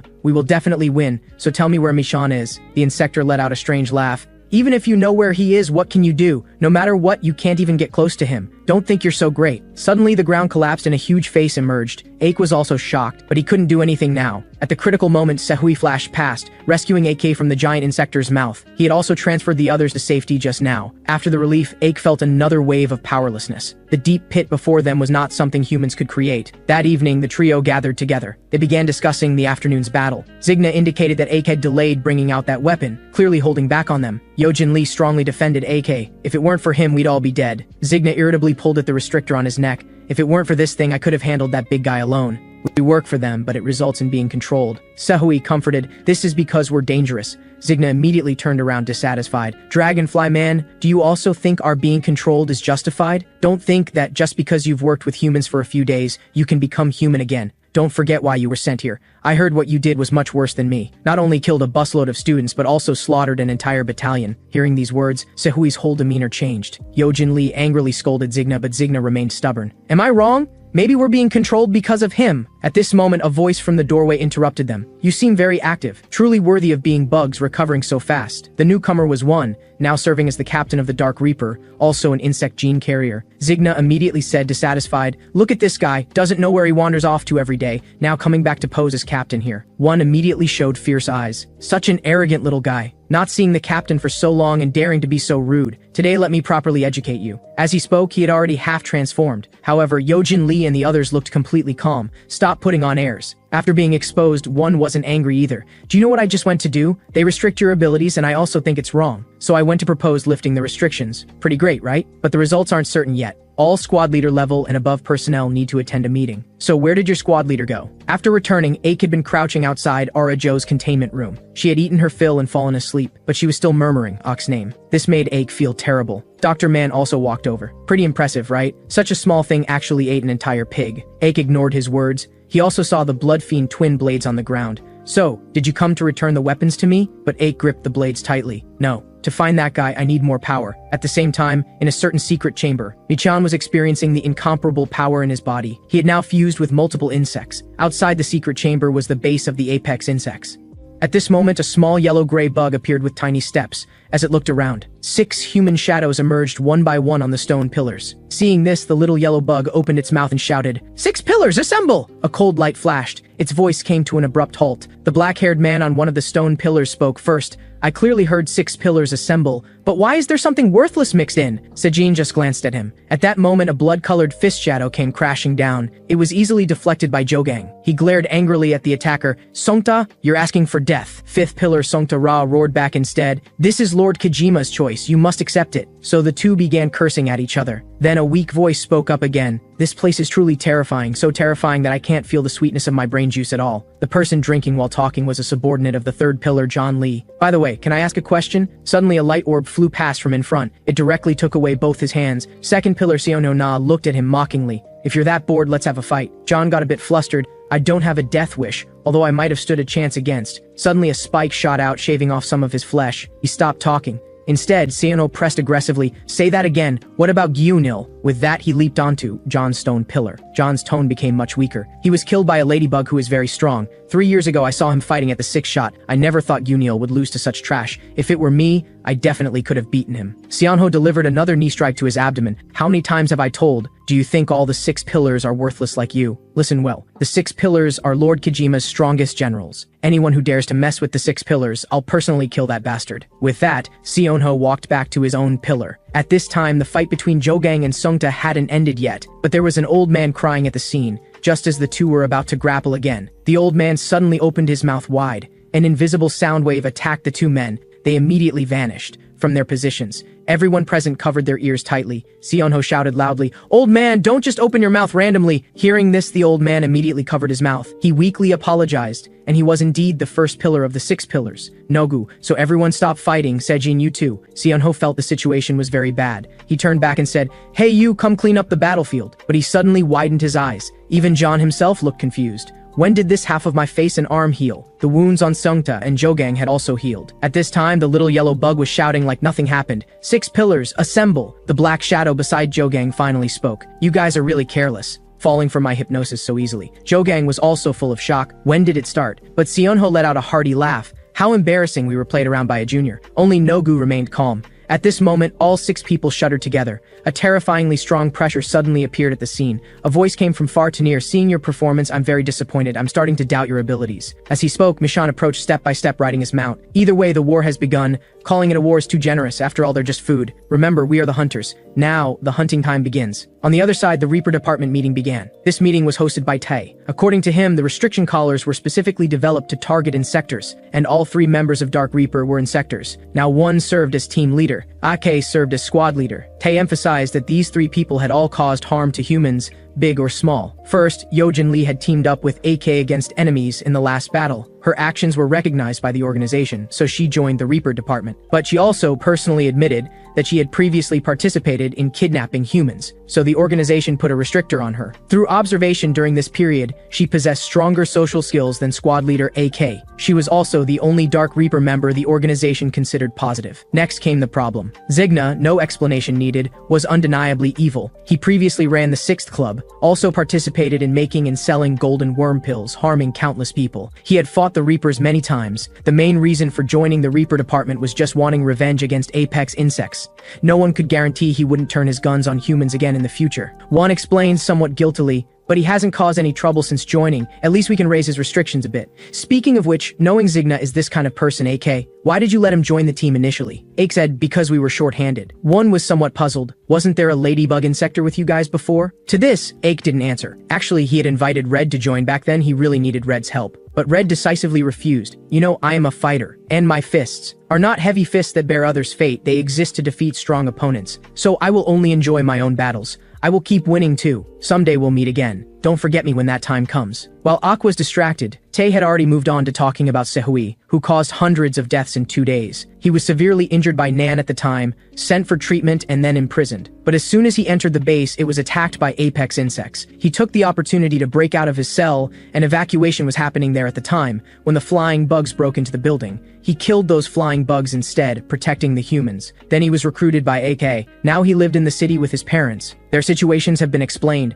The question is whether to raise their restrictions. Please give your opinions. A man didn't even blink, directly saying opposed. He was science group leader Min. Even with restrictors, I think they're already strong enough. Right now is just right. We can't let mad dogs that might bite at any time go out without muzzles. Hearing this, AK got a bit angry. Security group leader Yun yawned heavily. I think the analogy is wrong. Dogs at least obey, but they're bugs. One hadn't expected Yun's attitude to be like this too. He brought up opinions about the last battle, stating that the kids had already been opened to maximum capacity, but still couldn't match one of the opponent's insectors. The man across spoke up, indeed we need power, but the targets shouldn't be the Dark Reaper trio. This was Tactics Group leader Joe, who lost 2 branch leaders in the war 2 years ago and barely survived. I think their brutal power still can't be trusted. One was simply speechless. Then AK spoke up, so are you afraid? Afraid of being betrayed by Dark Reaper, but at least that's something to worry about after destroying apex insects. The whole room fell silent. After a moment, Pio spoke to break the silence. That's enough for today. This was just a discussion. Everyone can go back and think about directions for improvement. At this time, Sehui had already said goodbye to his parents and was preparing to go out, although his parents desperately wanted to keep him. Sehui didn't know when he might need to go on missions. But shortly after flying out, he realized he forgot his hat, so he turned back, but saw his parents carrying bags toward the city wall. Then they moved grass piles aside, revealing a hidden hole entrance. Sehui was very confused, but just watched them crawl out through the hole. Meanwhile, Ake had just returned to his room when he heard a voice from in front. Looking at you, the meeting results probably weren't good. Anyway, thanks for your hard work. But Ake asked her why she was always showering in his room.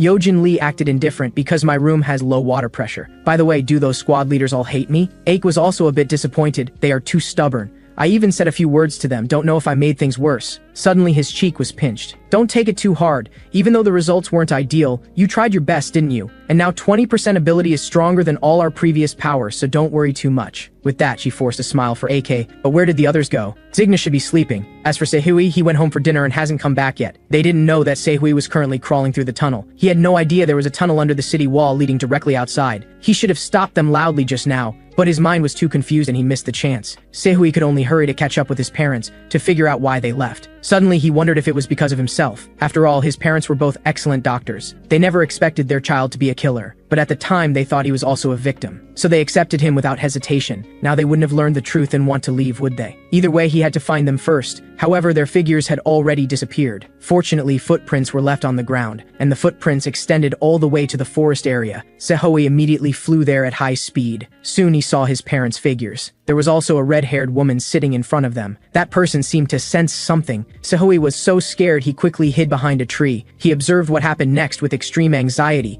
He saw the woman's expression was very painful. Sehui looked closely. Only then did he discover the wound on her leg was infected. Fortunately, his parents were both doctors. They quickly treated the wound. Seeing this, Sehui breathed a sigh of relief, so they just came out to help civilians outside, and he actually suspected them. Sehui cried with shame. Suddenly, he became alert. An insector was approaching. I didn't expect there to be humans in this place. Now I can feast. Sehui's father stood in front of the two women, just as the longhorn beetle insector was about to attack. Sehui kicked it away with one foot. The red-haired woman was also a bit surprised. She saw the logo on Sehui's clothes. The longhorn beetle insector was extremely angry. Dead dragonfly buzzing around, so annoying. With that, it was about to throw a punch, but was immediately taken down by Sehui. Sehui stepped on it, making it unable to move, and Sehui's parents finally saw their child's figure clearly. At this moment, a cannon barrel was already pressed against the longhorn beetle insector's mouth. Sehui's face was fierce, and the restrictor on his neck kept beeping warnings. Damn bastard, how dare you touch my family? With that, he fired a shot. The longhorn beetle insector was pierced through and lay motionless on the ground. Sehui had just turned around, but saw another longhorn beetle insector grabbing his father. Sehui was very angry but didn't dare act rashly. The longhorn beetle insector let out a strange laugh. Go ahead and shoot if you dare. Sehui's father kept telling everyone to run, but none of the three took a step, and the red-haired woman observed Sehui. Just as the longhorn beetle insector was about to put Sehui's father to its mouth, Sehui's father quickly told everyone to close their eyes. Sehui's mother couldn't bear to watch. Sehui could only cry out in anguish. Suddenly, over a dozen spikes shot towards Sehui's father and the longhorn beetle insector. The longhorn beetle insector had no time for its next move, and was pierced through by the spikes. The spikes withdrew, and both Sehui's father and the longhorn beetle insector fell to the ground. Sehui's mother quickly went forward. Fortunately, those spikes had avoided Sehui's father, and Sehui looked in shock at the woman beside him who released the spikes. You're also an insector? That woman remained silent, just looked at Sehui with strange eyes. Not knowing the situation, Sehui directly pointed his gun at her, but that woman remained unmoved. Instead, Sehui's father stood in front. Sehui, she isn't a bad insector, she's a good child like you. Seeing this, Junie also cancelled her transformation. Sehui still didn't dare relax, Dad, so you knew her identity all along. It turned out that earlier, Sehui's parents were still wandering outside. They encountered the injured Junie on the way. At that time, an insector suddenly appeared. It was Junie who took action and solved it. From then on, Junie traveled with them. It was also thanks to Junie that Sehui's parents could safely reach the shelter. She had to stay outside because of her identity, so rest assured she means no harm to us. Sehui shouted angrily, even so, you can't run out. Suddenly he realized he was losing emotional control, and his parents also looked apologetic. Sorry, it seems we really caused trouble. So it was you that dug through the wall? His parents were greatly shocked. How is that possible? That's a 5-meter thick wall. We just happened to discover this whole entrance at the time, and were worried about Junie, so we didn't report it. Hearing this, Sehui's expression became even worse. If it wasn't done by them, then the defense system might have been tampered with. So how have you been keeping in contact with her? Hearing this, Sehui's father guiltily took out a small device. This was originally a device he and Sehui's mother used to communicate, given to Junie before parting. Sehui snatched the device away. Let's go, time to go back. His parents put down their backpacks, signaling him to wait. Then they took out various daily necessities from the bags to give to Junie. They were a bit reluctant to part before leaving. Junie also bowed to bid them farewell. The next day, Sehui returned to base and sparred with Yojin Lee. But after just a few moves, he was knocked down by Yojin Lee. Yojin Lee said jokingly, "You look tired." Sehui replied, "You've been training too hard lately, I really can't beat you." Hearing this, Yojin Lee was somewhat pleased. Indeed, training can also enhance our strength. After getting Sehui's confirmation, she flew up happily. On the other side, Aik was also sparring with Zigna. Unlike Zigna's relaxed ease, Aik was very serious. After his sweep was dodged, he was immediately subdued by Zigna, who even mocked him. Your technique really sucks. Try harder, you're no longer that black ant who could win with strength. AK thrust backward to force him to retreat. Zigna also stopped attacking. Instead, he sheathed his blade. Let's stop here, I'm afraid continuing will kill you. But AK assumed an attacking stance. Shut up, continue. At this time, the blade in his hand emitted wisps of black mist. The black mist actually drilled into Aik's body. Aik quickly released his twin blades. The black mist from the blade slowly dissipated. Zigna launched a merciless taunt. What are you doing? Don't tell me you don't even have the strength to hold a blade. Aik ignored him. He didn't know what kind of feeling this was now. Suddenly a strange sound rang out. Everyone didn't know where it came from. Soon Aik sensed something. He immediately picked up his blades. This feeling, it's an insector. But in this kind of place, how is it possible? Meanwhile, outside the base, 3 large birds were approaching, each with a person standing on its back, and their claws were also gripping a jar. And AK's sensation became clearer and clearer. He ran while reminding, quickly prepare for battle, enemies are approaching. At this time, John, who was leading on the bird's back, took a big gulp of liquid from the jar. then sprayed the liquid toward the shelter's defense net in one breath. Immediately, sparks flew everywhere, and a hole was blasted in the city wall. John looked at his handiwork with interest. What a nice shot. The security group quickly discovered their whereabouts. Yun ordered her subordinates to magnify the image. She saw those people approaching menacingly. She immediately ordered laser cannons to intercept. Before the laser cannons could fire, she saw the insector on the opposite side take a big gulp of liquid and spray it toward the shelter from far away. The shelter city wall was directly blasted with a gap. Yun's expression was extremely grave. Sound the level 1 alarm immediately. Shoot them down right now. Absolutely cannot let them break into the shelter. The laser cannons all aimed at the incoming enemies. Among them, 2 cannons fired without hesitation. But John and Juim remained unmoved. Only Sion materialized armored arms. He actively met the incoming lasers. The lasers scattered as soon as they touched his armored arms. More laser cannons fired, but Sion could easily neutralize them all. The laser cannons were directly destroyed in his path of advance. John had expected this. It looks like Sion will steal the credit this time, worthy of being the man the boss appreciates. But Juim was very unconvinced. What a joke. The greatest contributor to conquering the shelter this time can only be me. Fire another shot like just now. I don't want to go through those troublesome defense nets. John felt somewhat apologetic because he had just thrown away the straw. Juim still wanted him to go pick up the straw, but Sion's dissatisfied voice came over. Stop being childish, just charge in directly. This level of defense, I can easily block it. Juim didn't continue to argue. Seeing this, Sion said they should move forward, but suddenly it went dark overhead. A big foot came crashing down on his head. It was a robot similar to Transformers. Juim and John were also seeing this kind of thing for the first time, and technology group leader Min was sitting in the robot's control room. According to reports, this machine was developed to eliminate insectors called the Insector Killer. John also remembered Jongjin mentioning that he had seen similar things in the Great Battle 2 years ago. Juim beside him was already trembling all over. She immediately jumped up from the air. I'm going to kill him in the name of love. Just as she finished speaking and before landing, a fist the size of a sandbag smashed into her face. It was Tactics Group Leader Joe. Juim slid face first along the ground for a long distance. Joe was also indignantly saying, "You harmful bugs, what right do you have to speak of love?" On the other side, the Insector Killer's foot was slowly lifted. "Scrap metal, how dare you put your foot on me?" With that, he punched the Insector Killer, making it stagger. At this time, Sion's surface was shining brightly. That shell looked invincible, because when in full state, not only was his defense amazing, his attack power was also unmatched. Wisps of smoke actually rose from the distant battlefield. Joe knew the enemy wouldn't be defeated so easily.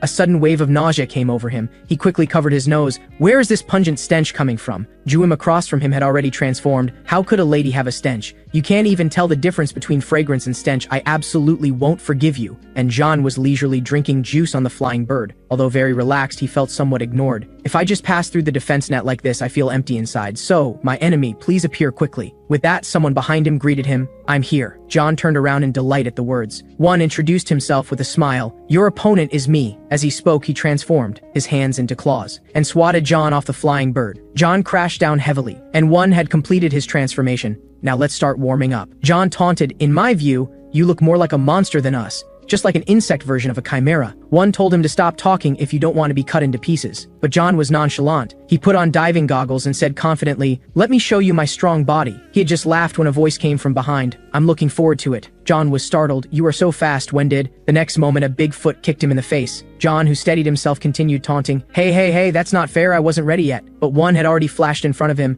So, do you think I'll give you time to transform? With that, he swung his arm. A light blade directly slashed toward John, taking away a piece of his flesh. Before he could react, one had already pierced through his body. John was powerless to resist, not even having time to transform. He could only call for hummingbird support. The hummingbird in the air shot several poisonous needles. Seeing this, John smiled strangely. One quickly dodged, but after the smoke cleared, John's figure had disappeared. One turned to attack the hummingbird instead. The two little things were no match for him at all. The water tank they were carrying suddenly fell to the ground, just filling the pit that had been blasted earlier. One still couldn't find John's whereabouts. Just looking at the bubbles coming from the water pond, he guessed John was hiding in the water. He stood by the water sneering, is this how you talk tough? Can't win so you hide in the water. With that, he slashed light blade after light blade toward the pond. After a fierce attack, the pond returned to calm. One looked at his handiwork with satisfaction. Hiding in water is still a dead end. Suddenly, a foul stench hit him. He followed the direction of the smell and cursed, who's taking a dump on the battlefield? What a classless bastard. Just as he finished speaking, a pincer grabbed him.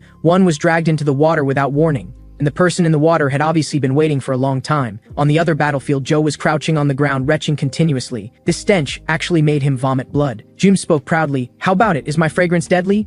Joe suddenly launched a fierce attack. "You truly stinking woman." June didn't expect that after smelling this scent he could still be so energetic. Caught off guard, she was punched in the jaw. Joe roared, "Do you know how I've spent these 2 years? I've been surviving in this world relying on my bronchial tubes. Loneliness, isolation, and the grief of losing comrades torture me constantly." As he spoke, he punched Juim in the abdomen with both fists. Juim flew backward like a skipping stone, just as Joe was about to deliver a fatal blow. The weapon in Juim's hand emitted red light. The weapon just lightly touched Joe's fist, and Joe's entire body burst into flames. Joe was extremely shocked in the flames. Juim expressed that she didn't know why this happened either. People who inhaled her poison gas would catch fire when they touched this glowing weapon. Anyway, just consider it magic. On the other battlefield, the Insector Killer mech crashed heavily to the ground, and Sion was carrying one of its arms, approaching with big steps. Min in the control room was completely dejected, alarm sounds continuously blaring. He looked at the shattered lollipop, not knowing what he was thinking, and Sion had already walked to his feet. He revealed his claws that could tear anything apart, then leaped onto the Insector Killer. In just a few breaths, he had torn the Insector Killer mech to pieces. The situation after One was dragged into the water was also not optimistic. He saw John's transformed state, giant water bug, in water. This was his home field. Then, a long needle pierced into One's chest. He not only felt piercing pain but also felt the power in his body rapidly draining. The water bug struck fiercely, punching One away, muttering, "Really tastes bad." One was smashed to the lake bottom, but he still laughed out loud. How does it feel to eat junk food? Suddenly he was hit in the face again. More attacks followed, one after another. One raised his arms to resist with all his might. Not only did he have to block attacks, now he also had to hold his breath, so his situation was very dangerous. But John became more energetic as the fight went on. Suddenly, a spike came at his head. One was very clear that if he was stabbed, he would definitely die. He slipped to one side. He was also very clear that fighting this guy in water was suicide. The oxygen in his lungs was getting less and less. Now he regretted it. He should have injected aquatic insect genes. He had refused the doctor's suggestion at the time. Now the only way was to quickly escape to the surface. At this time, 2 spikes crossed in front of him. John mocked, "Where are you going? Didn't you say you'd take responsibility for me? Although you taste terrible, it's somewhat addictive. I need to try again." With that, he stabbed toward One.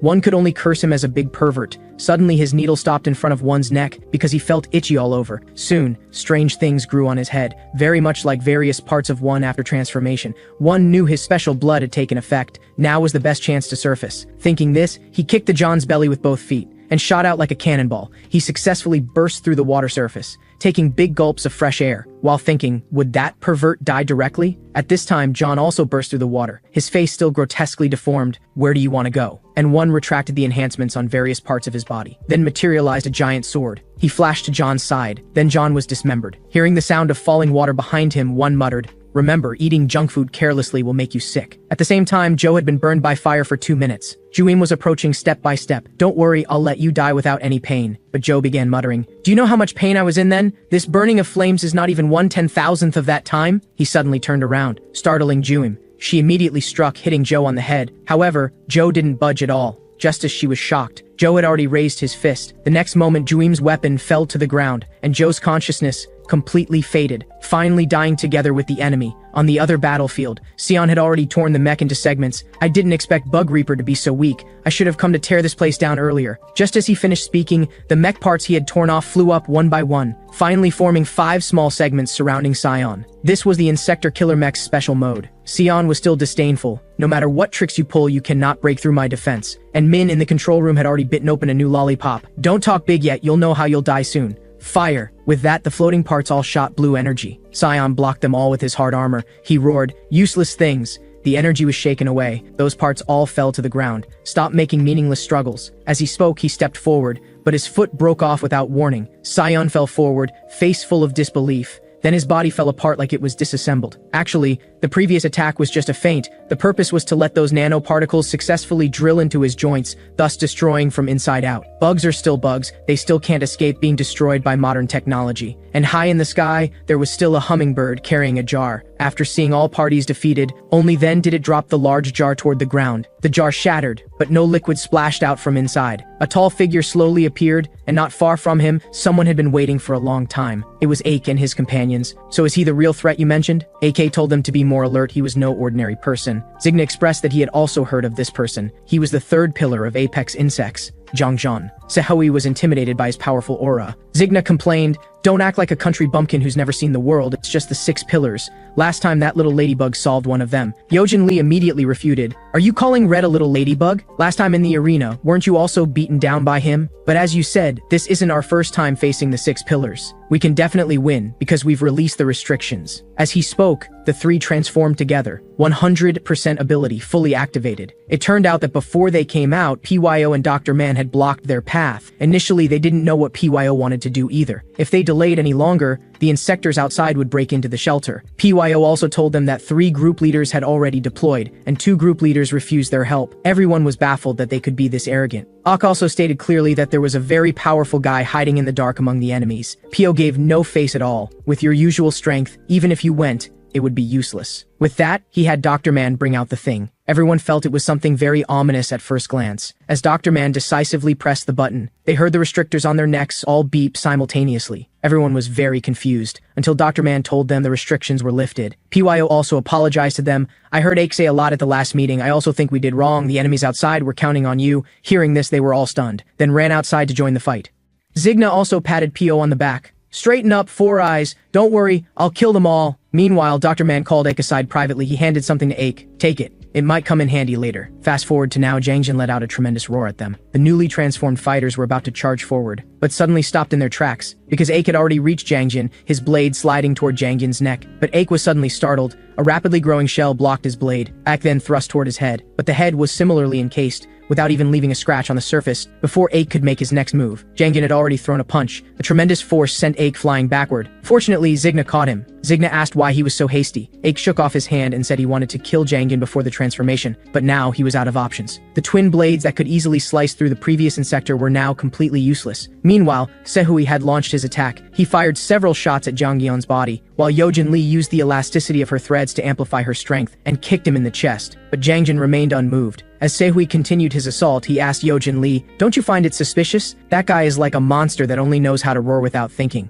Just as he finished speaking, 2 energy blasts shot out from the smoke, instantly reaching Yojin Lee and Sehui. 2 explosions followed, with considerable destructive power. Ake shouted in panic. The next instant, 2 figures darted out from the smoke. Yojin Lee felt a wave of relief. Thank goodness her speed had improved. In the past, she would have been dead for sure. Zigna approached Ake. What was that subtle expression just now? Don't tell me you don't trust their abilities. Is that why you were so eager earlier? Ake cut him off. Stop talking nonsense. Hearing this, Zigna sneered and walked forward. Leave the rest to us. Just sit back and watch, because in the upcoming battle you'll be useless. Ake's heart tightened at these words. Meanwhile, Jangjin had completed his transformation. His entire body was encased in golden armor. It was unclear what kind of insect he had become. After finishing his transformation, Jangjin channeled energy into his hands. Immediately after, dozens of energy projectiles shot toward the sky. One barely grazed past Yojin Lee. Seeing this, Sehui told her to stay behind him. As he spoke, his outer skin kept peeling off, while Yojin Lee used a rope to lasso his foot and follow closely. Suddenly, the green exterior in Sehui completely disintegrated. The red dragonfly warrior made his reappearance.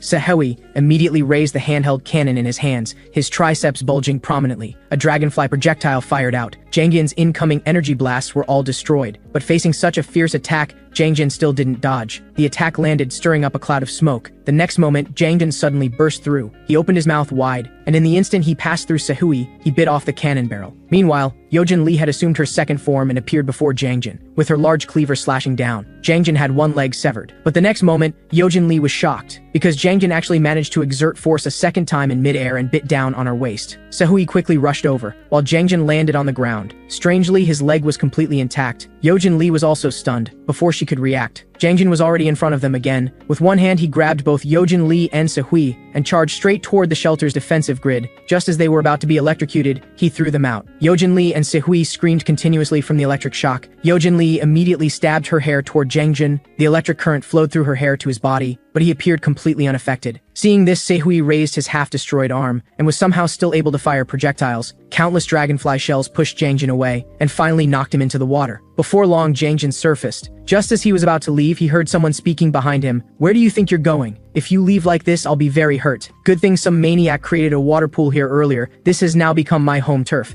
Now round 2 begins." With that, 4 legs appeared behind Zigna. Meanwhile, Yojin Lee and Sehui finally landed. Ake hurried over to them. He also looked worried at this point. Sehui said he was fine, but Yojin Lee was in bad shape. Then Yojin Lee spoke up and asked Aik, "What are you doing?" Aik didn't quite understand. He watched as she struggled to sit up. "Logistics shouldn't be your job. You should be fighting. The enemy is still alive and only you can kill him." Aik lacked confidence. "I am now." Before he could finish, Yojin Lee raised her hand. She grabbed Aik's face and comforted him. "I believe in you. If it's you, you can definitely do it." Only then did Aik agree. He then charged toward the battlefield without hesitation. Sehui was somewhat puzzled. Is he really okay? You know, even with our restrictions lifted, the two of us together couldn't gain the upper hand. Yojin Lee expressed her faith in AK. No matter how difficult the path ahead, he will overcome it. That's just the kind of person he is. At this moment, Dr. Man's voice came through AK's earpiece. He told AK to take out what he had just given him. It was a small black device. Dr. Man smiled mysteriously. "Next, I'll tell you how to use it." Dr. Man also told him that this research had never been tested, so safety couldn't be guaranteed. But AK couldn't worry about that now. He suddenly stopped. He witnessed an incredible scene. At this moment, Zigna was stepping on Jangjin. His foot transformed into a blade, piercing through his body without resistance. He said to Aik with displeasure, "What are you doing here? Didn't I tell you to stay over there? But since you're here, it doesn't matter. Look, I've got this big guy now. The third pillar, nothing but trash. Or maybe I've just become too powerful now?" As he spoke, he leisurely walked toward Aik. "It's been so long since I had such a comfortable warm-up. Come on, friend, let's head back to base." Aik's expression turned cold. Without a word, he slashed out with his blade, then quickly retreated, maintaining a combat stance, but he only left a shallow wound on Zigna's neck. Zigna frowned. "What are you doing?" Aik looked at him with a stern expression. "Who exactly are you? When did I become your friend?" Zigna fell silent. A moment later, something crawled out from the wound. "Your words are really hurtful. His brain tells me that he really considers you his friend. Isn't that right?" The voice came from a small worm emerging from the wound, while Zigna was also responding to him. "That's exactly what I think." The little worm grew longer and longer. Aik looked incredulous. "Who are you? Why have you become like this?" The small worm let out a mocking laugh. "Can't you understand even now? Are you really stupid or just pretending? I am the true form of the third pillar of apex insects, you fool." Aik immediately charged forward and slashed at the worm's body, producing a metallic collision sound. Jangjin mocked, "Don't waste your energy. My body is very hard." With that, the worm bit Aik's side at incredible speed. Then he circled around Aik. "Why are you covering the wound? Are you afraid I'll parasitize you?" Another strike hit Aik in the face. "Don't worry, I'm not interested in fragile human bodies. What attracts me are the bodies of powerful insectors. I thought that previous guy was strong enough, but he still lost to this one. I'm quite satisfied with this body. Not only is it powerful, but it's also hot-tempered and somewhat despicable just like me." As he spoke, he retreated back into Zigna's body. "Now let me use this body to kill you all." Second awakening. The water spider form manifested. He stabbed at Aik's side with one leg, though not hitting his body directly. He suddenly roared angrily, "You should have just stayed hidden in the corner. Why did you have to come out?" Then he paused in confusion. He patted his own head. "Those words just now were spoken by him, not by me. Seems like the brain isn't quite clear yet." Aik silently sheathed his blade. "I don't want to hide, and I don't want to fall behind you all." Aik tore off the bandage on his neck and took out what Dr. Man had given him. Then he thrust the device into the hole in his neck. The surrounding blood vessels immediately swelled, and energy transmitted throughout his body. Aik cried out in agony from the pain. Actually, Dr. Man had asked Aik earlier if there was anything special when using the twin blades. Aik had honestly said that during previous training, some strange power from within the blades had entered his body. Dr. Man explained that after Ake and the others fought the giant insector, they discovered bullet ant DNA in his body. From this, it could be inferred that when Mishan absorbed Ake's abilities last time, Ak had also been blessed in disguise and gained part of his brother's abilities. This small device stored tremendous energy, and using it might be able to trigger Ake's awakening. Ake's body continuously changed. Realizing something was wrong, Jangjin immediately attacked Ake, but the continuously spreading energy not only blocked his advance, but also repelled him. After a moment, Ake finally stopped changing. Jangjin couldn't tell if he was human or insector now. Ake paid him no attention. His current form was vastly different from before. Jangjin clicked his tongue. "You don't look like much." With that, he raised both feet and stabbed toward Ake. A metallic clang rang out. Jangjin was shocked, because Ake had blocked his attack with just one hand. Ake clenched his other hand into a fist. "Now it's my turn." He then threw a punch. Jangjin blocked with both blades but still flew backward. Ake himself felt this new power was quite formidable. He charged at Jangjin again, while Jangjin also rushed toward him. Their positions crossed but neither was injured. After turning around, they collided again. Their attacks created streaking after images. But the stalemate didn't last long. Ake severed one of Jangjin's legs with a single punch. Seeing this, Jangjin immediately retreated. He moved onto the water to gather power, and slashed out a blue energy wave toward Ake. Ake simply split it with a hand chop. Jangjin thought he was being far far too arrogant. But the next moment, one of his blades flew out of his grasp. Jangjin was incredulous that his shell was actually this hard. Moreover, in Zigna's memory, this guy shouldn't be this powerful. He roared and thrust out another blade. Ake also gathered power for a punch, specifically aiming at the blade tip. The blade visibly bent, and even Zigna's body couldn't help but retreat. But Jangjin already had another idea, which was to take over Ake's body. While he was contemplating, Ake had already swung his fist. Jangjin, unable to dodge in time, had another leg knocked off. Ake charged forward again, but several tentacles had already surrounded him. These tentacles all extended from Zigna's back. Jangjin lurked in Zigna's mouth. "I must have you." At this point, the tentacles had bound Ake's arms, but couldn't stop Ake's movements at all. He casually tore the tentacles apart, and in the blink of an eye was already in front of Zigna. He was about to punch Jangjin in the face when he heard Zigna's voice struggling to speak. "Watch out behind you." At some point, Jangjin had already emerged from Zigna's body and lurked behind Ake. He gave Ake no time to react. He suddenly surged toward Ake's back. Zigna collapsed while Ake seemed like a monster with tentacles. Jangjin clung to his back, with some tissue already penetrating into Ake's body and rapidly spreading throughout Ake's system. His one eye had already been controlled. Jangjin felt the matter was settled, but Ake grabbed one end of Jangjin and yanked hard, pulling the entire parasite out of his body. Jangjin was grinding his teeth in hatred, but Ake punched him into the ground. Punch after punch, Ake cracked the ground with his strikes. Jangjin roared in pain. "You fool, do you think this kind of attack can kill me?" At this moment, Ake's fist transformed into a spike. One slash and Jangjin was cut into several pieces, but he remained defiant. "You absolutely cannot kill me." Before he could finish speaking,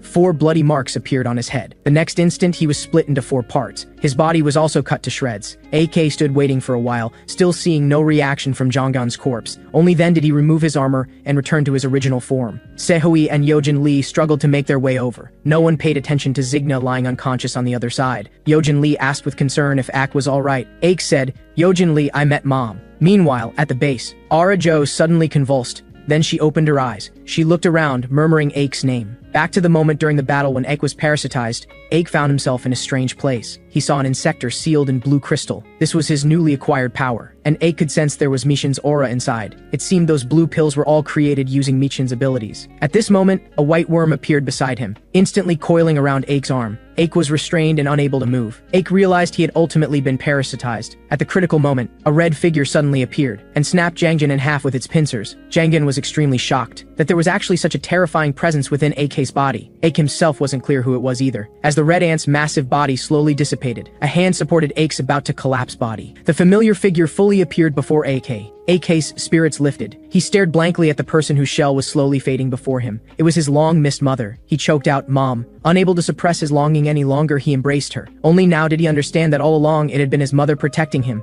A thank you sounded in his ear. Ake looked up in confusion. He saw his mother gently stroking his hair, tears silently sliding from her eyes. The next moment, his mother's body transformed into small red ants. The little ants burrowed into Ake's neck. When he woke from his slumber, his mother's figure was gone. Sehui's voice came from nearby. "Yojin Lee, Ake's awake." Soon after, Yojin Lee walked into the hospital room carrying 2 flowers. She anxiously asked how Ake's body was. Ake said he was fine, but why was he in a hospital bed? According to Yojin Lee, he had been lying here for 3 days. Sehui also mentioned that Yojin Lee had been very worried about him. AK took the flowers and thanked them. Yojin Lee felt a bit proud. Suddenly, the curtain was pulled back, and someone with green hair dramatically shouted, "Boys, you're making me very sad like this." Yojin Lee and Sehui were used to this, but Ake looked completely bewildered. The green-haired person flashed his big white teeth. "You should take care of me too." Only then did AK realize this was the chief team leader of Dark Reaper. He ignored him and turned to talk with Yojin Lee instead. Ake said he was hungry. Sehui immediately ran to get food. Meanwhile, Zigna stood outside in the hallway. Sehui said Ake was awake and asked if he wanted to visit. Zigna scoffed, "He just slept for a while, what's there to see?" But Sehui teased, "Since you're friends, of course you should go see him." Zigna immediately became embarrassed and angry. "What nonsense are you spouting, you dragonfly?" Sehui said he had heard Zigna talking in his sleep, saying things like, "Screw you, damn ant, why can't you be my friend?" Zigna flew into a rage, grabbing his crutch to chase after Sehui. As Sehui ran, he wondered, wasn't his leg broken? Meanwhile, in the laboratory,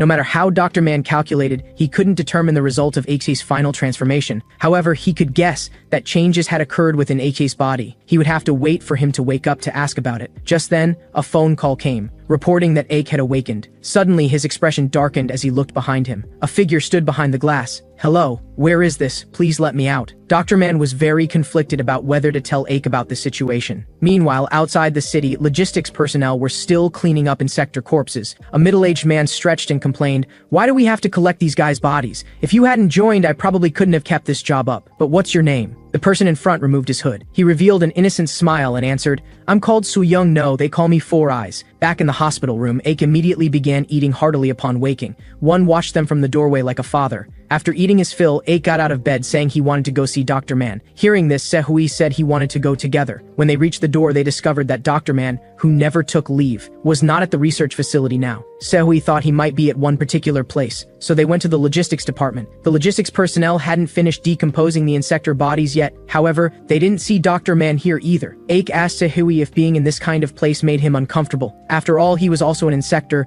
Sehui said he was fine. At this moment, someone nearby called out, "Move these two remains inside, that's enough for today." The middle-aged man was pleased with this, while Soo-young looked grimly at the remains on the cart. The middle-aged man turned and urged, "Soo-young, hurry up." Hearing this, Aik's pupils suddenly contracted. Soo-young sheepishly turned and answered, "Okay." He happened to meet Aik's murderous gaze, so we also sensed something was wrong. Aik walked towards Soo-young step by step. He immediately felt his heart tighten. Aik gave him no time to react. He reached out and grabbed him directly, then lifted him up entirely. Soo-young was still blaming Aik, but Aik roared even more furiously, "How dare you come in here!" The middle-aged man urgently shouted for Aik to stop. Sehui also told him to calm down, put the person down first. Soo-young snarled unwillingly. He grabbed Aik's wrist, which instead triggered Aik's stress response. He immediately punched him, sending him flying. The force was so great that Soo-young rolled on the ground several times. AK wanted to pursue, but was blocked by Sehui, who had sprouted wings. But AK still looked fierce. "Don't stop me, I'm going to kill that guy." Sehui shouted, "He's human!" At this moment, blood flowed from Soo-young's nose and mouth. Aik was stunned. He hadn't expected Soo-young's blood to be red. He had personally witnessed him swallow 50 pills and become a hideous crawler. But why was his blood red? Seeing he was out of it, Sehui told him to return to the dormitory first, saying he would stay to handle this matter. With that, he ran to check on Soo-young's injuries, only to be scolded by the middle-aged man. Soo-young said he was fine, but AK still looked deeply troubled. Later that evening, the middle-aged man complained to Soo-young. "How could there be such a person? By the way, do you know that guy who hit you?" Soo-young said he didn't know him. Regarding past memories, I don't remember clearly. The middle-aged man comforted him a bit more before saying goodbye and leaving. After he left, Soo-young muttered to himself, "Why single me out? What the hell did I do to anyone?" As he spoke, the blood vessels on his body pulsed violently, and his body rapidly enlarged. On the apex insect side, June barely managed to escape back to headquarters, but was so frightened she dared not even breathe, because Michan's oppressive presence was too strong. But she still reported the situation. Even the well-traveled Six Pillars changed expression upon hearing that Jangjin had been killed. Michan remained silent until he heard that Jangjin was killed by his own brother. He burst into maniacal laughter. "Brother, you really are remarkable. It looks like you've mastered new power. You really are unkillable." With that, he summoned ant duplicates. The duplicates surrounded June completely. "Since you managed to escape and bring back intelligence, I'll reward you. To become part of my body. Devour her." As his hand swept down, those ant duplicates all pounced on June. June froze on the spot. A loud crash followed. A severed arm fell nearby. Michan, filled with killing intent, looked aside and questioned, "What are you doing, Sixth Pillar?" Sijin Bang was holding Juim, having moved away from the original spot, her right arm already gone. Everyone thought she had gone mad, actually daring to defy the leader. Sijin Bang said with difficulty, "Sorry, my lord. This child is my only subordinate. I hope my arm can take her place in suffering." Hearing this, Michan smiled with amusement. Interesting idea, but the ants don't seem too satisfied. Sijin Bang could only ask him to give her one more chance. If she failed, she would voluntarily offer her body. Michan let out a cold laugh. Suddenly, he controlled the ant swarm to strike directly at Juim's neck. Sijin Bang shouted in desperation. Before long, Juim went still. Only then did Michan reveal his true purpose. "If I were you, I wouldn't come back after leaving. You can choose not to return now too, as long as you don't care about her life or death." Meanwhile, ever since discovering Soo-young's existence, Ak had been observing his every move. Later, he asked Yon about it, and learned that Soo-young had moved into the shelter soon after its completion. She also assured him that all members who passed the security system couldn't be insectors. However, there was one unusual point in the hospital records from 2 years ago, namely that Soo-young had what appeared to be extensive burn-like injuries on his body. In any case, A couldn't see any problems now. Moreover, Soo-young's personality didn't seem as detestable as before. At this moment, he heard a voice nearby. This must be a very powerful insector. Aik didn't respond, but instead asked where he had been during this time. Dr. Man only said he had taken leave for personal matters. "By the way, how is your evolution going?" AK honestly said that a red ant had protected his body, though the feeling was hard to describe. Dr. Man didn't dwell on it too much. Instead, he had Ak follow him to an underground location. The place was empty, like a huge cell. As soon as AK stepped inside, the iron door immediately closed. Before Aik could ask questions, Dr. Man said, "Sorry, I want to see your evolution with my own eyes."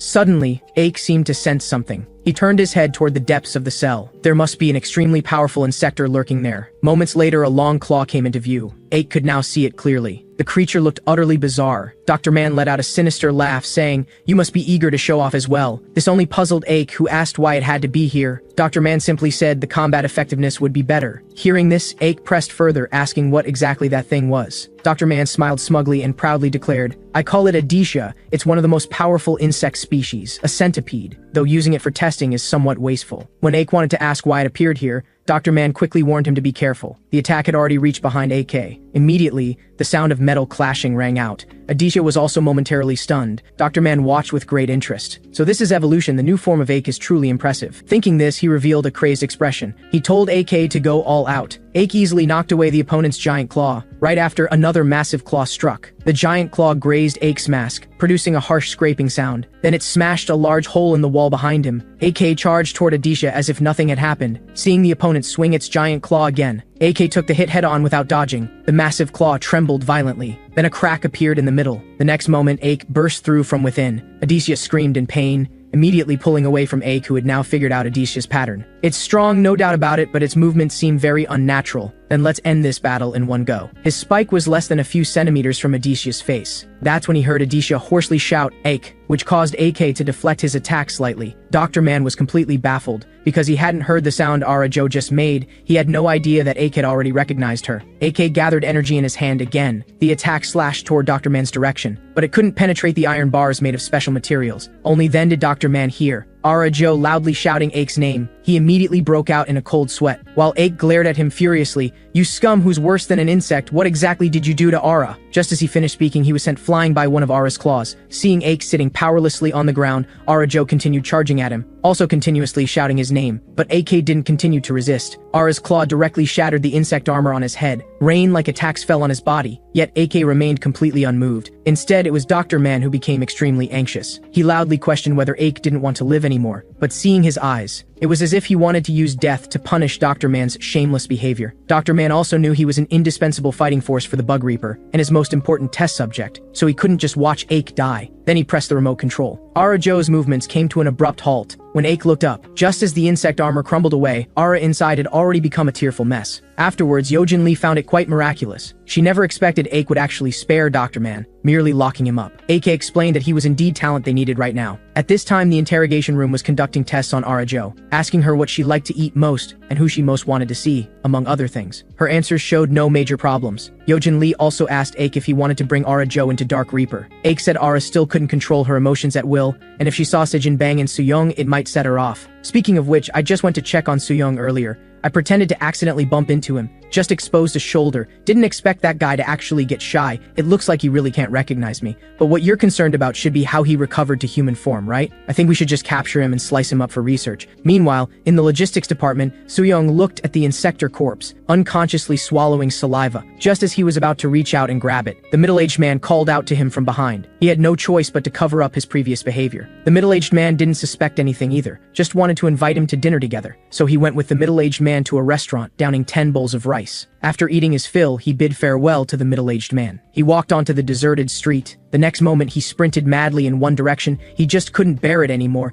Even 10 bowls of rice couldn't solve the problem. Then he came to a wall, parting the grass by the wall. Below was clearly the hole that Sehui had discovered before. Next, Suyong came to the outside of the shelter, feasting heartily on the insector remains. While eating, he kept exclaiming how delicious it was. He had no idea when he'd become addicted. Actually, he could normally endure it during work, until this morning when Yojin Lee came over and deliberately bumped into him. Everyone thought he was blushing from shyness. Only he himself knew it was craving for delicious food. One insector was quickly devoured by him until only scraps remained. Suyong lay on the ground, feeling absolutely satisfied. It was so good to be alive. At this moment, a female voice reached his ears. "Was it you who hollowed out the shelter's wall? Are you an insector?" Suyang quickly explained, "I'm human. That hole wasn't made by me either. I was just tired from work and fell asleep here." Junie revealed that she herself was an insector. Suyong never expected to encounter a living insector outside. He thought to himself, "I'm dead for sure now." he suddenly threw a punch. Actually, he didn't know why he did that either, but his enlarged fist was easily blocked by Junie. So-young was too scared to move. Then he was sent flying backward. He desperately tried to control his arm that wanted to punch,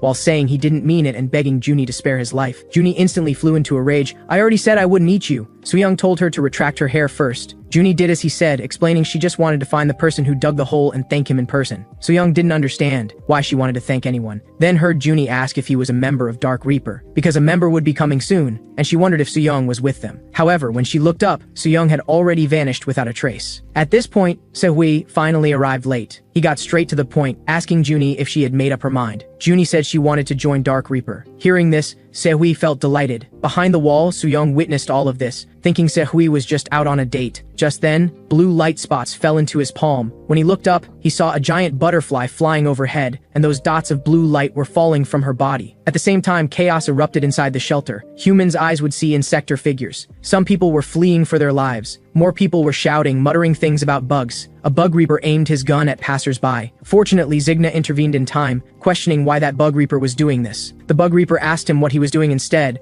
Couldn't he see the insector standing behind him? Zigna turned around and saw only an innocent-looking woman. Seeing this, he had no choice but to knock out the bug reaper. Looking at the scene before him, he sighed helplessly. Have all these people gone mad? The base's monitoring room also saw these images. Yun suspected it was the blue powder drifting from the sky causing the trouble, while restricting residents from going outside. They dispatched Yojin Lee and Min to investigate. Payo's expression was extremely grave. The insector's methods were becoming more numerous by the day, leaving him overwhelmed. At this time, So-wei still didn't know what was happening inside the shelter, still briefing Junie on the details of joining Dark Reaper. Then he heard the city's alarm sound. Just as he wanted to bid Junie farewell and enter the city, the ground suddenly shook violently. Then he saw dust clouds rolling in the distance, as if some massive creature was heading their way. Soon, Se-hui and Min had reached mid-air, but they discovered no anomalies. Min suddenly spotted two figures through thermal imaging. He reported this to Yojin Lee. Then they flew toward the direction they had seen. Seeing them approach, Hannah told Sejin Bang to leave first. She would handle things here. Upon hearing this, Sejin Bang bid her farewell. "Thank you, sister, not only for healing my arm, but also for bringing me here." Hannah solemnly told her to hurry away while the invisibility effect was still active, and never let herself get injured again. Their split action was immediately noticed by Min. Min was operating his machine about to pursue the escaping Sejin Bang. When it seemed like something pierced through, the robot exploded on the spot. Yojin Lee heard the warning in the explosion sound. "Touch my child and I won't let you get away with it." Only then did she clearly see Hannah's form, and remembered the scene from 2 years ago when she took her away. At this time, inside the shelter, Zigna easily knocked people unconscious, while AK tied them up with rope. Seeing Zigna pass by nonchalantly, AK handed him a mask. "Better put this on. I heard inhaling too much of this stuff can cause hallucinations." Seeing he still wouldn't stop, AK had to say, "Don't tell me you want to be controlled again." This had an immediate effect. Zigna didn't want to embarrass himself again. AK continued, "No need for thanks, after all, we're friends." Zigna instantly erupted in anger, saying that was all the parasite's nonsense, and that he was 3 years older than AK, he was the big brother. After saying this, he walked into an alley, still complaining non-stop, when he saw a figure appear before him. In an instant, blade light flashed. AK came over teasingly, "Let's walk together, friend." When he turned around, Zigna had already been struck down. He knelt powerlessly on the ground. That person cast a disdainful look. What a useless thing. On the other side, due to the blue powder's effects, So-ying felt restless and agitated all day, running frantically through the shelter. Scenes of being treated as a monster by his classmates flashed through his mind, and the accomplices who watched coldly from the sidelines, as well as the heinous culprit who caused him to become a monster. He could no longer suppress his anger. His entire body rapidly swelled beyond human proportions. On the other side, Zigna was actually struck down by Jogang with one blow. Seeing this, AK quickly drew his own weapon. However, his attack was also easily blocked. Through the attack method, Jogang identified them as Dark Reaper members. Just as AK was stunned, the blade's gleam had already reached his face. He narrowly avoided it, and pulled back to create distance. The mask on his face had already been split in half. Only then did he realize Jogang was no ordinary opponent, very likely one of the 6 pillars, so he immediately began evolving. Unexpectedly, Jogang had no intention of stepping forward to intervene. He said AK indeed looked very much like their leader, while his left hand had already transformed into a scythe-like weapon. The still-living Zigna caught a glimpse from the corner of his eye, and saw that mantis-like shadow. Before A could complete his transformation, a blade light swept across his cheek, then countless blade lights swept in all directions. The narrow alley instantly became a wide-open space. On the other side, Jogang had transformed into a mantis insector, boasting that he would deliver Ake's head to their leader. He could also sense that although Ake looked no different from an insector, there was always something discordant about him. The next moment, Ake made the first move. He instantly reached Jogang's front. However, his usually unstoppable spike was easily blocked, and he was swept away by Jogang's horizontal strike. He barely managed to steady himself. Jogang's attack immediately followed. Ake responded at once. Their weapons collided. The tremendous force instantly shattered the surrounding buildings. The two were locked in a stalemate for quite a while. Jogang also got a sense of Ake's strength. However, Ake didn't waste words with him, thrusting with his spike. Though blocked again, he immediately channeled his power, even though Jogang dodged by moving aside, causing Ake's attack to miss its mark. Jogang was also surprised by this force. Suddenly, a golden scythe extended from his wrist. The scythe spun rapidly, forming a large windmill that could both attack and defend. Jogang approached Ake while wielding the large windmill. Ake could only retreat to avoid its sharp edge. At this moment, a giant foot appeared. A large hand suddenly grabbed Ake's head. It was the maddened Soo-young. He grabbed Ake and charged forward desperately, finally running away with Ake right in front of Jogang. Only then did Jogang react. There was another person. Then he too disappeared from the spot. Soon after, a loud crash came from a tall building. The insect armor on Ake's head was completely smashed. He had just struggled to stand up when Soo-young grabbed him with one hand again, lifting him up like a little chick. Only then did Ake notice Soo-young's appearance. However, Soo-young screamed madly, "Don't look at me with those eyes!" Jogang had also followed, thinking the newly appeared insector was Ake's companion. Now it seemed that wasn't the case, and that insector also made him feel very uncomfortable, so this time he planned to deal with both of them together. At this moment, a sharp blade flew over, easily deflected by Jogang. Zigna slowly approached him. "Don't disturb their date. Come play with me instead." Jogang immediately recognized the two blades on Zigna's back. They were made from the two horns of the golden giant beetle. Zigna no longer hid anything, transforming and drawing his blades in one fluid motion. On the other side, outside the base, chaos had erupted, with the blue powder continuing to take effect. Soon after, Sejin Bang's form became visible. It seemed the invisibility effect had worn off. Several security guards immediately came out to attack her. Sejin Bang spread her wings, radiating brilliant red light. Those security guards actually ignored her, and instead charged at innocent crowds. At this time, Pio was still worrying about the current situation. Soon he heard gunshots. Two guards inexplicably fired at each other. Sejin Bang calmly walked through the door. A scythe was immediately placed before her. Pio put on a gas mask before daring to speak. "So it's you, the culprit behind this chaos. So why did you come here?" As he spoke, the scythe had already cut Sejin Bang's skin, but Sejin Bang remained calm, saying, "Before that, please listen to my story first." The red light from her wing suddenly activated. Pio was momentarily dazed, and found himself in an illusion. The mask on his face was like a mere decoration. Sejin Bang spoke again. "From now on, everything about you will be under my control." At this moment in the sky, Yojin Lee was being tightly entangled by Hannah and was even at a disadvantage. Hannah noticed the blue powder had stopped spreading. Sejin Bang must have succeeded. Yojin Lee then asked if that person just now was Sejin Bang. Hannah no longer concealed it, openly stating she'd already become one of the 6 pillars. While speaking, she didn't forget to launch a sneak attack, but it was blocked by Yojin Lee's threads and firmly grasped one of her weapons. Yojin Lee demanded angrily, "What exactly did you do to her?" Hannah calmly replied, "We didn't need to do anything. That child grew up on her own.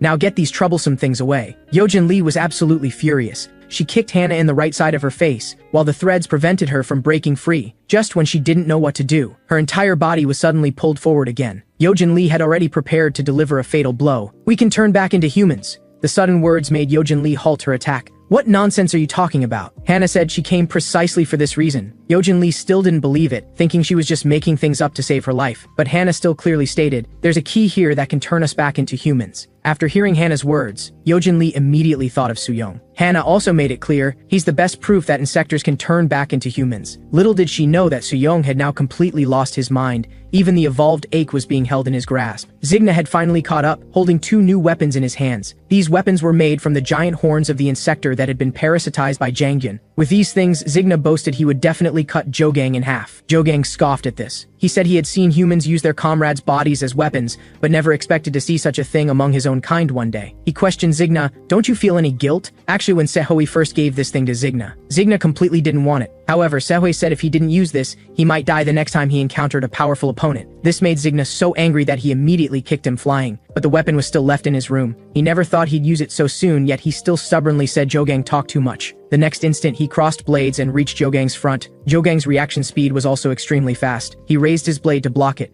The blade energy went straight in that direction and slashed Soo-young's back, but it could only tear his clothes, while Zigna and Jogang were locked in combat. He questioned Jogang about why he abandoned Six Shot if he cared so much about his kind, but Jogang asked him what Six Shot was. Zigna was speechless, then flew into a rage. "You forgot so quickly? That was where I lived." Saying this, he raised both swords to attack Jogang. Jogang also responded in kind by spinning his large windmill, saying such an existence didn't even need to be known about. The two-fold attack crashed together, with powerful airflow spreading outward from their center. Meanwhile, Aik was still staring at Soo-young before him. Unexpectedly, Soo-young suddenly exploded with rage. "Don't look at me with those eyes!" The prepared Aik just lifted his hand slightly to neutralize his attack. He scolded Soo-young to let go, but Soo-young remained unmoved, so he grabbed Soo-young's arm and directly stabbed his other hand into his arm. Soo-young immediately cried out in pain. Furious, he directly flung Aik away. Aik used a pillar to stop his momentum, borrowing the force to instantly reach Soo-young's front, and gave him a punch. Rain like attacks fell on his body. Soo-young was beaten without any ability to fight back. He strangely tilted his head backward. The next moment, he suddenly opened his mouth wide toward Aik. Aik sensed danger, avoiding his sneak attack, then cleanly severed his tentacles. Now Soo-young couldn't even cry out. Aik said flatly, "It should end now." He immediately delivered a horizontal slash but struck empty air. Only then did he discover Soo-young was already kneeling on the ground, returning to human form. Just as he hesitated whether to continue attacking, he saw tears sliding down Soo-young's face, making broken sobbing sounds. "Sorry, my friends." Before Aik could make his next move, a loud crash came from behind. When he turned to look, Zigna and Jogang had already separated. Jogang's weapon was in tatters. Large amounts of blood splattered from his body. The next moment he was seen falling to his knees. Zigna was breathing heavily. Then he showed a forced smile and said proudly, "The 6 pillars still lost to me." Right after saying this, he collapsed powerlessly to his knees. Aik slowly walked over, asking if he needed help. Zigna told him not to interrupt his enjoyment of victory, but he also found it hard to believe, complaining that he never expected this level of strength was only the 4th pillar, if it weren't for having this thing. However, before he could finish speaking, Jogang's voice rang out again. "The battle isn't over yet, did you forget? This is just my first form." After saying this, a terrifying aura burst from his body. Aik and Zigna immediately prepared for battle.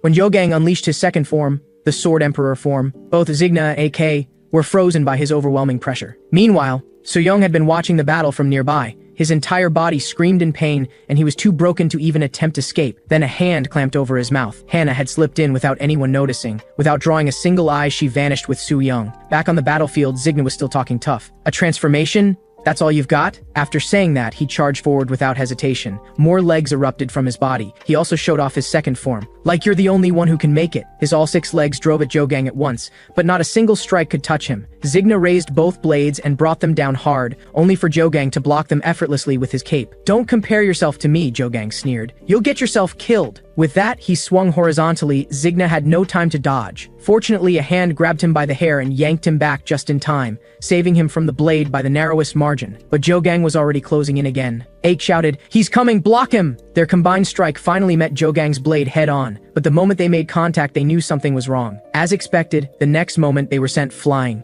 They realized with horror that Jogang's current power was on a completely different level than before. Before they could recover, Jogang was already standing over them. "I didn't expect you still have breath to spare. Let me start with you." He swung his blade straight at Aik, suspended in midair with nothing to push off. Aik had no way to evade. Luckily, Zigna knocked him clear with the hilt of his blade just in time. But when Aik steadied himself, Zigna had already taken a direct hit. Aik launched himself at Jogang in a blind rage, but his every strike was blocked and he couldn't even get close. What's worse, his spikes were also shattered to pieces. With Jogang bearing down on him, Aik looked like he had given up. Then his eyes caught Zigna's fallen blade. He snatched it up and drove it towards Jogang's neck. Jogang halted for a moment, but Aik saw that he was completely unharmed. "Your swordsmanship is disappointing," Jogang said mockingly. Suddenly, another blade came down on the other side of his neck. Zigna roared, "You bastard, that slash of yours really hurt? So tell me, how is my swordsmanship?" Blood trickled from Jogang's neck, yet he remained completely calm. A little better than his. Zigna let out a furious roar. "Then it's time for you to die." Aik pushed in at the same moment. The blade sank slowly into Jogang's skin. At this moment, 2 ferocious waves of blade energy erupted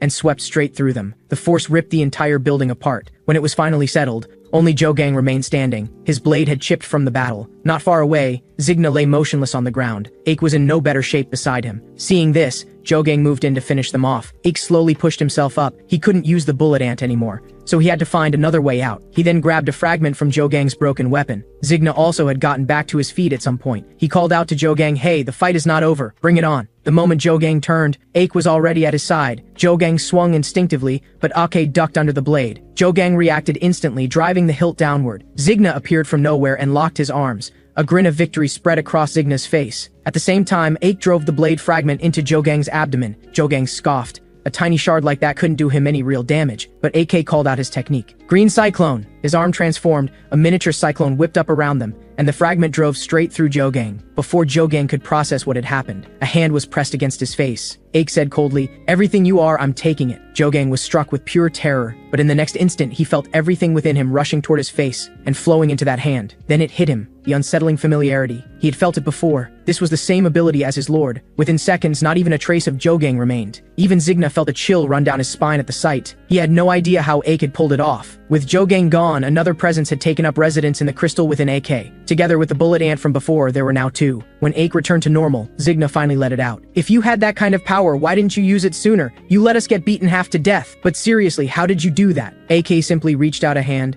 and Zigna flinched. Aik explained that it had been a gamble. He had always absorbed power through fragments of insectors before. This time, he just tried something different, and it actually worked. He had absorbed the mantis insector whole. His answer made Zigna even less eager to get close to him. Then Aik suddenly coughed up a mouthful of blood. He struggled to explain that the mantis insector was still thrashing violently inside him. Seeing the state he was in, Zigna's expression filled with concern. Then Aik smiled, which sent a chill straight through Zigna. At this time, the wail of sirens reached them from the shelter. They were about to head over, when a figure appeared behind them. "I'd advise you not to." They turned to see who it was, and froze in disbelief. Standing there was Red, who had been missing for 2 years. Meanwhile, the shelter had descended into total chaos. Most of the Bug Reaper members had fallen under an illusion. They were calling everyone they saw an insector. Only a handful of familiar faces had stayed clear-headed, desperately trying to hold the others back. Outside the city, Sahui and Junie were dealing with a massive insector of their own. Arajo was still locked in her cell. She could hear the uproar outside. She banged on the door, trying to find out what was happening. The door opened from outside. Arajo was about to protest. She wasn't supposed to be let out, not while she still couldn't control the power inside her. But the man just muttered to himself, "Insector spotted." Arajo admitted she was an insector, but before she could finish,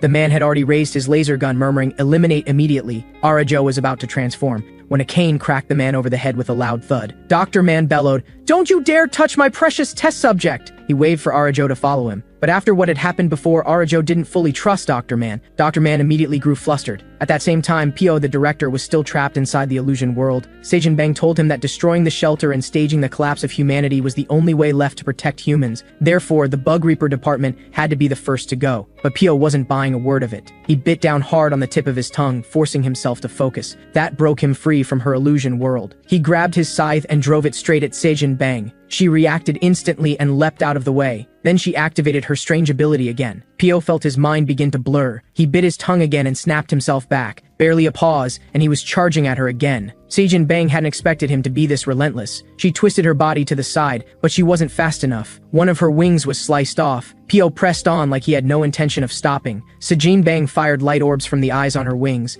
but Pio batted them aside with ease. A moment later, her other wing was torn to pieces. Arajo, walking behind Dr. Man, suddenly felt something. Dr. Man was rambling ahead of her, apologizing to her for what he had done before. But when he turned around, Arajo was gone. She had already made her way toward the room where the battle had just taken place. By the time she got there, the fight was over. Pio leaned against the wall, exhausted. He drew out a cigarette and pressed the tip against a screen. The screen flickered with a pale green glow and chimed, "Protocol activated." He murmured softly, "I'm sorry everyone. Everything has gone as planned. You had better keep your promise." Sejin Bang gave a quiet reply. The next second, her tentacle drove straight through his head. On the other side, Ak and Zigna watched the shelter erupt into flames. Moments later, Sejin Bang appeared, carrying Arajo. Pio was dangling from a wasp, his condition unknown. Before Aik could move to help, Sejin Bang set Arajo down a short distance in front of them. Ak rushed forward to take Arajo and demanded to know what Sejin Bang had done with Pyo. Sejin Bang only said that when the time came they would understand. With that, she took Pio and left. Ak turned to Red and asked him to explain everything. Just then, a massive insect swooped in from the side. Red told Ak to follow him first. Soon after,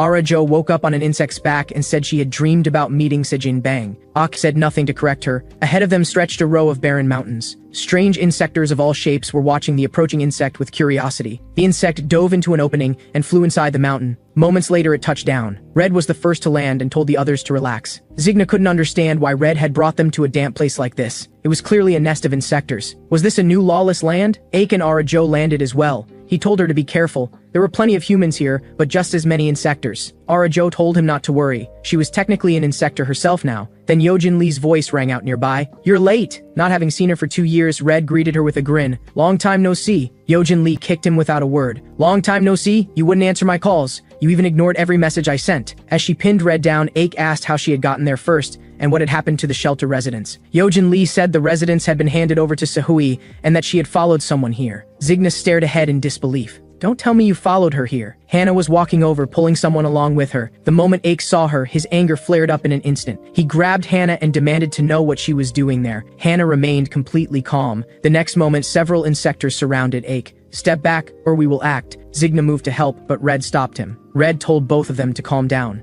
Ake turned on Red instead. "What are you doing?" Then a voice came, familiar yet strange. "Enough, let me explain." Ake jolted at the sound. The one speaking was the assistant who had transformed into an insector 2 years ago and hadn't been heard from since. "We want to become human again. We want to live alongside humans. This place is called Unity Base and our goal is to eliminate your brother Mishan. That is why we have gathered here." On the other side, Sejin Bang had returned to the apex insects. The other pillars were eager to hear how her mission had gone. She knelt before Mishan and reported respectfully. "As you commanded, we have destroyed the shelter along with the Bug Reaper Department. This man is the current director of the Bug Reaper Department." Mikan clearly recognized PYO. He demanded to know where PO had hidden his grandmother. Then he burst into laughter. "Right, there's no way that old woman survived the blast." He went on to praise Sejin Bang. "I didn't think you'd actually pull it off. Interesting. Jogang I sent to keep an eye on you never came back." Sejin Bang claimed she had done everything she could and had only wanted to rescue her subordinate. Mishan already knew her real intention. He said flatly, "Come out." Sejin Bang's pupils contracted. She should never have let herself hope, because what remained of Juim was nothing but a hollow soul, being toyed with in Mishan's hands.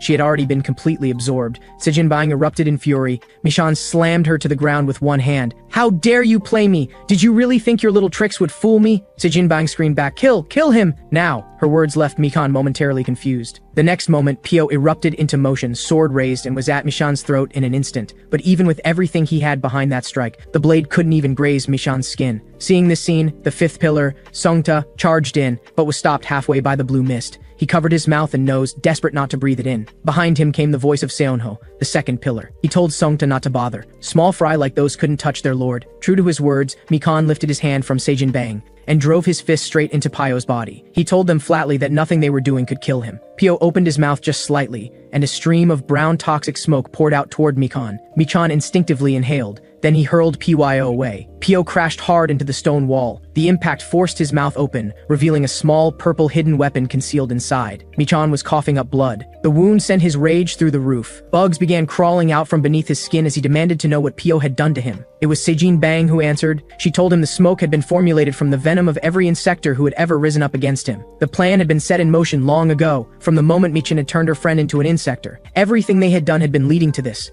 To kill him. Michan trembled with rage. Black ants began taking shape at his side at terrifying speed. He let out a furious roar and launched himself at Sejin Bang. He moved so fast she had no chance to escape, but a large hand shoved her out of the way. Pyo, who had pushed her clear, had half his body torn through in an instant. Sejin Bang was on the verge of breaking down. Pyo gathered every last bit of strength he had to comfort her. "You have to finish what we agreed." It turned out they had worked it all out back in the illusion world. Sejin Bang had originally planned to sacrifice herself to release the toxic smoke, but Pyo had taken it from her. He told her that a device shaped like a cigarette holder was meant to be used by him. He wasn't about to let someone as young as her throw her life away. Even if they appeared to be enemies, Sejin Bang was humanity's future. He wanted her to live. At that moment, the black ants had already devoured Pyo entirely. When the swarm parted, not even his bones remained. On the ground lay only his shattered glasses, and a scattering of ants belly up around them. Only then did Michan realize that Pyo's own body had been laced with toxin, before he could summon the ants again. Sejin Bang was already charging with Pyo's sword. She drove it straight through his body, but Michan seemed to feel nothing. He reached back and grabbed her by the head. Sejin Bang could only stare at him in despair, whispering over and over, "I will kill you." What Mishan said next crushed the last of her hope. He had known all along about their plan to become human again, and he had always known that none of their methods could truly threaten his life. He had played along with their scheme just to let them see with their own eyes how foolish it all was. With that, he absorbed Sejin Bang into himself. The power radiating from him had grown even more overwhelming. Sungta rushed over, asking anxiously if he was all right. Mishan suddenly burst into laughter, dripping with contempt.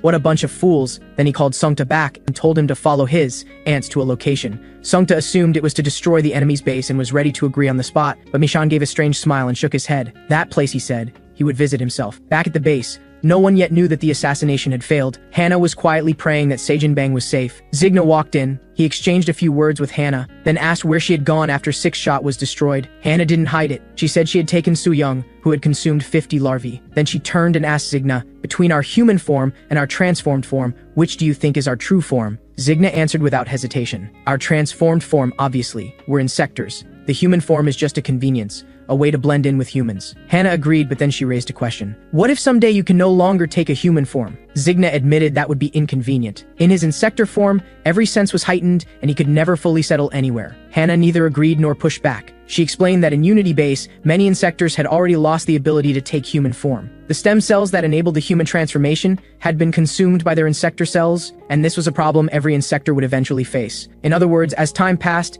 they would have no choice but to live permanently in their transformed form. Hannah was researching how to restore insectors to humans, and she was also conducting her studies on this problem. Right now, the most significant result of both lines of research was Su Young. Ake heard all of this from the assistant as well. He learned for the first time that it had been Hannah who had helped the assistant, keeping him from losing himself entirely to his insector nature. But fully returning to human form was no longer possible for him. Even so, the assistant blamed himself, saying it was natural for Mishan to harbor resentment after being under his watch for 10 years. Ake told him it wasn't his fault. His brother Mishan was simply evil, and that was what had brought everything to this point. Shortly after, Hannah gathered everyone and told them there was a mission that needed to be done. Red's first question was how much it paid. Yojin Lee shut him down immediately. Hannah assured them they would be compensated fairly. The mission was to go to her former lab and get the results of her experiments. Her assistant Mint would lead them there. Aik wanted Arajo to stay behind, but she refused flat out. She also wanted to help. Aik didn't push further, they set off immediately. What they didn't know was that Sungta had already been to Hannah's lab, and he was holding exactly what they had come to retrieve. Sungta asked Black Ant at his side, "It looks like a few people are heading this way. Do we take them out before we head back?" Meanwhile, Aik and the others were making their way to the lab. Since Arajo wasn't much of a speed walker,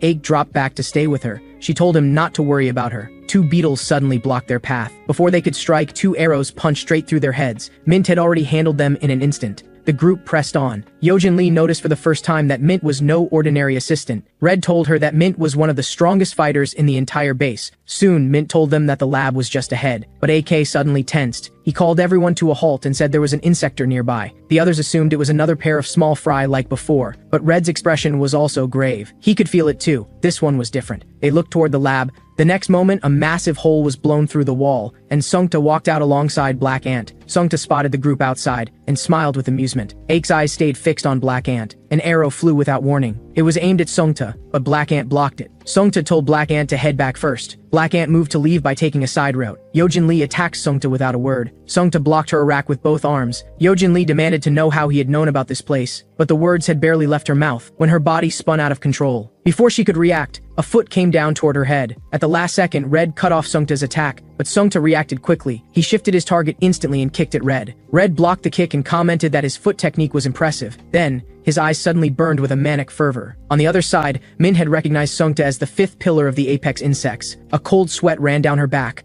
Suddenly, a figure charged toward them. Arajo immediately recognized it as Black Ant. Mint fired an arrow without hesitation. It passed straight through Black Ant's body, but what was hidden inside was now exposed. Mint called out that it was the medicine they had come for. The fact that Mishan had sent someone to retrieve it meant Sejin Bang's plan had worked. Arajo became serious in the moment she heard that. By then, Black Ant had slipped past both of them, but Ake stood in his way. Ake stood still as Black Ant barreled toward him. Black Ant threw a punch, but the fist dissolved before it could land. Then Black Ant's entire body scattered apart. Ake watched the ants drift past and still didn't move, until Black Ant reformed behind him. Ake turned and asked, "Why did you hold back? Are you holding on to something from before? Bring it on, devour me just like you used to." Black Ant let out a furious roar. Ake was about to transform when Black Ant turned and ran. but he barely made it a few steps before a single punch reduced him to nothing. It was Ara-jo. She told Aik that Black Ant couldn't be allowed to leave. Aik panicked and told her to get back, but before the words were out, countless ants were already swarming up her arm. Their bites made Ara-jo cry out in pain, but she refused to let go. In her hand was the medicine they had come for. Left with no other option, Black Ant scattered and retreated. Ara-jo wasn't sure if she had grabbed all of it. Meanwhile, inside the lab, Sungta was facing off against Red and Yojin Lee. Red hadn't expected Sungta to hold his own against both of them without transforming, and yet Sungta was actually gaining the upper hand. Sungta blasted them both back, then settled into an unusual stance. Let me show you what I can do, just try not to die too quickly. With that, his transformation was complete. Red and Yojin Lee showed no fear. They told him that anyone could talk big, then they both underwent their second transformation. But the moment they finished, Mint seized the moment and fired an arrow at each of them, calling out, "I'm really sorry." After the sudden attack, Yojin Lee couldn't understand why Mint had turned on them. Red simply told Mint not to do anything unnecessary. Then he pulled the arrow out and tossed it aside. Yojin Lee then realized the arrow hadn't hurt at all. As it dissolved into her body, she felt a surge of power fill her. Red explained that this was Mint's support ability, it enhanced their physical performance. Then he asked Yojin Lee to step back and let him fight alone for now. Before he finished speaking, a massive energy orb grazed past Mint, and the shockwave sent her tumbling. Sungta was furious that Mint had interfered with his fight. He fired another energy blast. Falling through the air, Mint had no way to dodge, but the orb was split clean in two. Two holes exploded through the wall behind it. Mint was already cradled safely in Yojin Lee's arms. Yojin Lee just said to Sungta, "Stay focused." The next second, Sungta took a punch before he could react. Before he could recover, Red pressed the attack. Caught off guard, Sungta took another hit. He steadied himself immediately. The next second, an energy blast roared toward Red. A ladybug flew in front of Red. It took the full blast and was destroyed in the same moment. The next moment, Red was right in front of Sungta. Sungta met him with a straight punch. The two fists collided, neither giving ground. Red sent another ladybug at Sungta. The explosion rang out, and the ladybug was gone. Red stood unscathed, while Sungta was covered in blood. He snarled, "This duel isn't over." What Red said next was completely shameless. He said their one-on-one duel was over. What came next was a group fight. Even as he said it, his fist was trembling, lined with cracks. Then Yojin Lee and Ake appeared behind Sungta. Sungta didn't look worried at all. He said the more of them the better. They were all welcome to come at once. Then he slammed a fist into the ground. The impact was so powerful that even Ara-jo could hear it from outside. A wave of anxiety washed over her. Moments later, the entire lab had been reduced to rubble. AK and the other two stood above what remained of a water pool, and they had all come to the same conclusion. Sungta was an amphibious insector. He had gone into the water, and he had probably escaped. Yojin Lee turned on Red. She couldn't understand why he'd let Sungta get away when he clearly had the ability to finish him. Red said helplessly that he hadn't been as composed as he looked. By that point, he couldn't have launched another attack right away, and Sungta had the strongest offensive power of any insector he had ever faced. Not even close to Gunil 2 years ago. Then AK told them to be careful. The water began to churn like it was boiling. A huge water orb burst up through the surface, with Sungta encased inside. "You haven't forgotten what I said, have you? Don't die too easily." He was already fully charged as he spoke. Over a dozen water orbs screamed toward the three of them. Red and Aik could barely dodge and deflect. Yojin Lee launched herself into the air. She unleashed her silk threads and cut through the orbs. They split apart, revealing Sungta inside, now in his second form. Yojin Lee sensed something wrong and spun to retreat, but Sungta had no intention of letting her go. A water lance launched forward, slicing into Yojin Lee in an instant, but she wasn't someone to be pushed around. She spun and countered, firing threads from all 5 fingers. Sungta blocked 4 of them, but the 5th pierced through his left shoulder. The thread immediately knotted tight and yanked him forward. Aik seized the moment and charged, but Sungta didn't retreat. He drove forward instead. AK landed a hit on his waist, but took a hit to his right arm at the same moment. The insect armor on Aik's right arm shattered. They both hit the ground at the same time, but Sungta's expression had grown heavier because AK's right hand had changed. Sungta recognized it immediately. It was Jogang's ability. Aik didn't deny it. He just said this was the right moment to use it. As he spoke, his other hand closed around one of Mint's arrows. He drove it into his own body, and his body began to shift. Sungta didn't look angry, he smiled. He said he had always wanted a chance to face Jogang, but their lord's orders had always gotten in the way. "Now, let me see what you've got." He charged at AK without waiting another second, and AK's transformation was complete. He raised his hand and caught Sungta's punch easily. In mere moments, they had already traded over 100 blows across the water. Sungta showed no grief over his fallen partner. Instead, he told AK not to tarnish Jogang's name. With that, he launched a barrage of water blasts straight at AK. Every single one was sliced clean in half. In one stride, AK closed the distance between them. Caught off guard, Sungta took a slash across his body, but instead of backing off, he surged forward and drove his fist into AK's jaw. A relentless flurry of punches followed. AK had no choice but to block each blow with both weapons. The moment they broke apart, Sungta fired off another round of water blasts. AK hurled both weapons forward. His plan was to shred the blasts and land a devastating hit on Sungta in the same motion, but the weapons flew wide on either side of him. Sungta fired one more water blast, then vanished and reappeared behind AK, locking him in place. The water blast hit them both head-on. Their bodies were launched into the air. Still holding AK in his grip, Sungta twisted mid-flight and drove AK, who was unable to move, straight down into the rocks below. Sungta, seizing the opportunity, leaped to the side. Without sparing AK another glance, he turned and beckoned to Red. Red stood still, then raised one hand and made a throat-slitting gesture. Sungta hadn't figured out what that meant yet, when AK's blade was already in his face. In haste, he barely managed to jerk his head aside. He kept his life but lost a chunk of his face. AK clenched a scythe between his teeth and unleashed several small objects in rapid succession. The next moment, Sungta let out a wild, furious roar. He slammed his fist into the water, and a surge of energy tore forward from beneath his feet. A massive energy wave erupted from the water and swallowed AK whole. As the rule of no smoke, no damage, AK walked out just fine. Somehow, a massive scythe had appeared in his hand, and it had absorbed the brunt of the blast. AK advanced, swinging the scythe. In one swift motion, Sungta's head left his shoulders. AK caught the severed head in his grip. With a single thought, he devoured him. The body didn't escape either. Nearby, Yojin Lee regrouped with Red. Yojin Lee asked Red what he thought of AK's new power. Red answered truthfully that he had seen it before, but he hadn't expected it to be this terrifying. Still, AK hadn't come out unscathed. His injuries were bad enough that he had to lean on Yojin Lee just to walk, but their mission was a success. Mint said that she had grabbed the centrifuge during the chaos. Meanwhile, back at Unity Base, Zigna had barely finished a yawn when the collar around his neck suddenly fell off. He was about to ask if Hannah had done it, when he caught Hannah on the phone saying, "You ran into a six-pillar?" Hearing this, Zigna yelled out. He was disappointed that he had missed out on the action. Hannah ignored him. All she cared about was cooking a big meal for when everyone returned. But the moment they stepped out of the stone chamber, they noticed the sky had turned completely black. It shouldn't have been night yet. The residents were gripped by panic. One red insector volunteered to fly up and investigate. As he got closer, he found the entrance was somehow blocked. But before he could finish his sentence, his voice faded away. His body dropped from the sky, tiny black specks drifting all around him. His companion moved to catch him,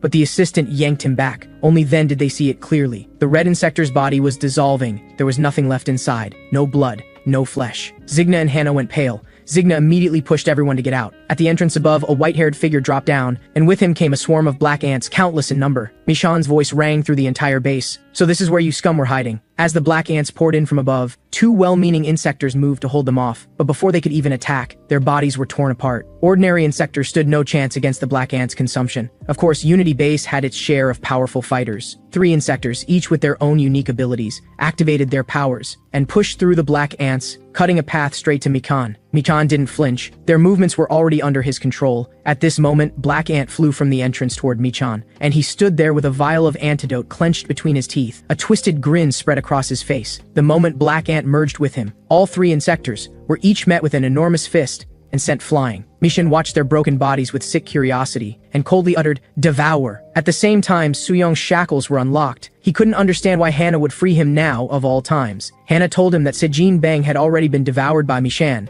which meant Michan now knew everything, including their plan to use Suyong to create a cure to turn insectors back into humans. So she told Suyong to run. While they spoke, Michan's black ants were already hunting down a child and a flying insector. At the critical moment, the assistant stepped in front of them, ordering all non-combatants to evacuate immediately. Then a voice from right in front of him turned his blood cold. "Long time no see. Are these the combatants you're talking about?" Before the assistant could answer, Michan ordered them to attack. The assistant could only scream Michan's name in rage. The next moment, a hand was right in his face. Michan's voice was ice cold. "What exactly have you all been scheming here? Were you trying to destroy someone like me?" The assistant gave an affirmative answer, stating that Michan was a disaster who had to be eliminated. Hearing this, Michan's eyes went colder. "You brought this on yourselves, so come inside me. Watch firsthand how I destroy this world." At that critical moment, Zigna's blade came down. A thin line of blood seeped from Michan's arm. Zigna realized his cut was still too shallow. He complained, "It's all those ants' fault." Michan turned to him with cold indifference. "What are you?" Zigna's gaze turned serious. "First time meeting, I'm Zigna, the one the apex insects betrayed." He leveled his blade at Michan. "And right now, I'm your brother's friend. Honestly, I've always wondered what you looked like. It turns out you're just like your brother, you look like even worse than AK." Michan didn't get angry. He smiled. "Looks like my brother made a bad choice in friends." Zigna said nothing more. His twin blades rang out as they clashed. Michan had already summoned a swarm of black ant clones around him. Meanwhile, Ake and the others were rushing back to base. Ak had passed out on Red's back. He was dreaming of Michan again. A young Michan holding a tiger sword he had made himself, while he watched Michan with nothing but fondness. In the dream, Michan asked to play Tigerman again, but this time, he wanted Ake to be the hero and cast himself as the monster who destroys the world. Ake jolted awake. Red asked if he was all right. Ake warned with a grim expression, "We need to hurry. Something's wrong, I can feel it." They reached the top of Unity Base not long after, but the moment they stopped, What greeted them was a ground littered with bodies. None of them knew what had happened, but Ake's face went dark. He had seen the black ants crawling over the remains. Mint knelt down to check on one of them. The arm snapped off the moment she touched it, hollow inside, completely empty. Ake was already moving past her, and threw himself alone into the cavern below. He began his transformation on the way down. When he hit the ground, his eyes went wide at what he saw. It was Zigna standing before him, battered, clothes torn to shreds. He slowly turned at the sound and forced out the words, "You're finally back, the rest is up to you." Ake lunged toward him with a roar. "No!" But Zigna's body had already begun to twist and collapse inward. In an instant, he was devoured into Mishin. Mishin's face curled into a sneer. Ake's eyes turned blood red. He screamed at Mishin's name and charged. Mishin came right back at him. For the first time in 2 years, the brothers clashed. The moment their hands made contact, both unleashed their devour ability at full force. Their power was perfectly matched, and for a moment, the battlefield fell completely still. Then Mikan swung first. Ake answered right back, fists flying in every direction. AK took a hit square in the face, and Michin caught one on the jaw. Neither backed down, and they still refused to let go, furiously pounding each other with their free hands. The sound of the blows echoed through the hollow base. Half a minute later, they were sent flying backward at the same time. Mishan recovered first. He sent his black ants straight at AK. They were on Ake in an instant, but strangely, the two clones just stood there and did nothing. Mishan's fury exploded. "I am your master! Attack him now!" Only upon hearing the command did the black ants attack AK again, catching him off guard and striking him. A came flying out of the swarm moments later, and he hadn't taken much damage. After all, he had spent 2 years being eaten alive by black ants. He shifted into his full mantis form. Seeing that the black ants weren't enough, Mishan drew on the abilities of his absorbed insectors and launched a new assault. AK raised his weapon without a hint of urgency, and in the next instant the attack was split in two. Then he shot forward. Mishan had no time to defend. 2 deep gashes appeared across his chest, but it was no more than a light wound. When AK turned around, he froze. Mishan had transformed into a black ant form, almost identical to Ake's own. Ake couldn't believe what he was seeing. Mishan introduced himself as Ant Castle Project Test Subject Number 3. Meanwhile, above the base, Yojin Lee and the others were still staring down at the blocked entrance. They all wanted to go down and help, but getting through the black ants sealing the entrance was another matter entirely. They hadn't spent years being eaten alive like Ake had. Just then, Suyong came sprinting past them. Arajo was the first to spot him. She morphed a centipede arm and blocked his path. Suyong was startled to see it was Arajo. Arajo was cold and flat. "Where do you think you're going?" The 3 others nearby didn't move. They trusted Arajo could handle him alone. Before Suyong could say anything, Arajo said it herself, "You are trying to run away." Her expression turned colder by the second. She despised him who had indirectly led to Sejin's death. But she held herself back and demanded he tell her what had just happened down there, and more importantly, which way he had come up from. Suyong didn't try to hide it. He pointed in a direction and said plainly that if they went down there they were dead. Arajo's reply was simple. "That's none of your concern." Then she ordered him to lead the way. Suyong knew escaping was no longer an option. He led them to a hidden passage. Even Mint, a member of Unity Base, had never known this passage existed. Suyong told them Hannah had shown it to him. But he refused to go any further. He told Arajo the stairs would take them straight to the base. Arajo gave him no choice, ordering him to continue leading them down. Suyong hesitated, but he knew what refusing would cost him. He had no choice but to agree. At that moment, Yojin Lee gave Red a shove, telling him to keep up. Red had just turned to tell her to stop pushing, when his eyes sharpened. A stranger was already launching a sneak attack on Yojin Lee from behind. He stepped forward to shield her without hesitation, and was sent flying by a massive impact. Yojin Lee called out to check on Red, but Red told her to run. What neither of them noticed was that Seonho, who had just launched that attack, suddenly clapped his hands over his own ears. Then a cough came from nearby. Yojin Lee turned toward it, and saw a scruffy old man open his mouth wide and unleash a devastating sonic wave. In an instant, rocks and earth exploded in every direction for 100 meters. Only Red, far enough away, escaped the blast. Yojin Lee was knocked unconscious from the shockwave alone. The old man stood over her with a strange laugh. This was Nogu, the first pillar of the apex insects. Then he dropped to his knees beside her, tears streaming down his face, the picture of grief. He scooped her up in his arms and lamented what a shame it was, such a beautiful girl gone, before he'd even had the chance to introduce himself. The next second, he tipped his head back and screamed at the sky like a man who had lost his mind. At that moment, a crack split across Yojin Lee's shoulder, and her entire body unraveled into streams of colorful silk thread. Nogu didn't have time to process what was happening. His mouth was stitched shut. A powerful force slammed him toward the ground, just as a burst of light erupted from below. Nogu strained to lift his head, just in time for Yojin Lee's foot to connect with his jaw. Yojin Lee was furious, because that scream had nearly burst her eardrums. Elsewhere, Mint had just come too. She turned to check on the others behind her, but the passageway was gone. All that remained on the ground was Arajo's severed arm. Before she could process that, another terrifying sonic wave erupted nearby. Nogu had shifted into his cicada insector form and was hammering Yojin Lee with sonic waves. Luckily, sound takes time to travel, so Yojin Lee could dodge by flexibly changing positions. She found his opening and flung a silk thread net, catching Nogu's face dead on. The next instant, she had already flashed to Nogu's side, preparing to attack. But Nogu raised his arm suddenly. The cannon built into his arm had finished charging. Yojin Lee had nowhere to go. The blast hit her clean. The force was enough to send her crashing through 2 entire mountains, and she was still falling. But Nogu didn't give chase. Instead, he called after her, asking if she had heard him weeping for her. On the other side, Seonho, the second pillar, was demanding to know if Red was the one who had killed Gunil. Red just smiled and didn't answer. Instead, he asked if Seonho wanted his autograph. Seonho said something like that would look better carved on Red's gravestone. Red got to his feet and said he'd be happy to add Seonho's name to it too. The tension between them surged. The next second, both transformed and launched attacks at each other. At the same time, Soo-young was just regaining consciousness. He opened his eyes to find the entrance above was sealed. He checked himself and found that he wasn't injured. Then he heard something and turned. He was stunned at the sight of Arajo standing with her back to him with her right arm gone. It came back to him then. In the split second before the sonic blast, it had been Arajo who had pulled him out of the way and shielded him with her own arm. It made him think back to 2 years ago when he had been desperate to survive and had shoved Sejin Bang behind him as a shield. He only felt sick with himself now. He couldn't understand why Arajo would save someone as despicable as himself. Arajo didn't answer right away. After a long moment, she let out a deep breath. She said she didn't know why she had done it either, even though she hated him with everything she had. Meanwhile, Aik stared at Mishin's new form in disbelief. Mishin just smiled and said he'd show Aik the right way to use black ants. Then Aik watched, as black ants began drifting out of the wreckage all around them. Every one of them were under the control of Mishin.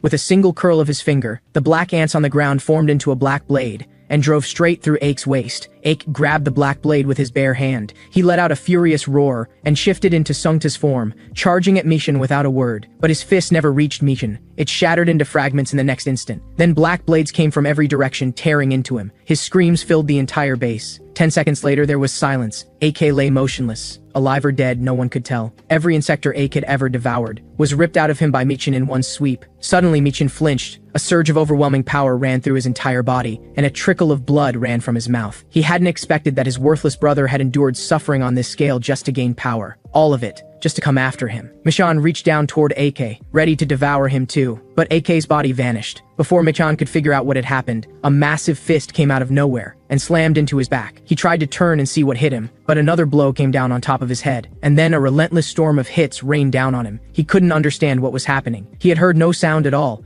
and his ants had shown no reaction. So how had the enemy managed to sneak up on him without him noticing? When he finally turned, there was nothing but a faint silhouette. As it turned out, a few minutes earlier, Arajo and Soo-young had continued down through the passage. They soon ran into Hannah and the assistant coming the other way, who tried to stop Arajo from going further, but Arajo refused. She wasn't about to let Aik fight alone. Seeing how determined she was, Hannah decided to go with her, but she told the assistant and Soo-young to stay behind. After all, neither of them were fighters. Hannah laid out the plan to Arajo that she would use her invisibility ability to bring Arajo in undetected, and they would strike when Mishin's guard was down. And it worked exactly as planned. Mishin couldn't block, couldn't defend, couldn't even find his attacker. Eventually, through his ants, he caught a glimpse of Arajo, but that final punch had landed with such force that it knocked the armor plating clean off his abdomen. Arajo didn't press the attack, she simply said, "Now." Hannah didn't miss her window. She drove a needle into Michan's side. Michan still hadn't figured out what was happening until Hannah's figure slowly appeared before him. He opened his mouth to speak something, but coughed up blood instead. Only then did Hannah tell him that the toxin she had used this time was 10 times stronger than before. As she spoke, she kept injecting, pouring more poison into him. Mishin let out a shriek that tore through the air. The sound was so intense that even his own ants scattered. Up at the entrance, the assistant was trying to move the stones blocking the way in. Something felt off. He turned to check on Soo-young and found him holding a small device. Soo-young said he had smuggled it out. Then he asked if his blood actually did something for the experiment. The assistant had barely said the experiment wasn't finished when Soo-young bit into his own arm and let the blood drip onto the device. The assistant was stunned. Soo-young held it out and asked if that was enough. The assistant took it. Then Soo-young said he was going down too. Before the assistant could respond, Soo-young was already running. When he reached the base below, He couldn't believe what he was looking at. Hannah was muttering to herself that she had done it, and she had finally avenged Sejin Bang. Ara-jo beside her was saying she had done well. However, Soo-young's voice cut through it all. "Hannah, what are you doing? Why did you stab her?" Only then did Hannah regain clarity, and to her horror she realized that the one she had been injecting with poison was Ara-jo, not Mishan. Then a slow, mocking clap came from the side. Another Ara-jo stood there, applauding. Hannah didn't need to look twice that it was fake. She had been completely played. Mishan continued his mockery. "So that girl only has one arm." On the other side, Soo-young caught Ara-jo before she could fall. He tried to rouse her, but she was barely conscious, only murmuring something. He didn't know what she was asking, but he did exactly as she said, and placed her beside Aik. Ara-jo glanced at Aik, then slowly reached for his hand, and laced her fingers through his. At the same moment, Hannah finally realized that Mishin had used Sejin Bang's ability. She charged at him in a rage, but now that she was visible, and she was too slow for Mishin. Mishin raised his hand and pressed it down on her head. In an instant, she was devoured completely. But before he could lower his hand, something suddenly struck, and his arm was severed. When he came to his senses and looked beside him, he found AK standing not far away, who was in a form he had never seen before. Across the battlefield, Yojin Lee had fallen unconscious from her injuries, but Nogu wasn't finished with her. He blinked to her side, ready to kill her. At the last possible moment, a figure swept Yojin Lee away, whose movement was so fast it left after images trailing behind them. They finally disappeared into a forest of stone pillars. Nogu reacted immediately and prepared to unleash a wide-range sonic wave to level the area, when a cold glint lit up behind him and an arrow drove straight through his body. Before he could process where it had come from,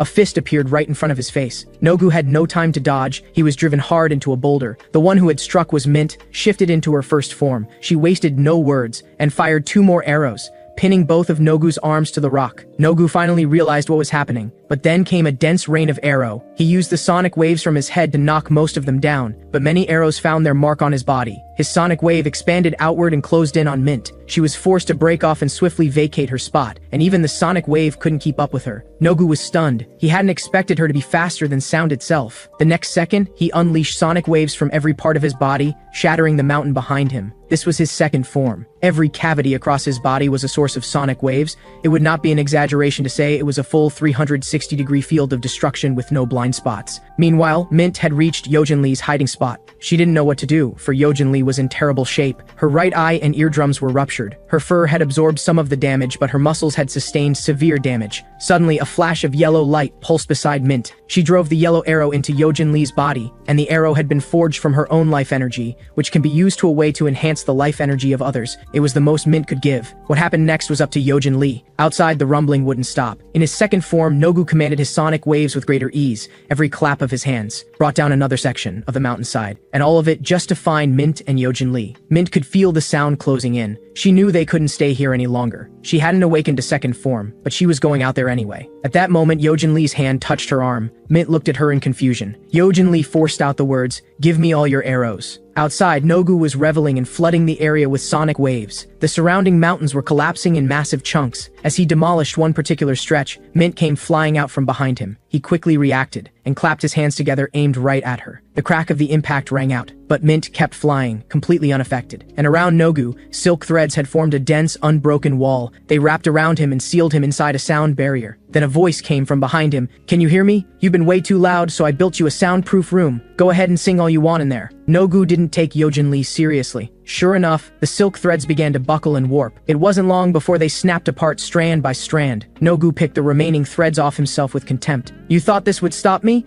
Now, my concert is officially starting." But the moment he said it, he sensed something was off. It turned out the threads also carried a sticky residue, preventing him from shaking them off easily. But he dismissed it as Yojin Lee's last desperate struggle. Such petty tricks were beneath his notice. Meanwhile, Yojin Lee now held an arrow in her hand. Whatever Nogu was saying, she dragged the arrowhead against the rock face, and sparks flew. With one hard swing, the arrow caught fire, burning with a deep yellow flame. She finally addressed him. "Your performance is over. What comes next is my bonfire feast." With that, she drove the burning arrow straight into her own body. The next moment, she erupted like a volcano. Nogu assumed she was self-destructing, but Yojin Lee's voice came through clearly. "I won't die until the flames on my body go out." Moments later, her figure emerged from the fire. She now stood like a queen of flame. This was her final form, Silk Moth Insector. Even Nogu was shaken. He had never heard of an insect that could wield fire, as fire was the natural enemy of every insect alive. Without further thought, he put distance between them immediately. Then he noticed that the silk threads still stuck to his body had caught fire. The flames spread across him in an instant, like gasoline igniting, consuming him completely. The pain ripped a scream out of him so powerful it brought the mountain beside him crashing down. When he finally steadied himself, he spread his hands wide toward Yojin Lee and slammed them together.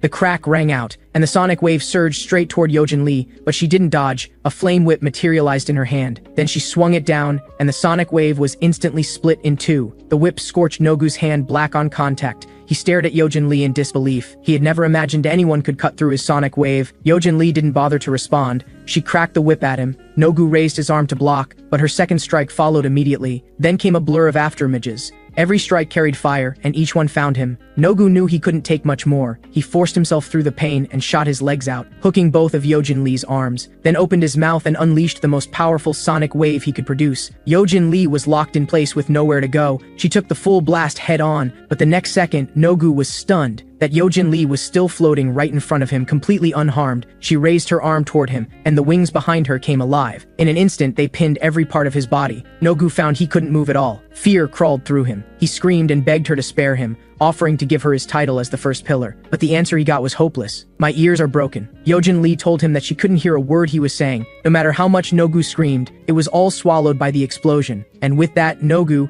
the first pillar of the apex insects, was killed. But the moment it was over, the flames on Yojin Lee's body went out all at once. She lost consciousness and fell freely through the air. Meanwhile, Red and Seonho were still locked in brutal close combat. Neither could gain a clear edge. Every hit they threw, the other felt it fully. But in raw power and defense, Red was clearly the weaker of the two. Even so, he noticed the sounds in the distance had gone quiet. His guess was that Yojin Lee and Mint had won. Seonho caught him distracted. He drove his knee up, and several sharp spikes hit Red square in the face. He taunted Red that whoever won over there once he finished Red off, he'd go clean up what was left. After taking hit after hit, Red headbutted him anyway. He made it clear that there was no way he was letting Seonho walk away from this. The impact pushed them apart. Red spoke first. He asked how long Seonho planned to keep this up. Seonho told him the form he was in right now was more than enough to handle someone like Red, and he was right. Red's second form was no match for him. But Red was completely calm. "I didn't want to use that form against you. After all, it wouldn't be fair to you." Seonho thought he had lost his mind. He said bluntly that this was Red's limit, but Red just said quietly, "Watch closely." And then Seonho watched as Red's entire form began to change. Red told him that this was his third awakened form.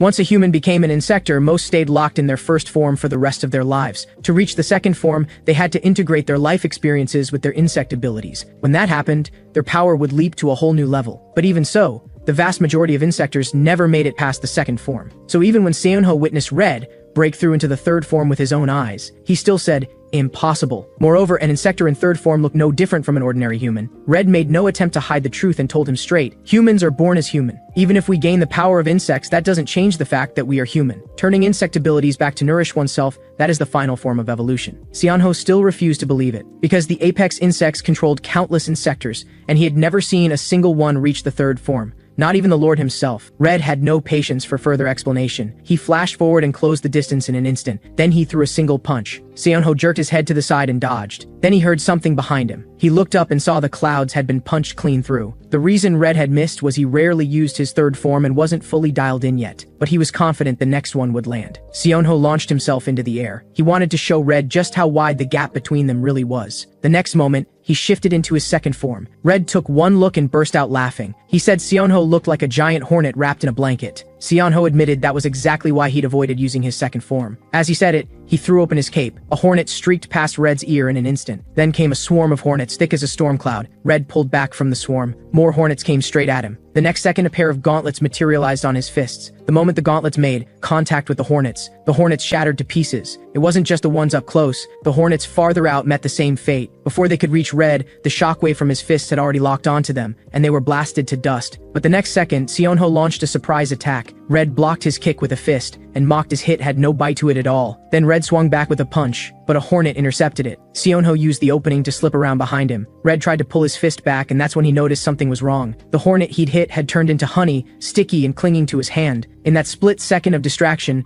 Seonho's arm had transformed into a diamond drill. It drove straight through Red's body. When Red turned to look, Seonho was already gone. He was up in the air, summoning a handful of hornets. More hornets poured out from beneath his cape. Then they swarmed onto Red with pinpoint precision. Red could only let out a cry of pain. Then he was stomped into the ground. Seonho looked down at him and said with contempt, "So what if you have a third form? Before me, you're still nothing." With that, he kicked Red's head clean off. Then he turned and walked away without a second glance. But just then, he heard a voice behind him and looked back. To his horror, the head lying on the ground was his own. Only then did he realize that everything he'd just seen had been his life flashing. For from the very first moment they clashed, even before he'd even had the chance to summon a single hornet. Red had already landed a punch straight to his head. His head hadn't exploded, but it had been severed from his body. Red returned to his human form and said calmly, "Now do you see the gap between us?" Then he turned and walked away. Not long after, he ran into Mint carrying Yojin Lee on her back. Seeing Red in one piece, Mint let out a quiet breath of relief. Red, on the other hand, was more concerned about whether Yojin Lee was still alive. Yojin Lee opened her eyes and looked at him,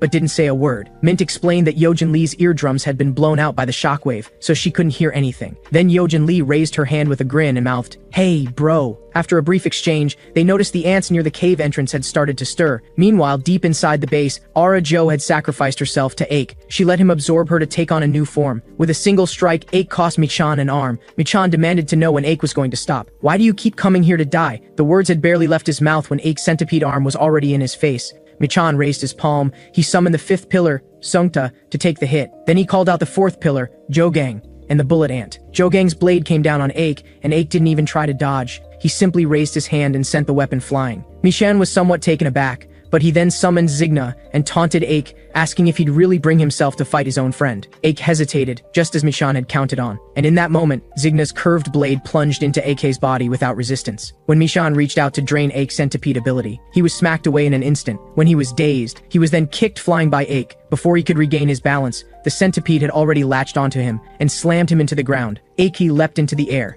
and drove his knee straight into Michan's abdomen. Michan's screams echoed through the base, and Aik's roar, whether driven by instinct or reason, no one could tell. Then countless ants appeared, surrounding them both. Suyong watched from a distance, and the sight made his skin crawl. Michan screamed at the top of his lungs, "Ants, tear him apart!" But the ants never got the chance. Aik wound up his fist and drove it straight into Michan's face. Michan was knocked unconscious and the ants went still. A moment later, Aik returned to his human form. He stood and watched in silence as something happened to Michan. The insect armor covering Michan's body began to dim. Then it broke apart, dissolving into individual ants. Michan's body was left exposed. At the same time, the black ants nearby grew restless. They swarmed toward Aik. The bandages around Aik's neck unraveled on their own, and the black ants poured into the hollow in his neck. Then Michan spoke. He said the ants were ungrateful wretches. He had fed them so many insectors, and in the end they still turned their backs on him. Then he suddenly turned to Aik. "Do you really think you can kill me?" He burst out laughing and fixed Aik with a look of pure contempt. As he spoke, he raised his palm. Under Aik's stunned gaze, he turned his palm toward himself and said this was the final battle. The moment Aik realized what he was about to do and moved to stop him, Michan had already activated his ability. Meanwhile, above the base, Yojin Lee, Red, and Mint were still trying to figure out how to get down there and help. Suddenly, the ground shook violently. An enormous sandworm burst out from the cave entrance.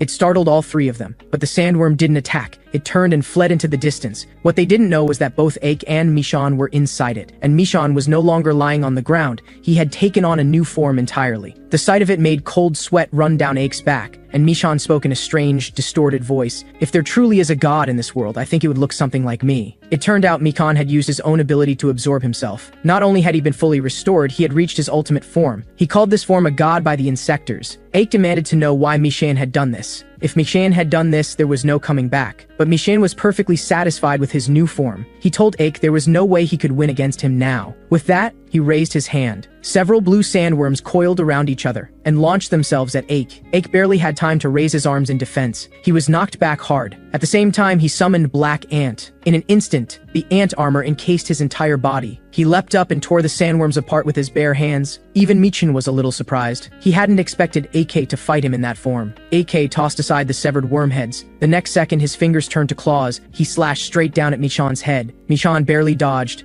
Before he could counter, Aik had already reversed direction. His hand swung back behind him. In that same motion, his hand had grown to enormous size, and the blow landed squarely across Michan's face. Seizing the opportunity, Michan threw up his scissor hands and summoned the giant stag beetle. Its pincers crushed Aik's oversized arm in one snap. Michan kept moving backward. He planted his feet against the sandworm's inner wall and pushed off. Then he raised his left hand, the one made of pure energy. With one sweep, a blue energy blade slashed toward Aik. Aik threw up his arm to block, but the energy carved straight into his flesh. Even so, in the moment he summoned Black Ant. Black Ant bit down on the blue energy blade. Both Aik and the ant were blasted away together. No one knew how much time had passed when a faint green light flickered in the darkness. The next instant, it was right in front of Michan. Michan summoned a bug to intercept it. The bug was eaten through by a massive hole instantly. Through that hole, Michan finally saw that Aik had summoned several black ant heads. their energy cannons charged and aimed directly at him. At AK's command, the energy cannons fired all at once. Mikan didn't take it lightly. He immediately summoned his most powerful insect phantoms to shield himself. The attacks collided. Ake didn't hesitate. He charged forward. Mikan swung to meet him. Their fists never connected with each other. Instead, as if by agreement, each landed a punch square in the other's face. They both roared at the same time. The force of it stretched the sandworm's belly to its limit. Then came the explosion. Chunks of the sandworm rained down everywhere. When the smoke cleared, Ake was still standing, but his ant armor was in ruins. In front of him stood several tall buildings. Before he could figure out where he was, Michian's voice came from above. "Brother, I know this is the place you miss the most, so I brought you here. And the person you miss the most is here too." He glanced to the side as he said it. Ake followed his gaze. The next moment he froze, because standing there was the person he had thought about every single day. His grandma. He never could have imagined that grandma, who had been missing for 2 years, had finally appeared before him. But she was bound, a hostage in Mishan's hands. He called out to her loudly, but grandma didn't move. He rushed toward her, leapt to her side, and choked out, "Grandma, are you okay? It's me, okay?" At the sound of his voice, Grandma finally stirred. She was very weak, but she managed to force out a smile. But the next moment, the giant stag beetle lunged at AK. He was slammed hard into the ground. Before he could get up, the giant stag beetle was already looming over him. Its 2 massive pincers locked around him and held him fast. Ake demanded to know what Mishan was doing. Mishan answered in a mocking tone, "You miss Grandma so much, so I specially arranged this reunion for you, brother." Ake demanded furiously to know why Grandma was still here, just as she had been 2 years ago. Mishan said that didn't matter. What mattered was that she was still alive. He told Ake that Grandma had only survived by absorbing nutrients from the worms. If she were taken away from them, she could go at any moment. Ake wanted to demand an explanation, but what Mishan did next made his eyes go wide. Mishan was reaching toward Grandma. Energy began to gather in his palm. Ake screamed, "Stop!" But Mishan only flung the energy down to the ground. Something shot up from the earth like a spike breaking through the surface. It rose fast. In moments it had grown into a towering creature, 100 meters tall. Suyong, who had just arrived on the scene, saw it too. He knew something catastrophic was coming, and this time he had to be the one to stop it. Ake had no idea what it was either. Mishan was quick to explain. He called this creature the Divine Authority. Through it, he could infect every human being on Earth and turn them into insectors in an instant. Then he gave Ake a choice. "My hero brother, this is the moment that decides the fate of humanity. Do you choose to save all of humanity from becoming insectors, or do you choose to save Grandma?" Before the words had even finished leaving his mouth, Ake had already summoned a black ant clone. The clone's mouth was already charging energy, but Michin had seen it coming. With one casual slash, he split the black ant clone clean in two, and caught Ake in the strike as well. With the ambush failed, Ake had no choice but to beg Mishin to stop. But how could Mikan possibly listen to him? He said, "If you can't make the choice, then neither option gets to exist." And with that, his hand reached for Grandma's throat. Ake screamed in desperation, "Mishan, stop! That's our Grandma!" But Mishan's eyes stayed cold, as if the person in front of him were a complete stranger. Ake was frantic, but he couldn't break free. The next second, countless blue beams shot out from the top of the Divine Authority. At the same moment, Mishan made his move against Grandma. Ake strained with everything he had against the giant stag beetle's pincers, and the grip finally gave just a little, but it was already too late to stop either of them. The Divine Authority kept pouring out blue light waves without end. Suyong was struck by one of the waves and instantly went berserk. He pushed off the ground and launched himself toward the Divine Authority itself. He shouted to Ake to leave this one to him, but as he closed the distance, the blue energy tore into him from every angle. Even so, he gritted his teeth and kept going. He landed on top of the Divine Authority. The blue light waves finally stopped. The top of the Divine Authority was also stained red with blood. At last, Ake broke free. He drove through the giant stag beetle's body, then launched himself straight at Michin. Michin's hand blade was already within centimeters of Grandma.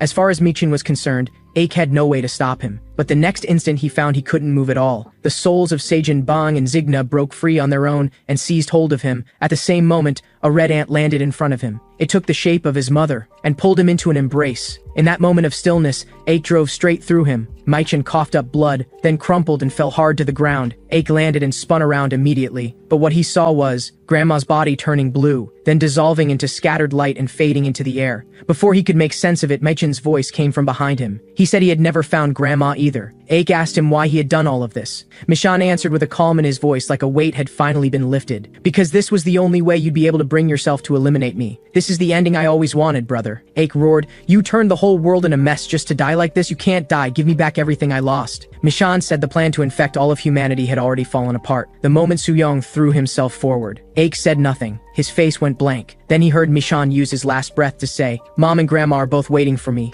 That's great. With those words, Mishan fell silent forever, and Aiki knelt beside him in silence, until Yojin Lee and Red found them. Yojin Lee moved to call out to AK, but Red stopped her. He could see that something was wrong with Aik. A moment later, Aik finally stirred, because Mishan's body had begun to glow with white light. Then several streams of light broke free from his body. Most of them drifted away into the distance. Only a few circled in place. A red light broke free from Aik as well. He followed the direction the light was moving, and saw the red light take the shape of Arajo hovering in the air. Arajo smiled at Aik. At that moment, a hand reached out toward her. It was Sejin Bang along with Hannah and Juim. Arajo laughed joyfully. She took Sejin Bang's hand, and they were gone together. Aik lowered his head and sobbed. Suddenly, a yellow blade was held out in front of him. Zigna still looked as proud and unruly as ever, but there was something in his eyes that wasn't usually there. A quiet grief. Aik choked out his name. Zigna didn't respond. He only raised the blade and pointed it behind Aik. Aik turned to look. Standing there were Yojin Lee, Red, and Mint. Yojin Lee called out Zigna's name. Zigna gave her a small smile. Then he also faded from the world.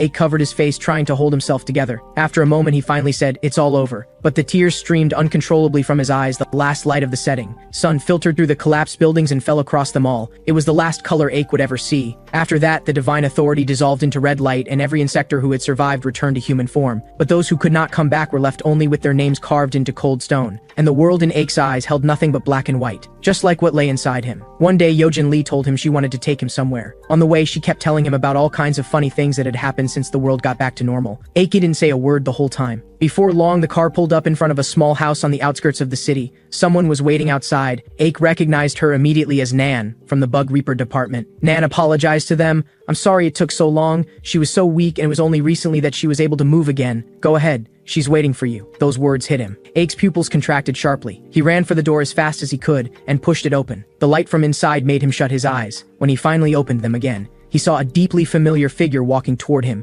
His grandma's voice, just as he remembered it, rang out. "Welcome home, my little Aik." Tears welled up and spilled over. Aik bit down on his lip, fighting to hold back the sobs. Then he choked out the words he hadn't been able to say for 2 long years. "I'm home, Grandma."